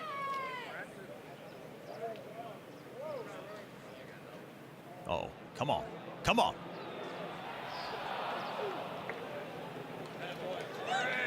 Look at that thing run out. Just beyond this pin location is that sort of fall off at the back of it. It's going to be all lie dependent. That could be an awkward little chip. You're going to love it. Okay? Yeah, I mean, it's 3/4 big old brick cut. Yeah, I mean, you got, it's pushing a little to the right, okay, above these trees. So you got hurt left to right. You can Yeah, see just that a little blimp. bit of a fade 5. There's not a full one. No, Probably like that I would 3/4. just say give yourself some room, you know. Pick a good start line, have it finishing somewhere on that 14 tire, feeds right back to it, all right? Really see your shot here, boss. Adam Hayes talking about that little tier just to the left of the pin. You can feed it off that and try and work the ball in a little bit closer. I think it's a perfect shot for Rahm right here. If he can just hit his normal shape right here, this will be very good for him as far as his eye is concerned.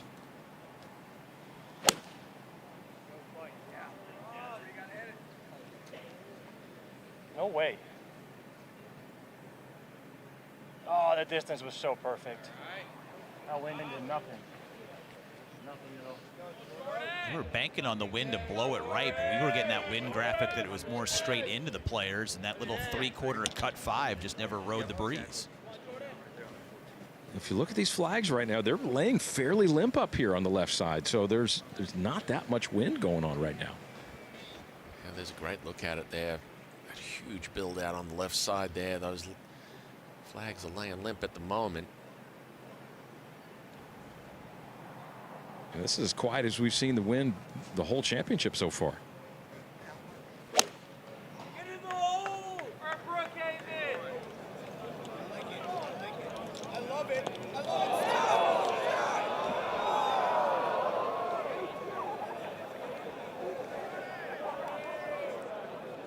Well, a little bit of everything from off the back of this green. We've had a couple of chip-in birdies. We've had plenty of bogeys from the rough. It'll be lie dependent for Jordan Spieth, coming off a sloppy bogey back at the 13th, and now playing with a little bit of fire on this diabolical back nine at Aronimink.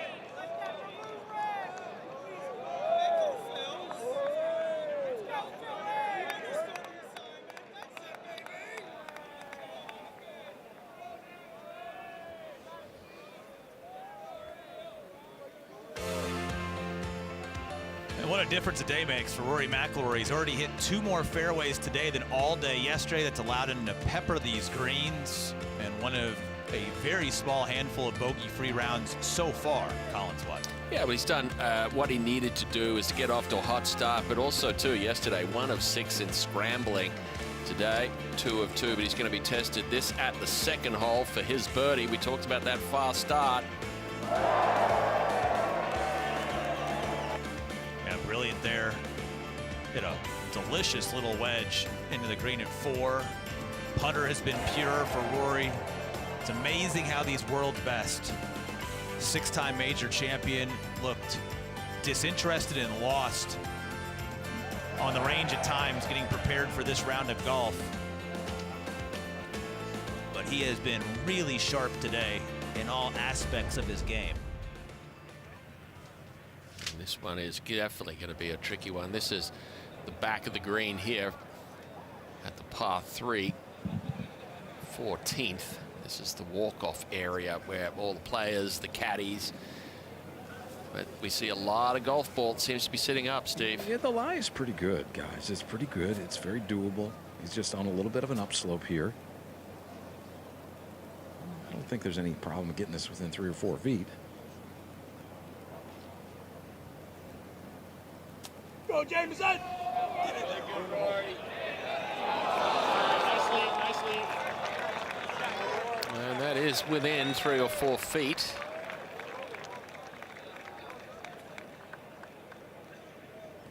found these little testy little pitches from the back of the green. Always difficult. You can see lovely lie, ball sitting up, but then you're hitting uphill onto a crown. So easy to carry it just a touch further, and then it releases a little bit too much. Nicely managed. What about Spieth? More of an upslope here.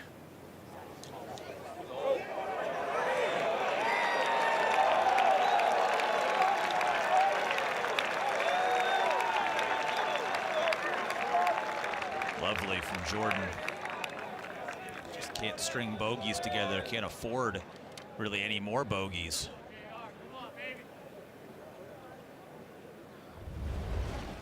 Yeah, look at this upslope here for Jordan Spieth. Made so much easier.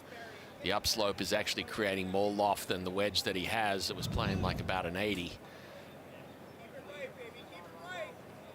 You see where so many 3-putts have been today, and a couple right next to where Rahm have been, if players have really struggled to bring it across and down this ridge, Steve. Yeah, it's down the hill the whole way for sure, and back in the shadows where this hole is located as well. So they're sometimes the line and the speed are a little bit tougher to judge. But I like how he's having Adam Hayes tend this flag. I think that really gives a good depth perception to the putt right here. But it is definitely tricky to get this within 3 feet.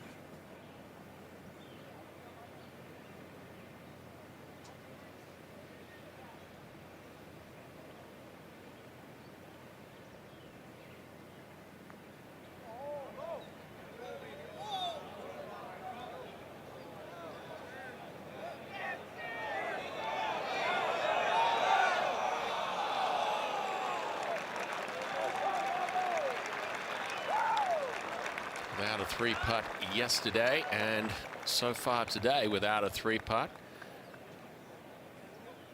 Rahm's distance control has been fantastic. Look at this one. A little ridge right there. That's what it's grabbing. Gathering speed. Oh, and he had it on line too. Putter's been very dependable today for Jon Rahm after sort of being missing in action yesterday in the opening round. That's why he's played his way into a top 10 position with just a few holes to go. And now Rory to stay bogey free. Yeah, not a whole lot to this one. Yeah, it's just everybody's getting a little rowdier this time of day. Been out here quite a while. Everybody's feeling no pain here on a Friday afternoon, watching the best players in the world.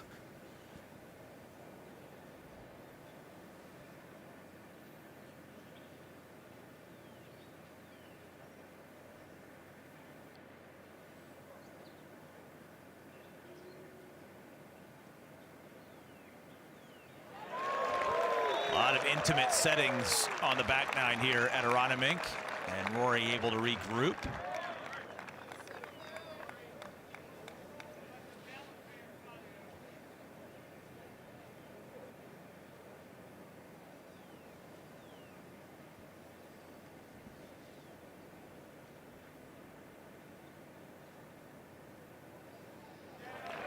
Good up and down for Jordan. Stay 2 over. Can he squeeze 2 birdies out of the last 4 holes? Get it back to even par. By the way, we got a front 9 bogey for Maverick McNeely, so that lead number back to -5. Just be in touch. Be somewhere in touch going into tomorrow. And anything is possible on the weekend at this major championship. Some smiles, some discussions as the players exit a raucous Philly environment, and they'll speed ahead at 15. Yeah, sea of bunkers down the right-hand side. Will play downwind today. They're going to have to stay left of those. But if they can manage to squeak it left of those, they'll be rewarded with a mid-iron into this green location today, with the pin tucked way over on the left-hand side. Yesterday played 529 as the 4th most difficult hole. They said, hang on a second, we're going to make it a little bit longer at 5:42. And as a result of that, it is actually playing as the third most difficult hole. There's only been 4 birdies here all day, 48 bogeys. There will be 312 golfers that will play this 15th hole at the end of the day today. 156 yesterday, 156 today. There's a very real possibility that we will have less than 10 birdies total through the first 2 rounds here at 15. Yeah, so much of that is driven by that tee shot. You know, the bunkers that guard that right side, there's 3 of those. You know, to get to those bunkers is just over 300 yards, a little helping wind, but also, too, this whole fairway here cambers and tilts from right to left. And Steve Scott, our man on the ground, is going to tell you it pinches in pretty tight between those bunkers and the left edge of that fairway. Yeah, there's no question it does. I mean, the players who hit this fairway have to really contend with those fairway bunkers as short as this hole plays downwind for some of these big hitters. This ball will scamper out 40 or 50 yards, though, when it's struck properly. Rory aiming down that right side, trying to hit that packed little draw.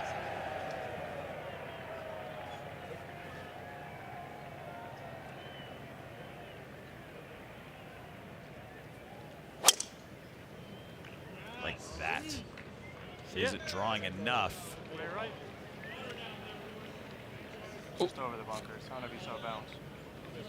Bounces through our cameraman, but disappears in this rough that was mowed and capped at 3.5 inches overnight and into Wednesday, but has certainly grown a little bit in the last 48 hours, and that will be lie dependent.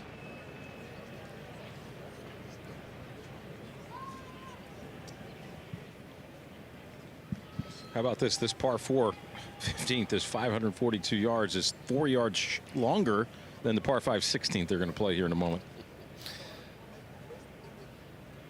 Guess par is just a number. And it is. Aiming well left.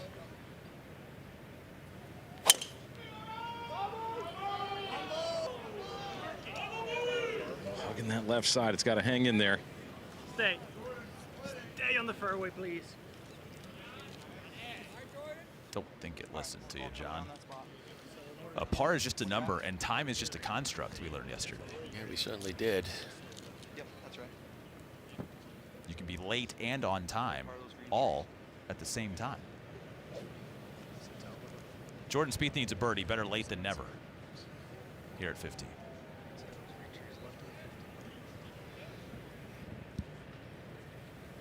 I think these tee shots here on 15 and 16 are some of the most crucial and most difficult on the whole golf course here when it plays firm like this.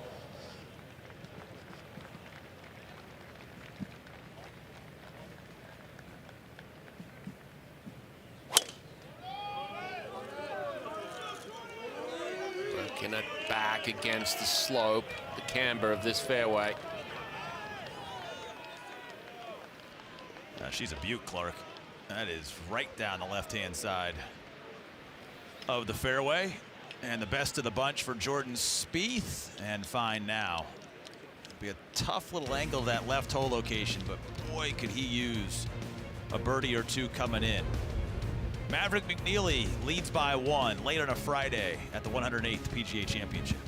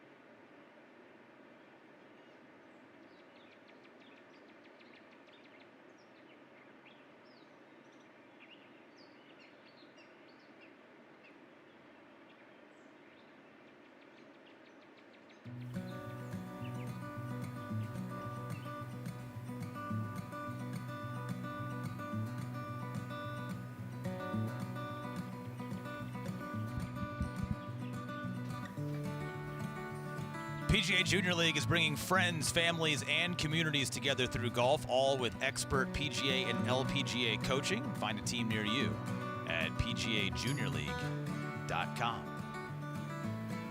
That is a well-outfitted young man. Yeah, hi, how you doing? Oh, we got a Phillies fan. Look at all the kids out today. That puts a smile on your face. Kids playing outside the ropes. We've seen a couple of these feature group players with some souvenirs for the young fans in attendance. And maybe all of them will be at a club nearby, putting on their PGA Junior League jerseys later this year. A great program. We're here at 15, and Rory McIlroy is in the vicinity of his golf ball and can't find it. Yeah, I took a look at it, guys. It's sitting down very, very well here, but he's got an angle. I just don't know how much club he can get on this thing, even with his strength.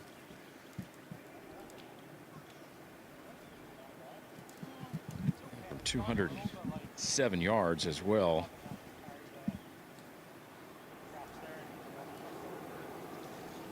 Come on, Rory Spieth. 183 to the front for Rory.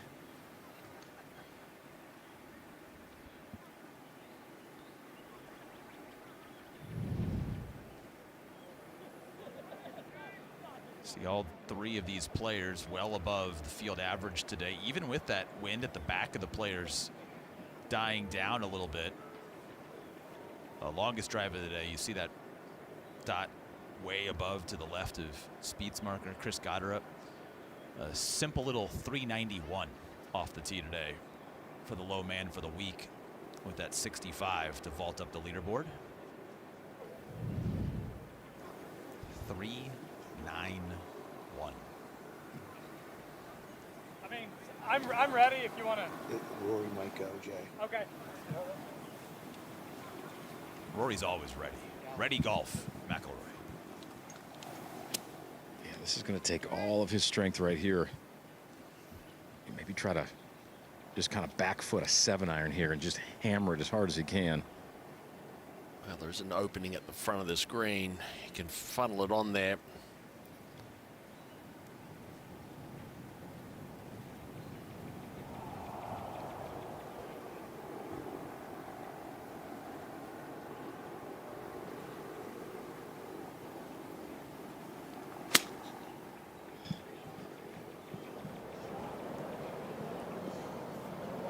So strong, so controlled.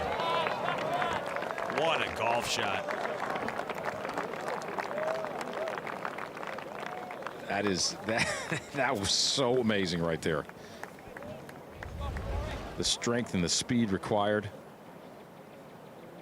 Look at that. You can't even see the ball all well back in the stance, as Steve said. Rahm playing. Rahm from 204. This lie is reasonable right here in this first little cut of rough.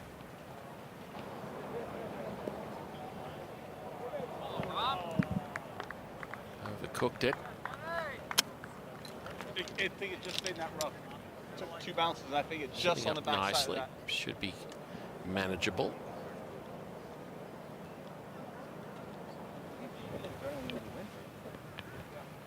Yep.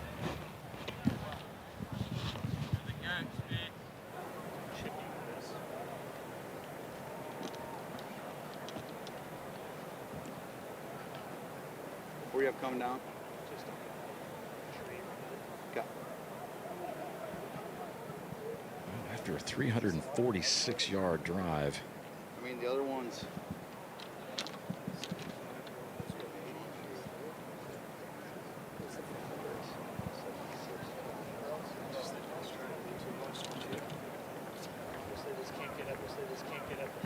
Correct. Yes, something like that. Rough. Go off the right. 196, 173 to the front. We know this ball's going to release a little bit here. think this could be just a good 7 off this downslope.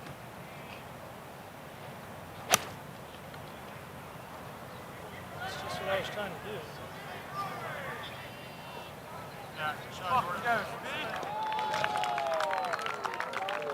Yeah, great shot there from Jordan Spieth. I think this is a crucial couple of holes here for Jordan Spieth. Currently 3 over on his day, 2 over, bouncing around on that cut line.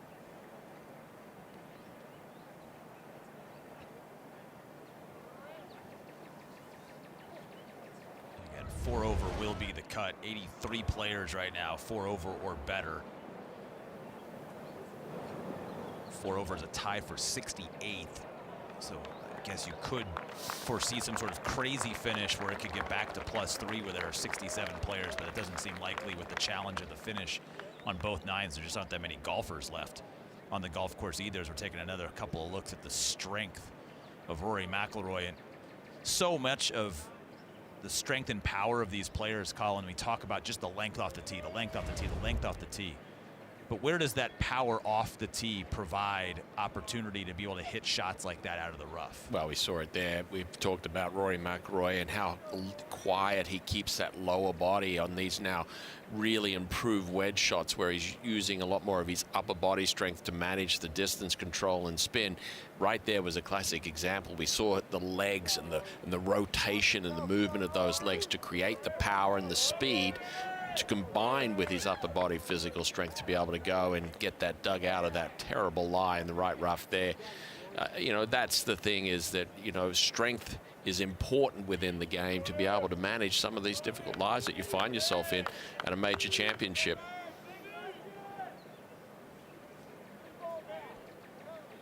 Shadows stretching.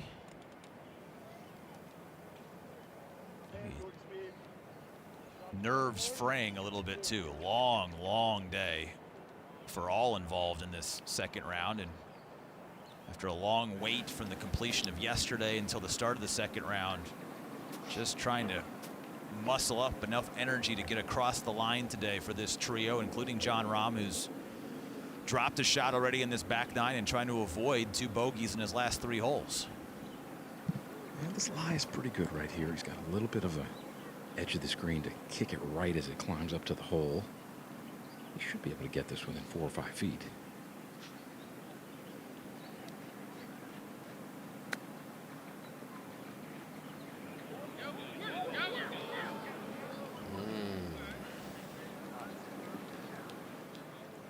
It's interesting to see him just release that through the ball there. It was a little bit more of a soft click rather than a nice clear click. So we take a look at the ball plots there for Jordan Spieth and Rory McIlroy.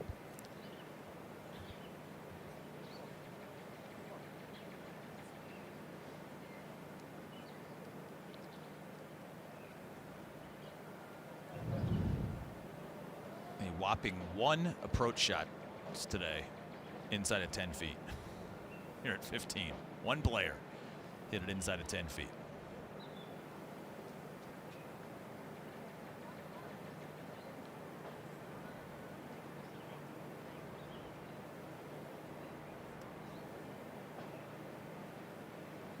Yeah, you just can't hit it far enough right off the tee to give yourself any angle into this hole. But this is a pretty good look here from about 25 feet here for Jordan. Gonna move from his right to left, though.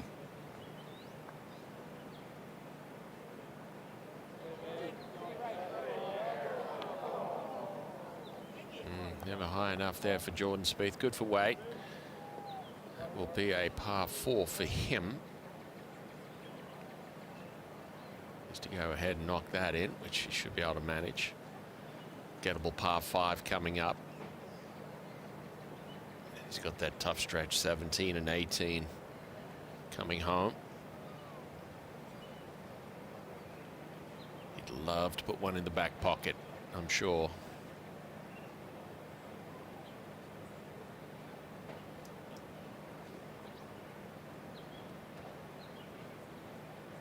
It's been a hard-working day at the office for this guy. 3 under on his round, done exactly what he set out to do today. Currently 6 behind the leader, Maverick McNeely. And really 3 out of a tie for 8th. Yeah, he stayed pretty calm today. This would be one that would be very welcome to knock in a longer range birdie here with a great birdie opportunity coming up.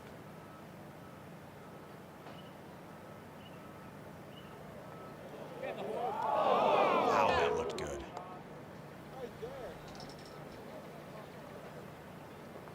By the way, for those curious, for Rory McIlroy and the move that he's made to get back into weekend position in his 6 major wins, Rory has been the leader at the halfway mark in 4 of those 6 major wins. And only twice has he come back from a deficit after Friday to win, and both of those times it was just 2 shots. So as we look at his position on the board, getting it back to +1, you'd still like to probably have a birdie or 2 coming in to get it maybe even to red figures if you're thinking about a championship charge come Sunday. He's been a front runner in majors for the most part in his wins entering the weekend. Look at that glare from Rahm. He does not want to give back another shot here. No, this is very makeable. There's not a whole lot to this putt right here.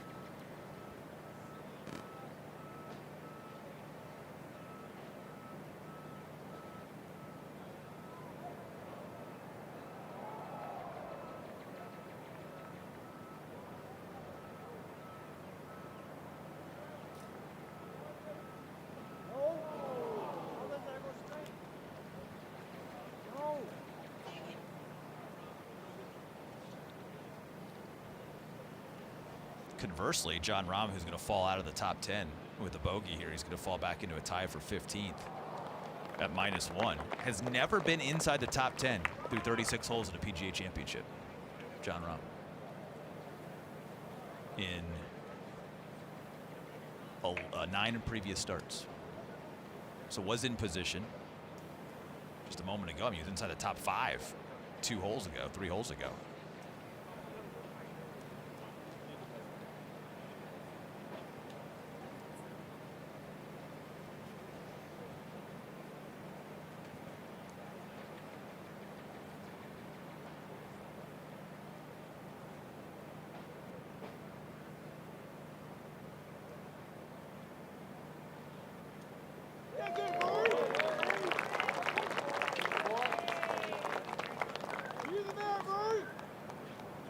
Stays bogey-free, trying to be the 2nd bogey-free round today on the golf course. Steven Yeager, by the way, shot a bogey-free 70 today. He made 18 pars to stay at 3 under par.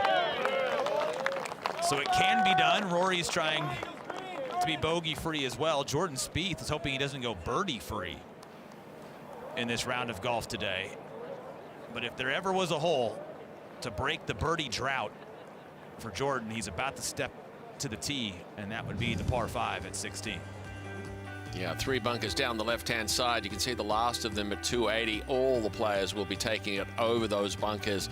Fairway does camber and tilt naturally from left to right, so finding the fairway and keeping it in the fairway is the difficulty. But if you can manage to do that, you'll be able to get home in 2, especially with this front right pin location. Just 8 paces on, 3 off the right-hand side. 16th hole today is played as the 2nd easiest. 35 under par. We've seen a couple of eagles, 52 birdies, and realistically it is the last chance for our featured group to try and chalk one up before the difficult 17th and 18th finishing holes. Players turn in the opposite direction. They played 15, wind into off the left, making this fairway play even smaller with that left to right camber of the fairway.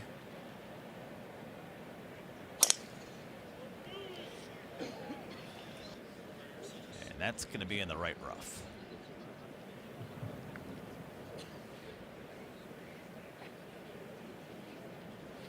It's going to be a decision be made there for McIlroy. Boy, it is sitting down as well.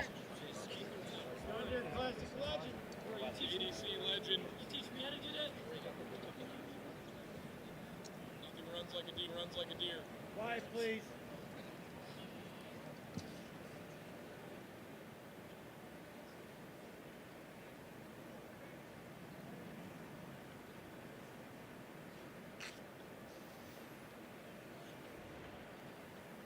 Not the same driving performance we saw yesterday from Jordan. But if he is to make his first birdie of the day, need to find the short grass to start here at 16.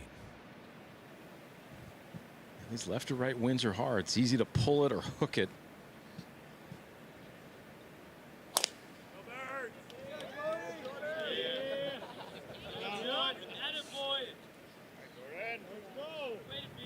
There it is. Yeah, great tee shot there for Jordan Spieth. Did exactly what he had to do. Get it in the short grass. He has to make 4 here to feel comfortable. Tough couple of finishing holes.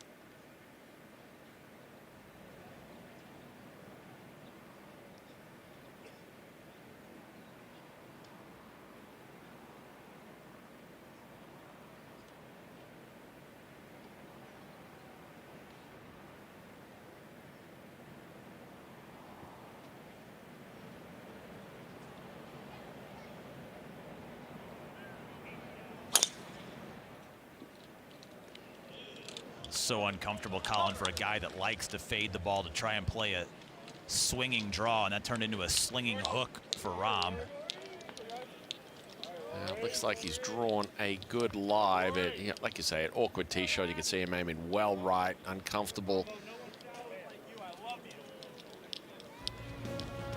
Frustration. Easy to get frustrated on this diabolical back nine at Aronimink.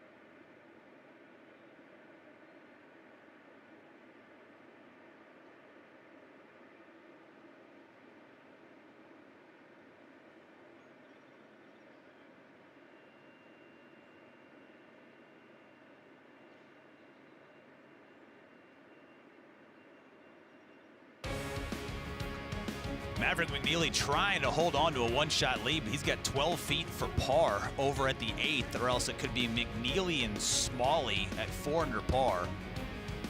7 players, 3 under after day 1. The lead might only advance by a shot on day 2. 18 pars from Steven Yeager. Aldrich Potgieter, also one of those 7 at -3 holding position. How about David Pooch earlier today? Watch out for this young Spaniard. Star in the making. He's 2 under. 67 from Harris English. Siwoo Kim playing well today. Jason Day, after 69 yesterday, 70 today. Patrick Cantlay trying to be a factor in a major. And again, if there's a McNeely bogey in a second at the 8th, look at all these players at even par. You've got major champions in Cameron Smith and Patrick Reed. 30 players would be 4 shots off the lead or better. 30 players within 4 heading into the weekend at a major. Yeah, it's going to be really interesting to see how the they set it up tomorrow, whether they make it just a touch easier on moving, or what is referred to as moving day. They have the ability to do that wide variety of teeing grounds, pin locations. They've talked about moving the 13th up, making it drivable. Plenty of firepower lurking as we take a look at the ball plots here at the 16th hole, our featured group of Jon Rahm, Jordan Spieth, and of course Rory McIlroy. Jon Rahm with an uncomfortable tee shot back into the breeze to a fairway that cambers and tilts from left to right. Big sweeping hook left, visibly disappointed in that after making a couple of bogeys in the last couple of holes. And now with decisions to make at this par 5. You're real aggressive with that. That middle TV tower. Right at the 16th. All right, Doc. Well, John's got 245 to the hole. 237 to the front edge. The lie is marginal here. I think he can get this ball maybe down there a couple hundred yards. I don't think he can get this to the green, though, especially with an iron. There you go, Rahm. Get the right kick. Get the right bounce.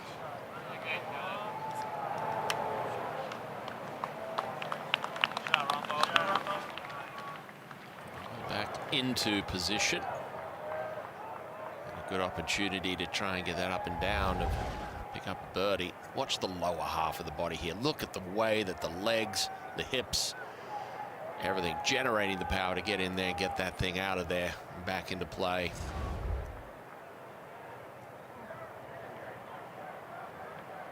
Back into the setting sun. Oh, yeah, that's why we've got that. 2 eagles here today. Michael Brennan hit it close, knocked it in for eagle, and Maverick McNeely, now a co-leader after he does make bogey at 8, hold it from the bunker for an eagle.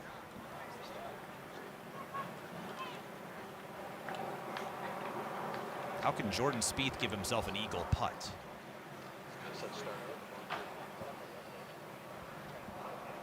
Yeah, be a touch off your left.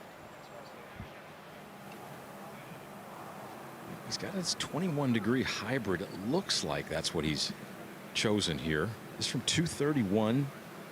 Wind not too bad. Might add about 8 or 10 yards to it, but it's not blowing too punishing at the moment. Ball a little below his feet. Well, if there has been a miss, it's a miss right. Nice to me. Nice. Oh, and it is nice to you, Jordan. Absolutely perfect. Looking to go with a hybrid, send it a little bit more upstairs, get it to land soft, and now with a legitimate look to add to that tally of eagles too, as we take another look at it. Ball below the feet, back in just a touch of breeze from the left. Watch how softly this lands, folks. Beauty from Spieth, second best shot of the day into 16. Rory's lie wasn't that great, not as good as Rahm's, and he's going to just kind of chase this up the fairway and give him a little flip wedge into this right hole location. Yeah, I like what he did there too, Steve. Took it up that left side now. You can see he's got a little bit more green to work with as well than the ball of Jon Rahm.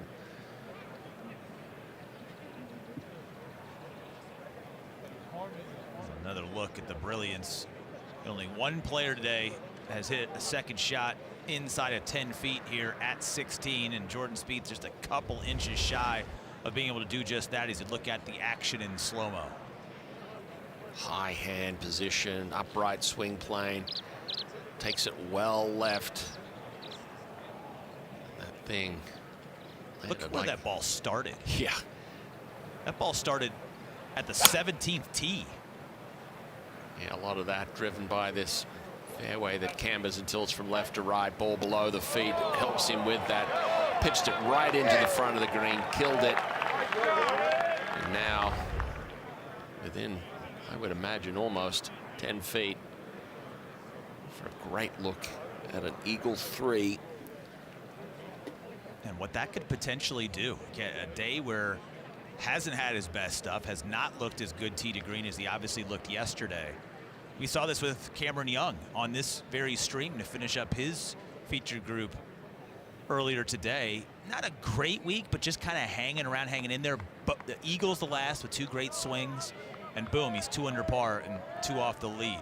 Roll that one in if you're Jordan.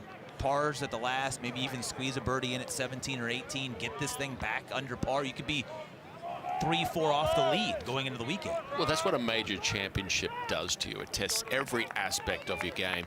And then, oh, by the way, it's testing every aspect mentally of what you've got when you don't have your best stuff. And Jordan Spieth, a prime example of that. Cameron Young, you mentioned it, a prime example of that. We followed him yesterday. He is a gritty competitor, Jordan Spieth. All right, Rory taking a walk all the way to the green here, coming up for his 3rd shot as he's trying to get it back to level par for the first time in a long time. Steve Scott, what's the biggest challenge in this shot for Rory? You know, this is a basic shot right here. He's got 45 yards, a little back into the wind. I mean, perfect lie. I mean, he's going to be able to spin this. He's got plenty of room to work with. This is a shot that you would practice any day of the week, like when he's at home at the Bears Club. I mean, if he doesn't get this within 6 or 7 feet, he's going to be upset.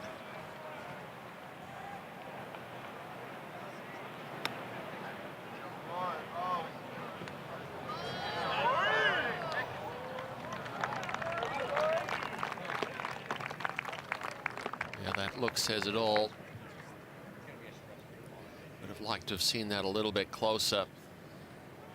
But still a legitimate chance. Good look at what would be his 4th birdie on the day. What a round it's been for the #2 player in the world. Yeah, the ball was just below his feet, and it came out a little bit flatter than maybe he would ideally have wanted. Same thing for Jon Rahm here, maybe a little flatter lie, but he should be able to get this one inside the golf ball of Rory McIlroy.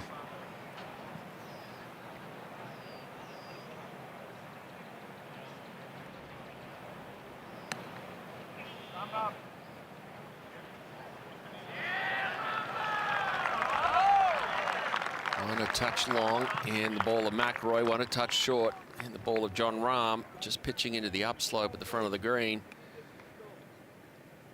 Jon Rahm, of course, 2 bogeys in his last 3 holes. Needs a little bit of a settler. Neither one of those birdie looks are assured.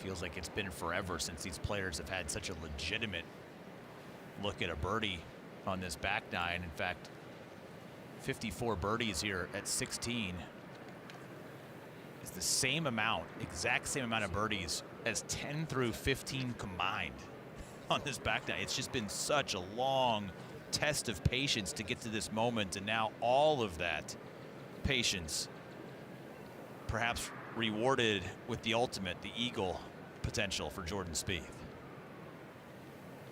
As good of a chance as you can ask for right here. What a golf shot. You got to pay this one off.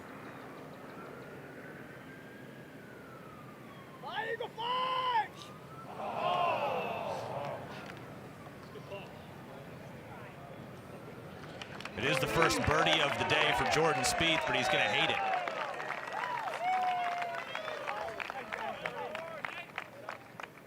A read that fooled him.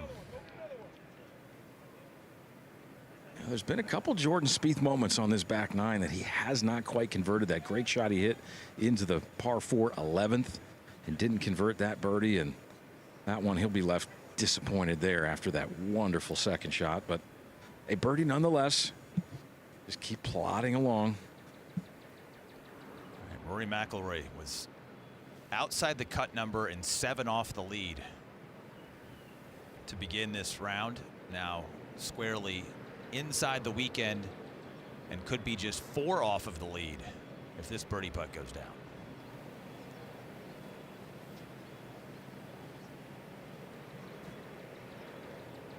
Well, he's staring squarely at the scoreboard. That's off to the side of this 16th green. He knows where he stands. He knows how important this putt would be to try to finish this round off the right way. Maybe even get one more coming into the clubhouse.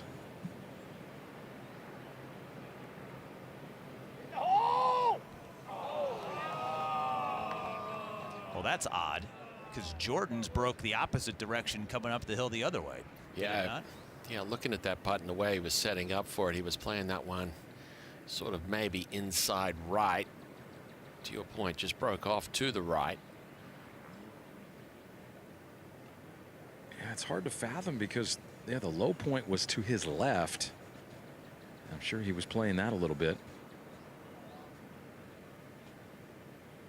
I think that's why you're seeing the scores are not quite as low as maybe some of the prognosticators thought earlier in the week. I mean, these greens are just, they're that tough to read. Now, Rahm hasn't connected from 7 to 10 feet yet today. This is just outside of 7 feet.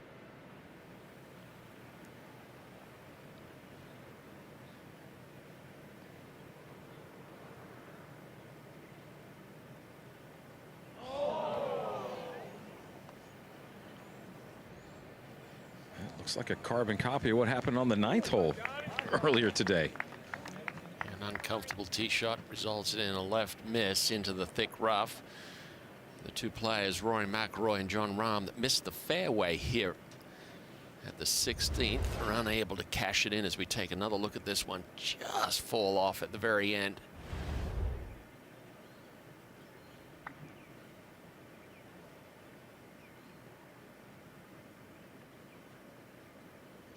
Hoping to deposit a little bit of positive momentum into the bank there at 16. Neither Rahm or McIlroy can, and you can't really say that Jordan Spieth's very happy walking off the green either at 16, but it is time to buckle down, bear down, if you will, because 17 and 18 await for this featured group on a Friday, and you do not want to make some big mistakes coming in on 2 of the challenging golf holes on this property. And it starts with the par 3, Colin. Yeah, a slightly elevated tee shot here. Pond really shouldn't be in play whatsoever here. Pin location, 16 paces on, 12 off the left. There is a false front and a false side to this green complex there, indicated by those red arrows. Played at 241 yards yesterday to a stroke average of 3.22. as the 7th most difficult hole on the golf course. Today, the 7th most difficult hole as well at 214. A little wind off of their left and hurting the players slightly here.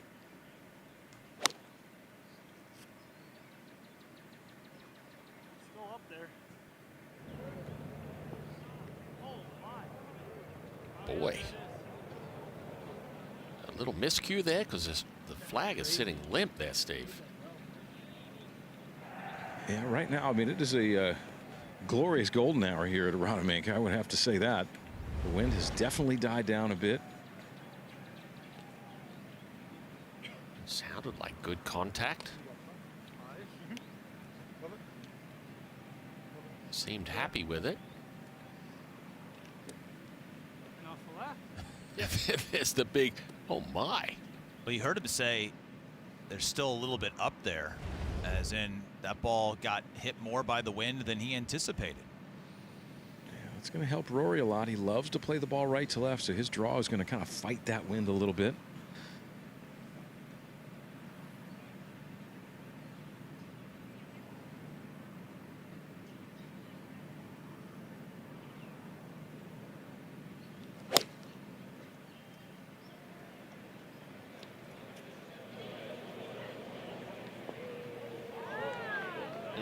Good smart play to the heart of the green there for McIlroy. It's been an incredibly disciplined and professional round of golf from McIlroy. I'm sure he'd dearly like to get it in the house at even par.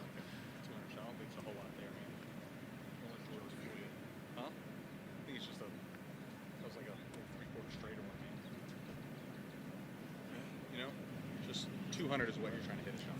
Trying to hit a 200 shot. Yeah. spot.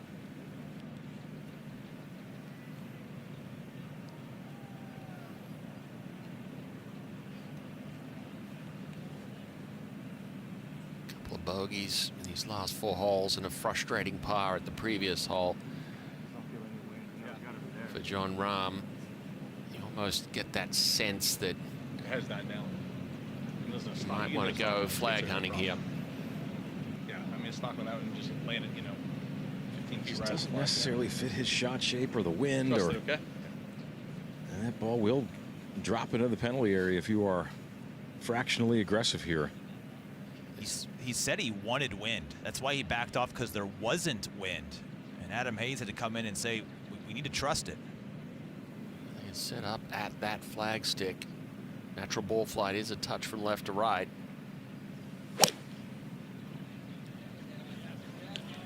Sit, sit. It's fine. Absolutely going right now.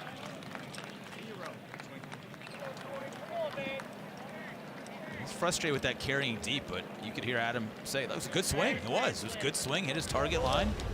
Just didn't get knocked down a couple of yards short. Well past quitting time. Downtown emptying here on a Friday.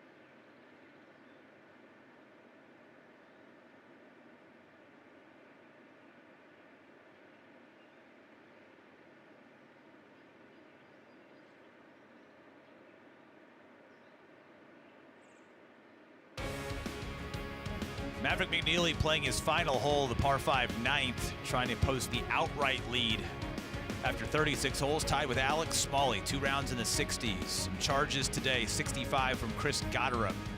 Cameron Young eagles his last hole to get in at -2, and Ludwig Oberg shoots 66. He was 0 for 2, making the cut in his PGA Championship history. His first cut made and in contention for Oberg. What a round of golf today for the Swede. Birdie at 2, that was his only birdie on the front 9. Bogey 10, he was even for the day, 2 over for the week. And Colin Swatton, remember how hard this back 9 was supposed to be? He would birdie 4 holes in a 5-hole stretch on the back, 12. Here's 13. Here's 14. Nobody was making a putt on this green today. That was a little turkey trot in the back at 12, 13, and 14, par 15. The tiny one at 16, in with 66, into the weekend at -2. He's playing tomorrow. These players are not. Tommy Fleetwood, Akshay Bhatia, JJ Spawn and company, and Bryson DeChambeau birdied his last 3 holes after being 10 over par, as that one comes up just a little bit light for Jordan Spieth. You know he was trying to make that. Trying to finish this round off. Look at the length of this putt. Just off the front of the green there. Caught a little wind gust, came up short. Came close at the previous hole for an eagle. Resulted in a birdie. And then for the longest time, thought he'd made another birdie here at 17. It'll be a par. How many words he was muttering as that ball traveled up there and then just wouldn't obey to go the extra couple of inches. Yeah, he was right on the move when the minute he hit that putt. Yeah, this one for Rory, safely aboard over here, but he's got a downhill right to lefter. Shouldn't be too much issue with the speed here, though.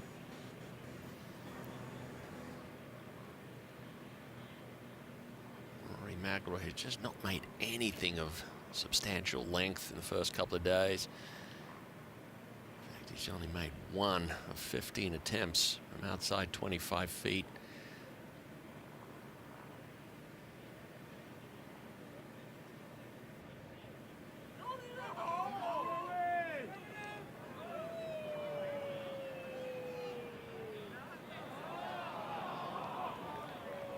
Good effort.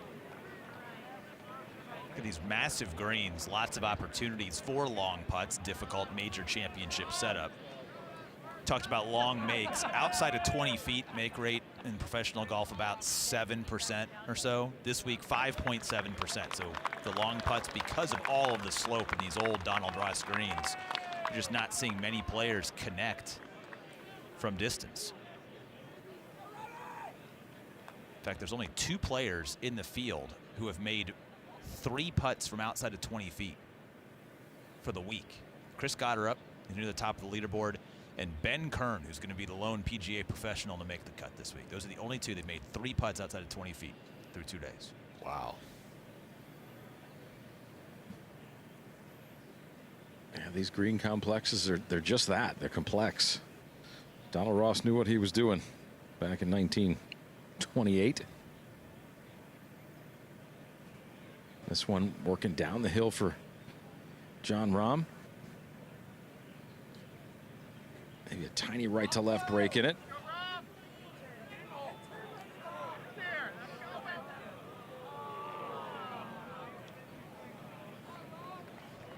The last hour or so for Jon Rahm has cost him an hour or so of prep time tomorrow. He was inside the top 3 of the leaderboard at 3 under, and now all of a sudden in a tie for 16th at 1 under. A lot of congestion below the leaders.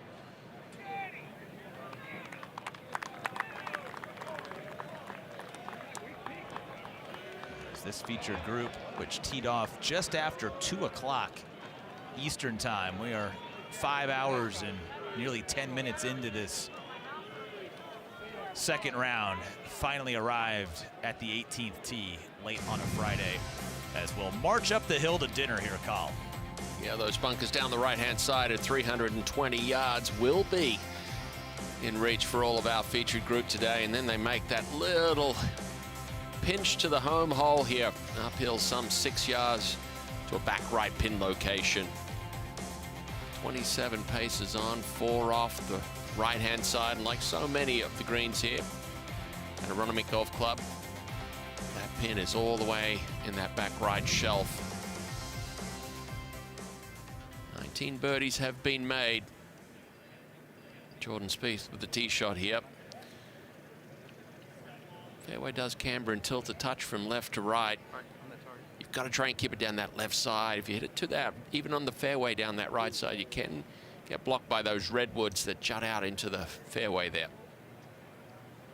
Yeah, they stand very prominent down the right-hand side, don't they? And with this back right location, definitely the left side of this fairway is paramount today.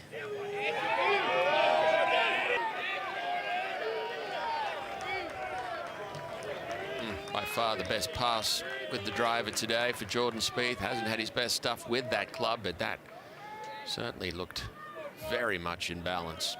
Now with a great look at that back right pin location. Quiet, please, guys. Quiet. Thank you. Yeah, it's a nice, generous fairway. 45 yards of width before that bunker there. It lands into the upslope, so it doesn't release too far off any which way. Hole been lengthened some 27 yards since they played the 2018 BMW here.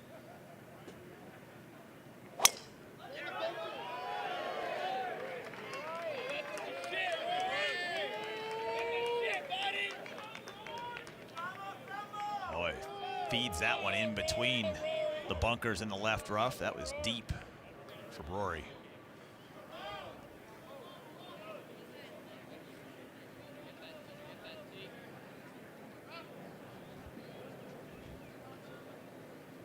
Guys gotta be still over here, guys.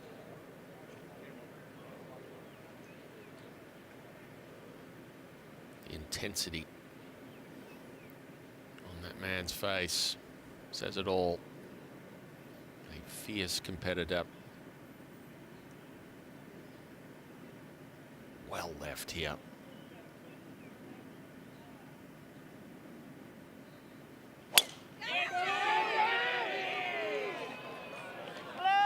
Not cutting.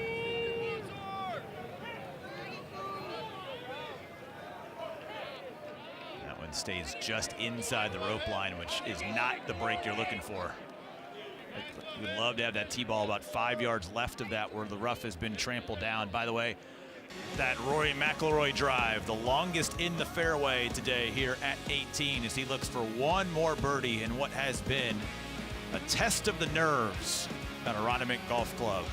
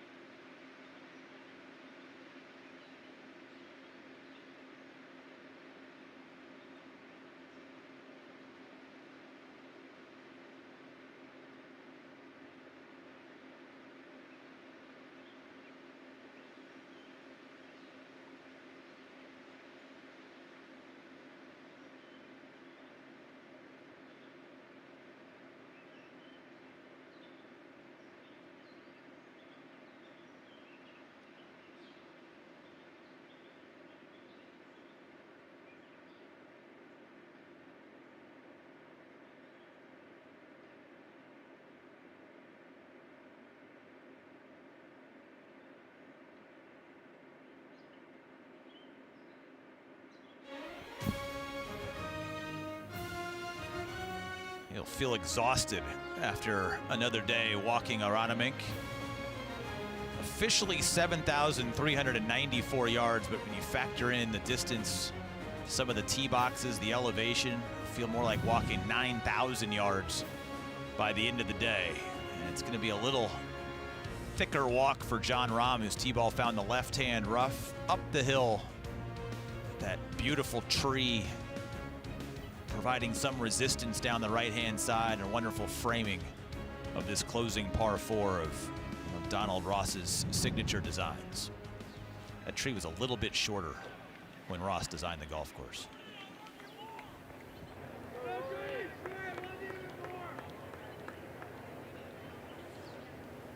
So as Rahm walks up to his golf ball, at one point in time today, was within one of the lead that is now 4 under par. Alex Smalley, Maverick McNeely could not birdie 9, so the lead is going to be 4 under par heading to the weekend. Rahm is 3 shots back of that lead. And you have both Jordan Spieth and Rory McIlroy 5 off of that lead. Is there anybody that's too far back when you have no one that's separated from the top of this leaderboard, Colin? Yeah, obviously the round today of Chris Goddard up is pretty special. 5 under par to get him into a tie for 3rd. You've got to think of what the golf course has given us the first couple of days. You know, here it is. After 36 holes, we got Alex Smalley, Maverick McNeely at 4 under par, few there at 3. Nobody would have thought that 4 under would be leading this golf tournament, given walking this golf course Monday, Tuesday, and Wednesday in preparation for this. I've got to think that if you're anything red at the moment, you've got to think you've got a legitimate chance of hoisting the Wanamaker Trophy. But look at the firepower behind that. Cameron Smith at even par, Patrick Reed, major champion. You've got McIlroy with a good legitimate chance to get it in the house at even par, and Jordan Spieth trying to chase history as well. This is going to be an exciting weekend for sure.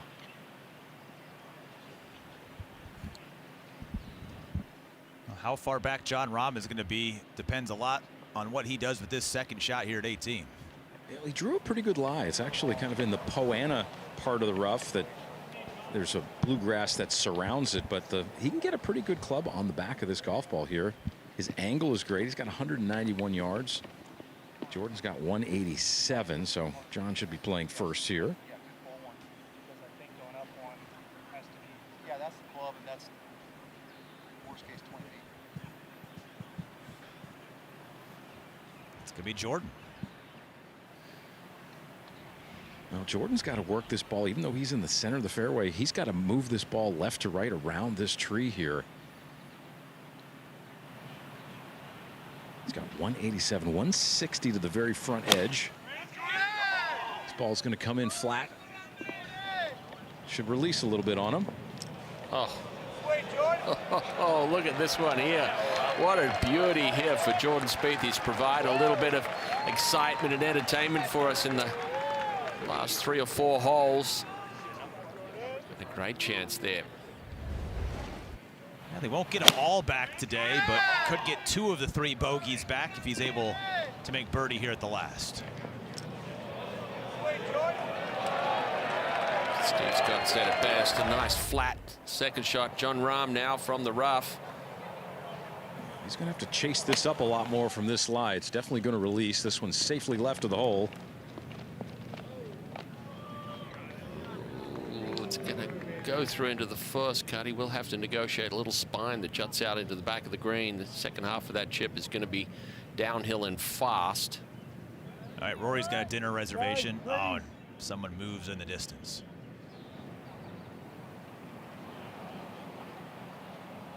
This tee shot was hammered, and he can take as direct aim as he would like here. He just has to know this ball wants to release up that hill a little bit once it hits. Taking dead aim.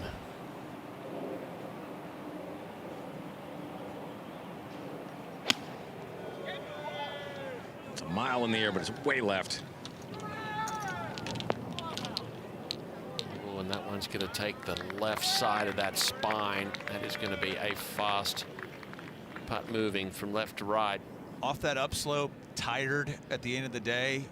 What goes into a miss like that for Rory? Again, not too dangerous to keep it on the back of the green, but certainly not what he was trying to do. Yeah, when you get the uphill lie like that, you get a little bit late in the evening. The lower body doesn't work as well through the golf ball. You swing up on a little bit more, and that's how you get the closing of the club face. The hands release a little bit more, and it's always a good thing when you get in that situation. You know, a caddy, you know, you just give them that little gentle reminder. You just say, hey, we need to get through this one a little more pro, or, you know, maybe just change the type of shot. 1 extra club, slide it in there a touch. Rained on Wednesday night prior to the start of yesterday's opening round. No rain in the forecast over the next couple of days. It should be a cool night tonight. Greens can stay firm. Scottie Scheffler said it after his round today. There were just some ridiculous hole locations the last couple of days. It really depends on what those hole locations are tomorrow, how Kerry Hagel and his team elect to set up this golf course, but what potential does this golf course have for moving day tomorrow?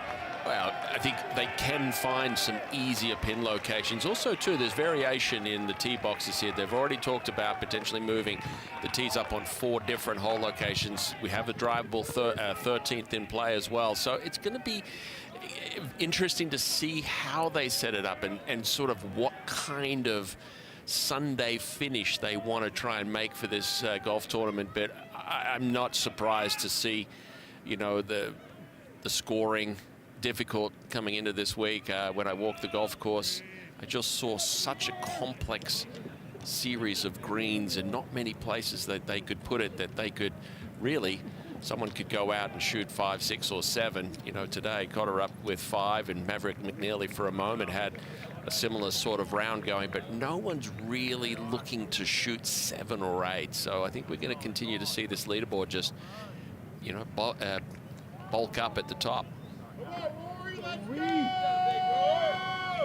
Rahm walking back to his ball. I was thinking of a Jordan Spieth quote from earlier in the week when we saw that live for Jon Rahm. Jordan Spieth actually said the trickier shots around the green were, quote, when you can see the ball around the greens are the worst lies because of sort of the half and half of it.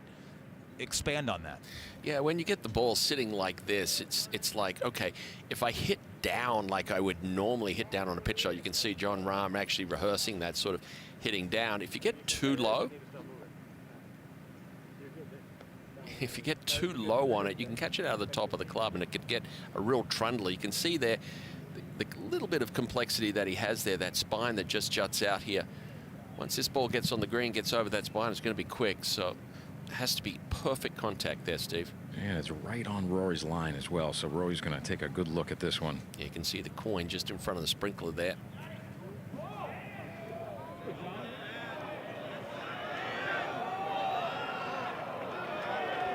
Excellent.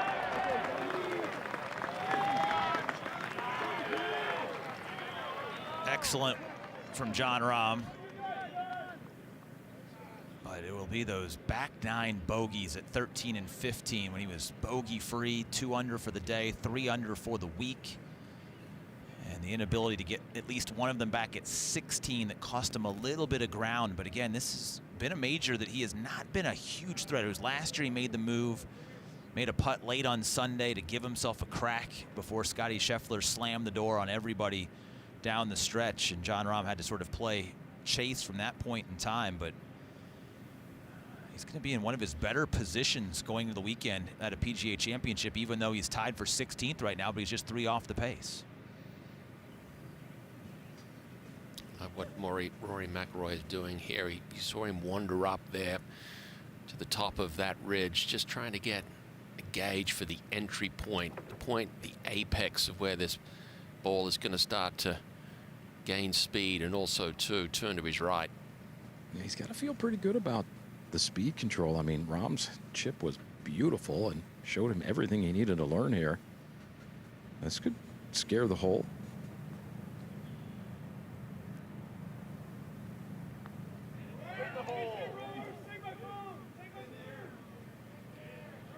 Does it get there? Had it right on line, read perfectly. Now he's got that awkward distance to finish late on a Friday afternoon.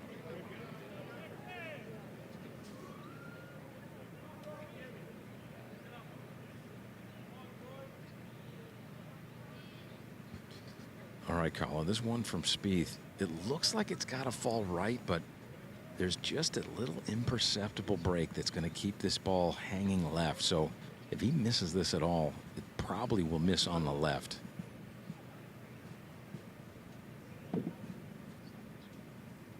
But it's about as good of a look as you could ask for. A beautiful iron shot in here. He hasn't really had a great Jordan Spieth moment on the greens today, so maybe this is the time here at 7:28 p.m. on a Friday. Great call there, Steve. We thought it was going to be the opportunity at the 16th par 5. Hit a gorgeous shot in there to just outside 10 feet.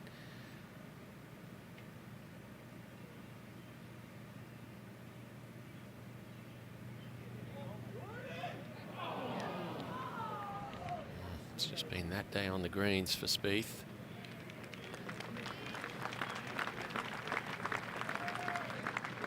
Lost nearly 2 shots to the field with the putter today and made less than 40 feet worth of putts, did Jordan Spieth.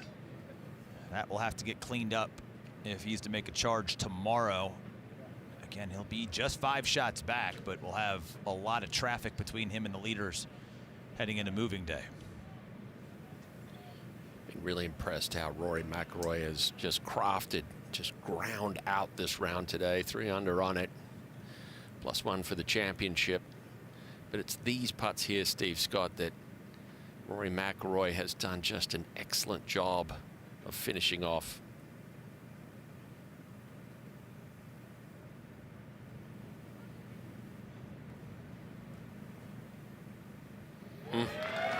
That is just the third bogey-free round of the week by anybody in the field. The second of today. Rory McIlroy needed a bounce back. He got one, and for the second straight year around in the 60s, rallies him into the weekend. And now can he make a Saturday charge and do something that he's not done in his major career and be more than 2 shots back entering the weekend and win a major, as Rahm will send us packing for the night with the final putt here at 18.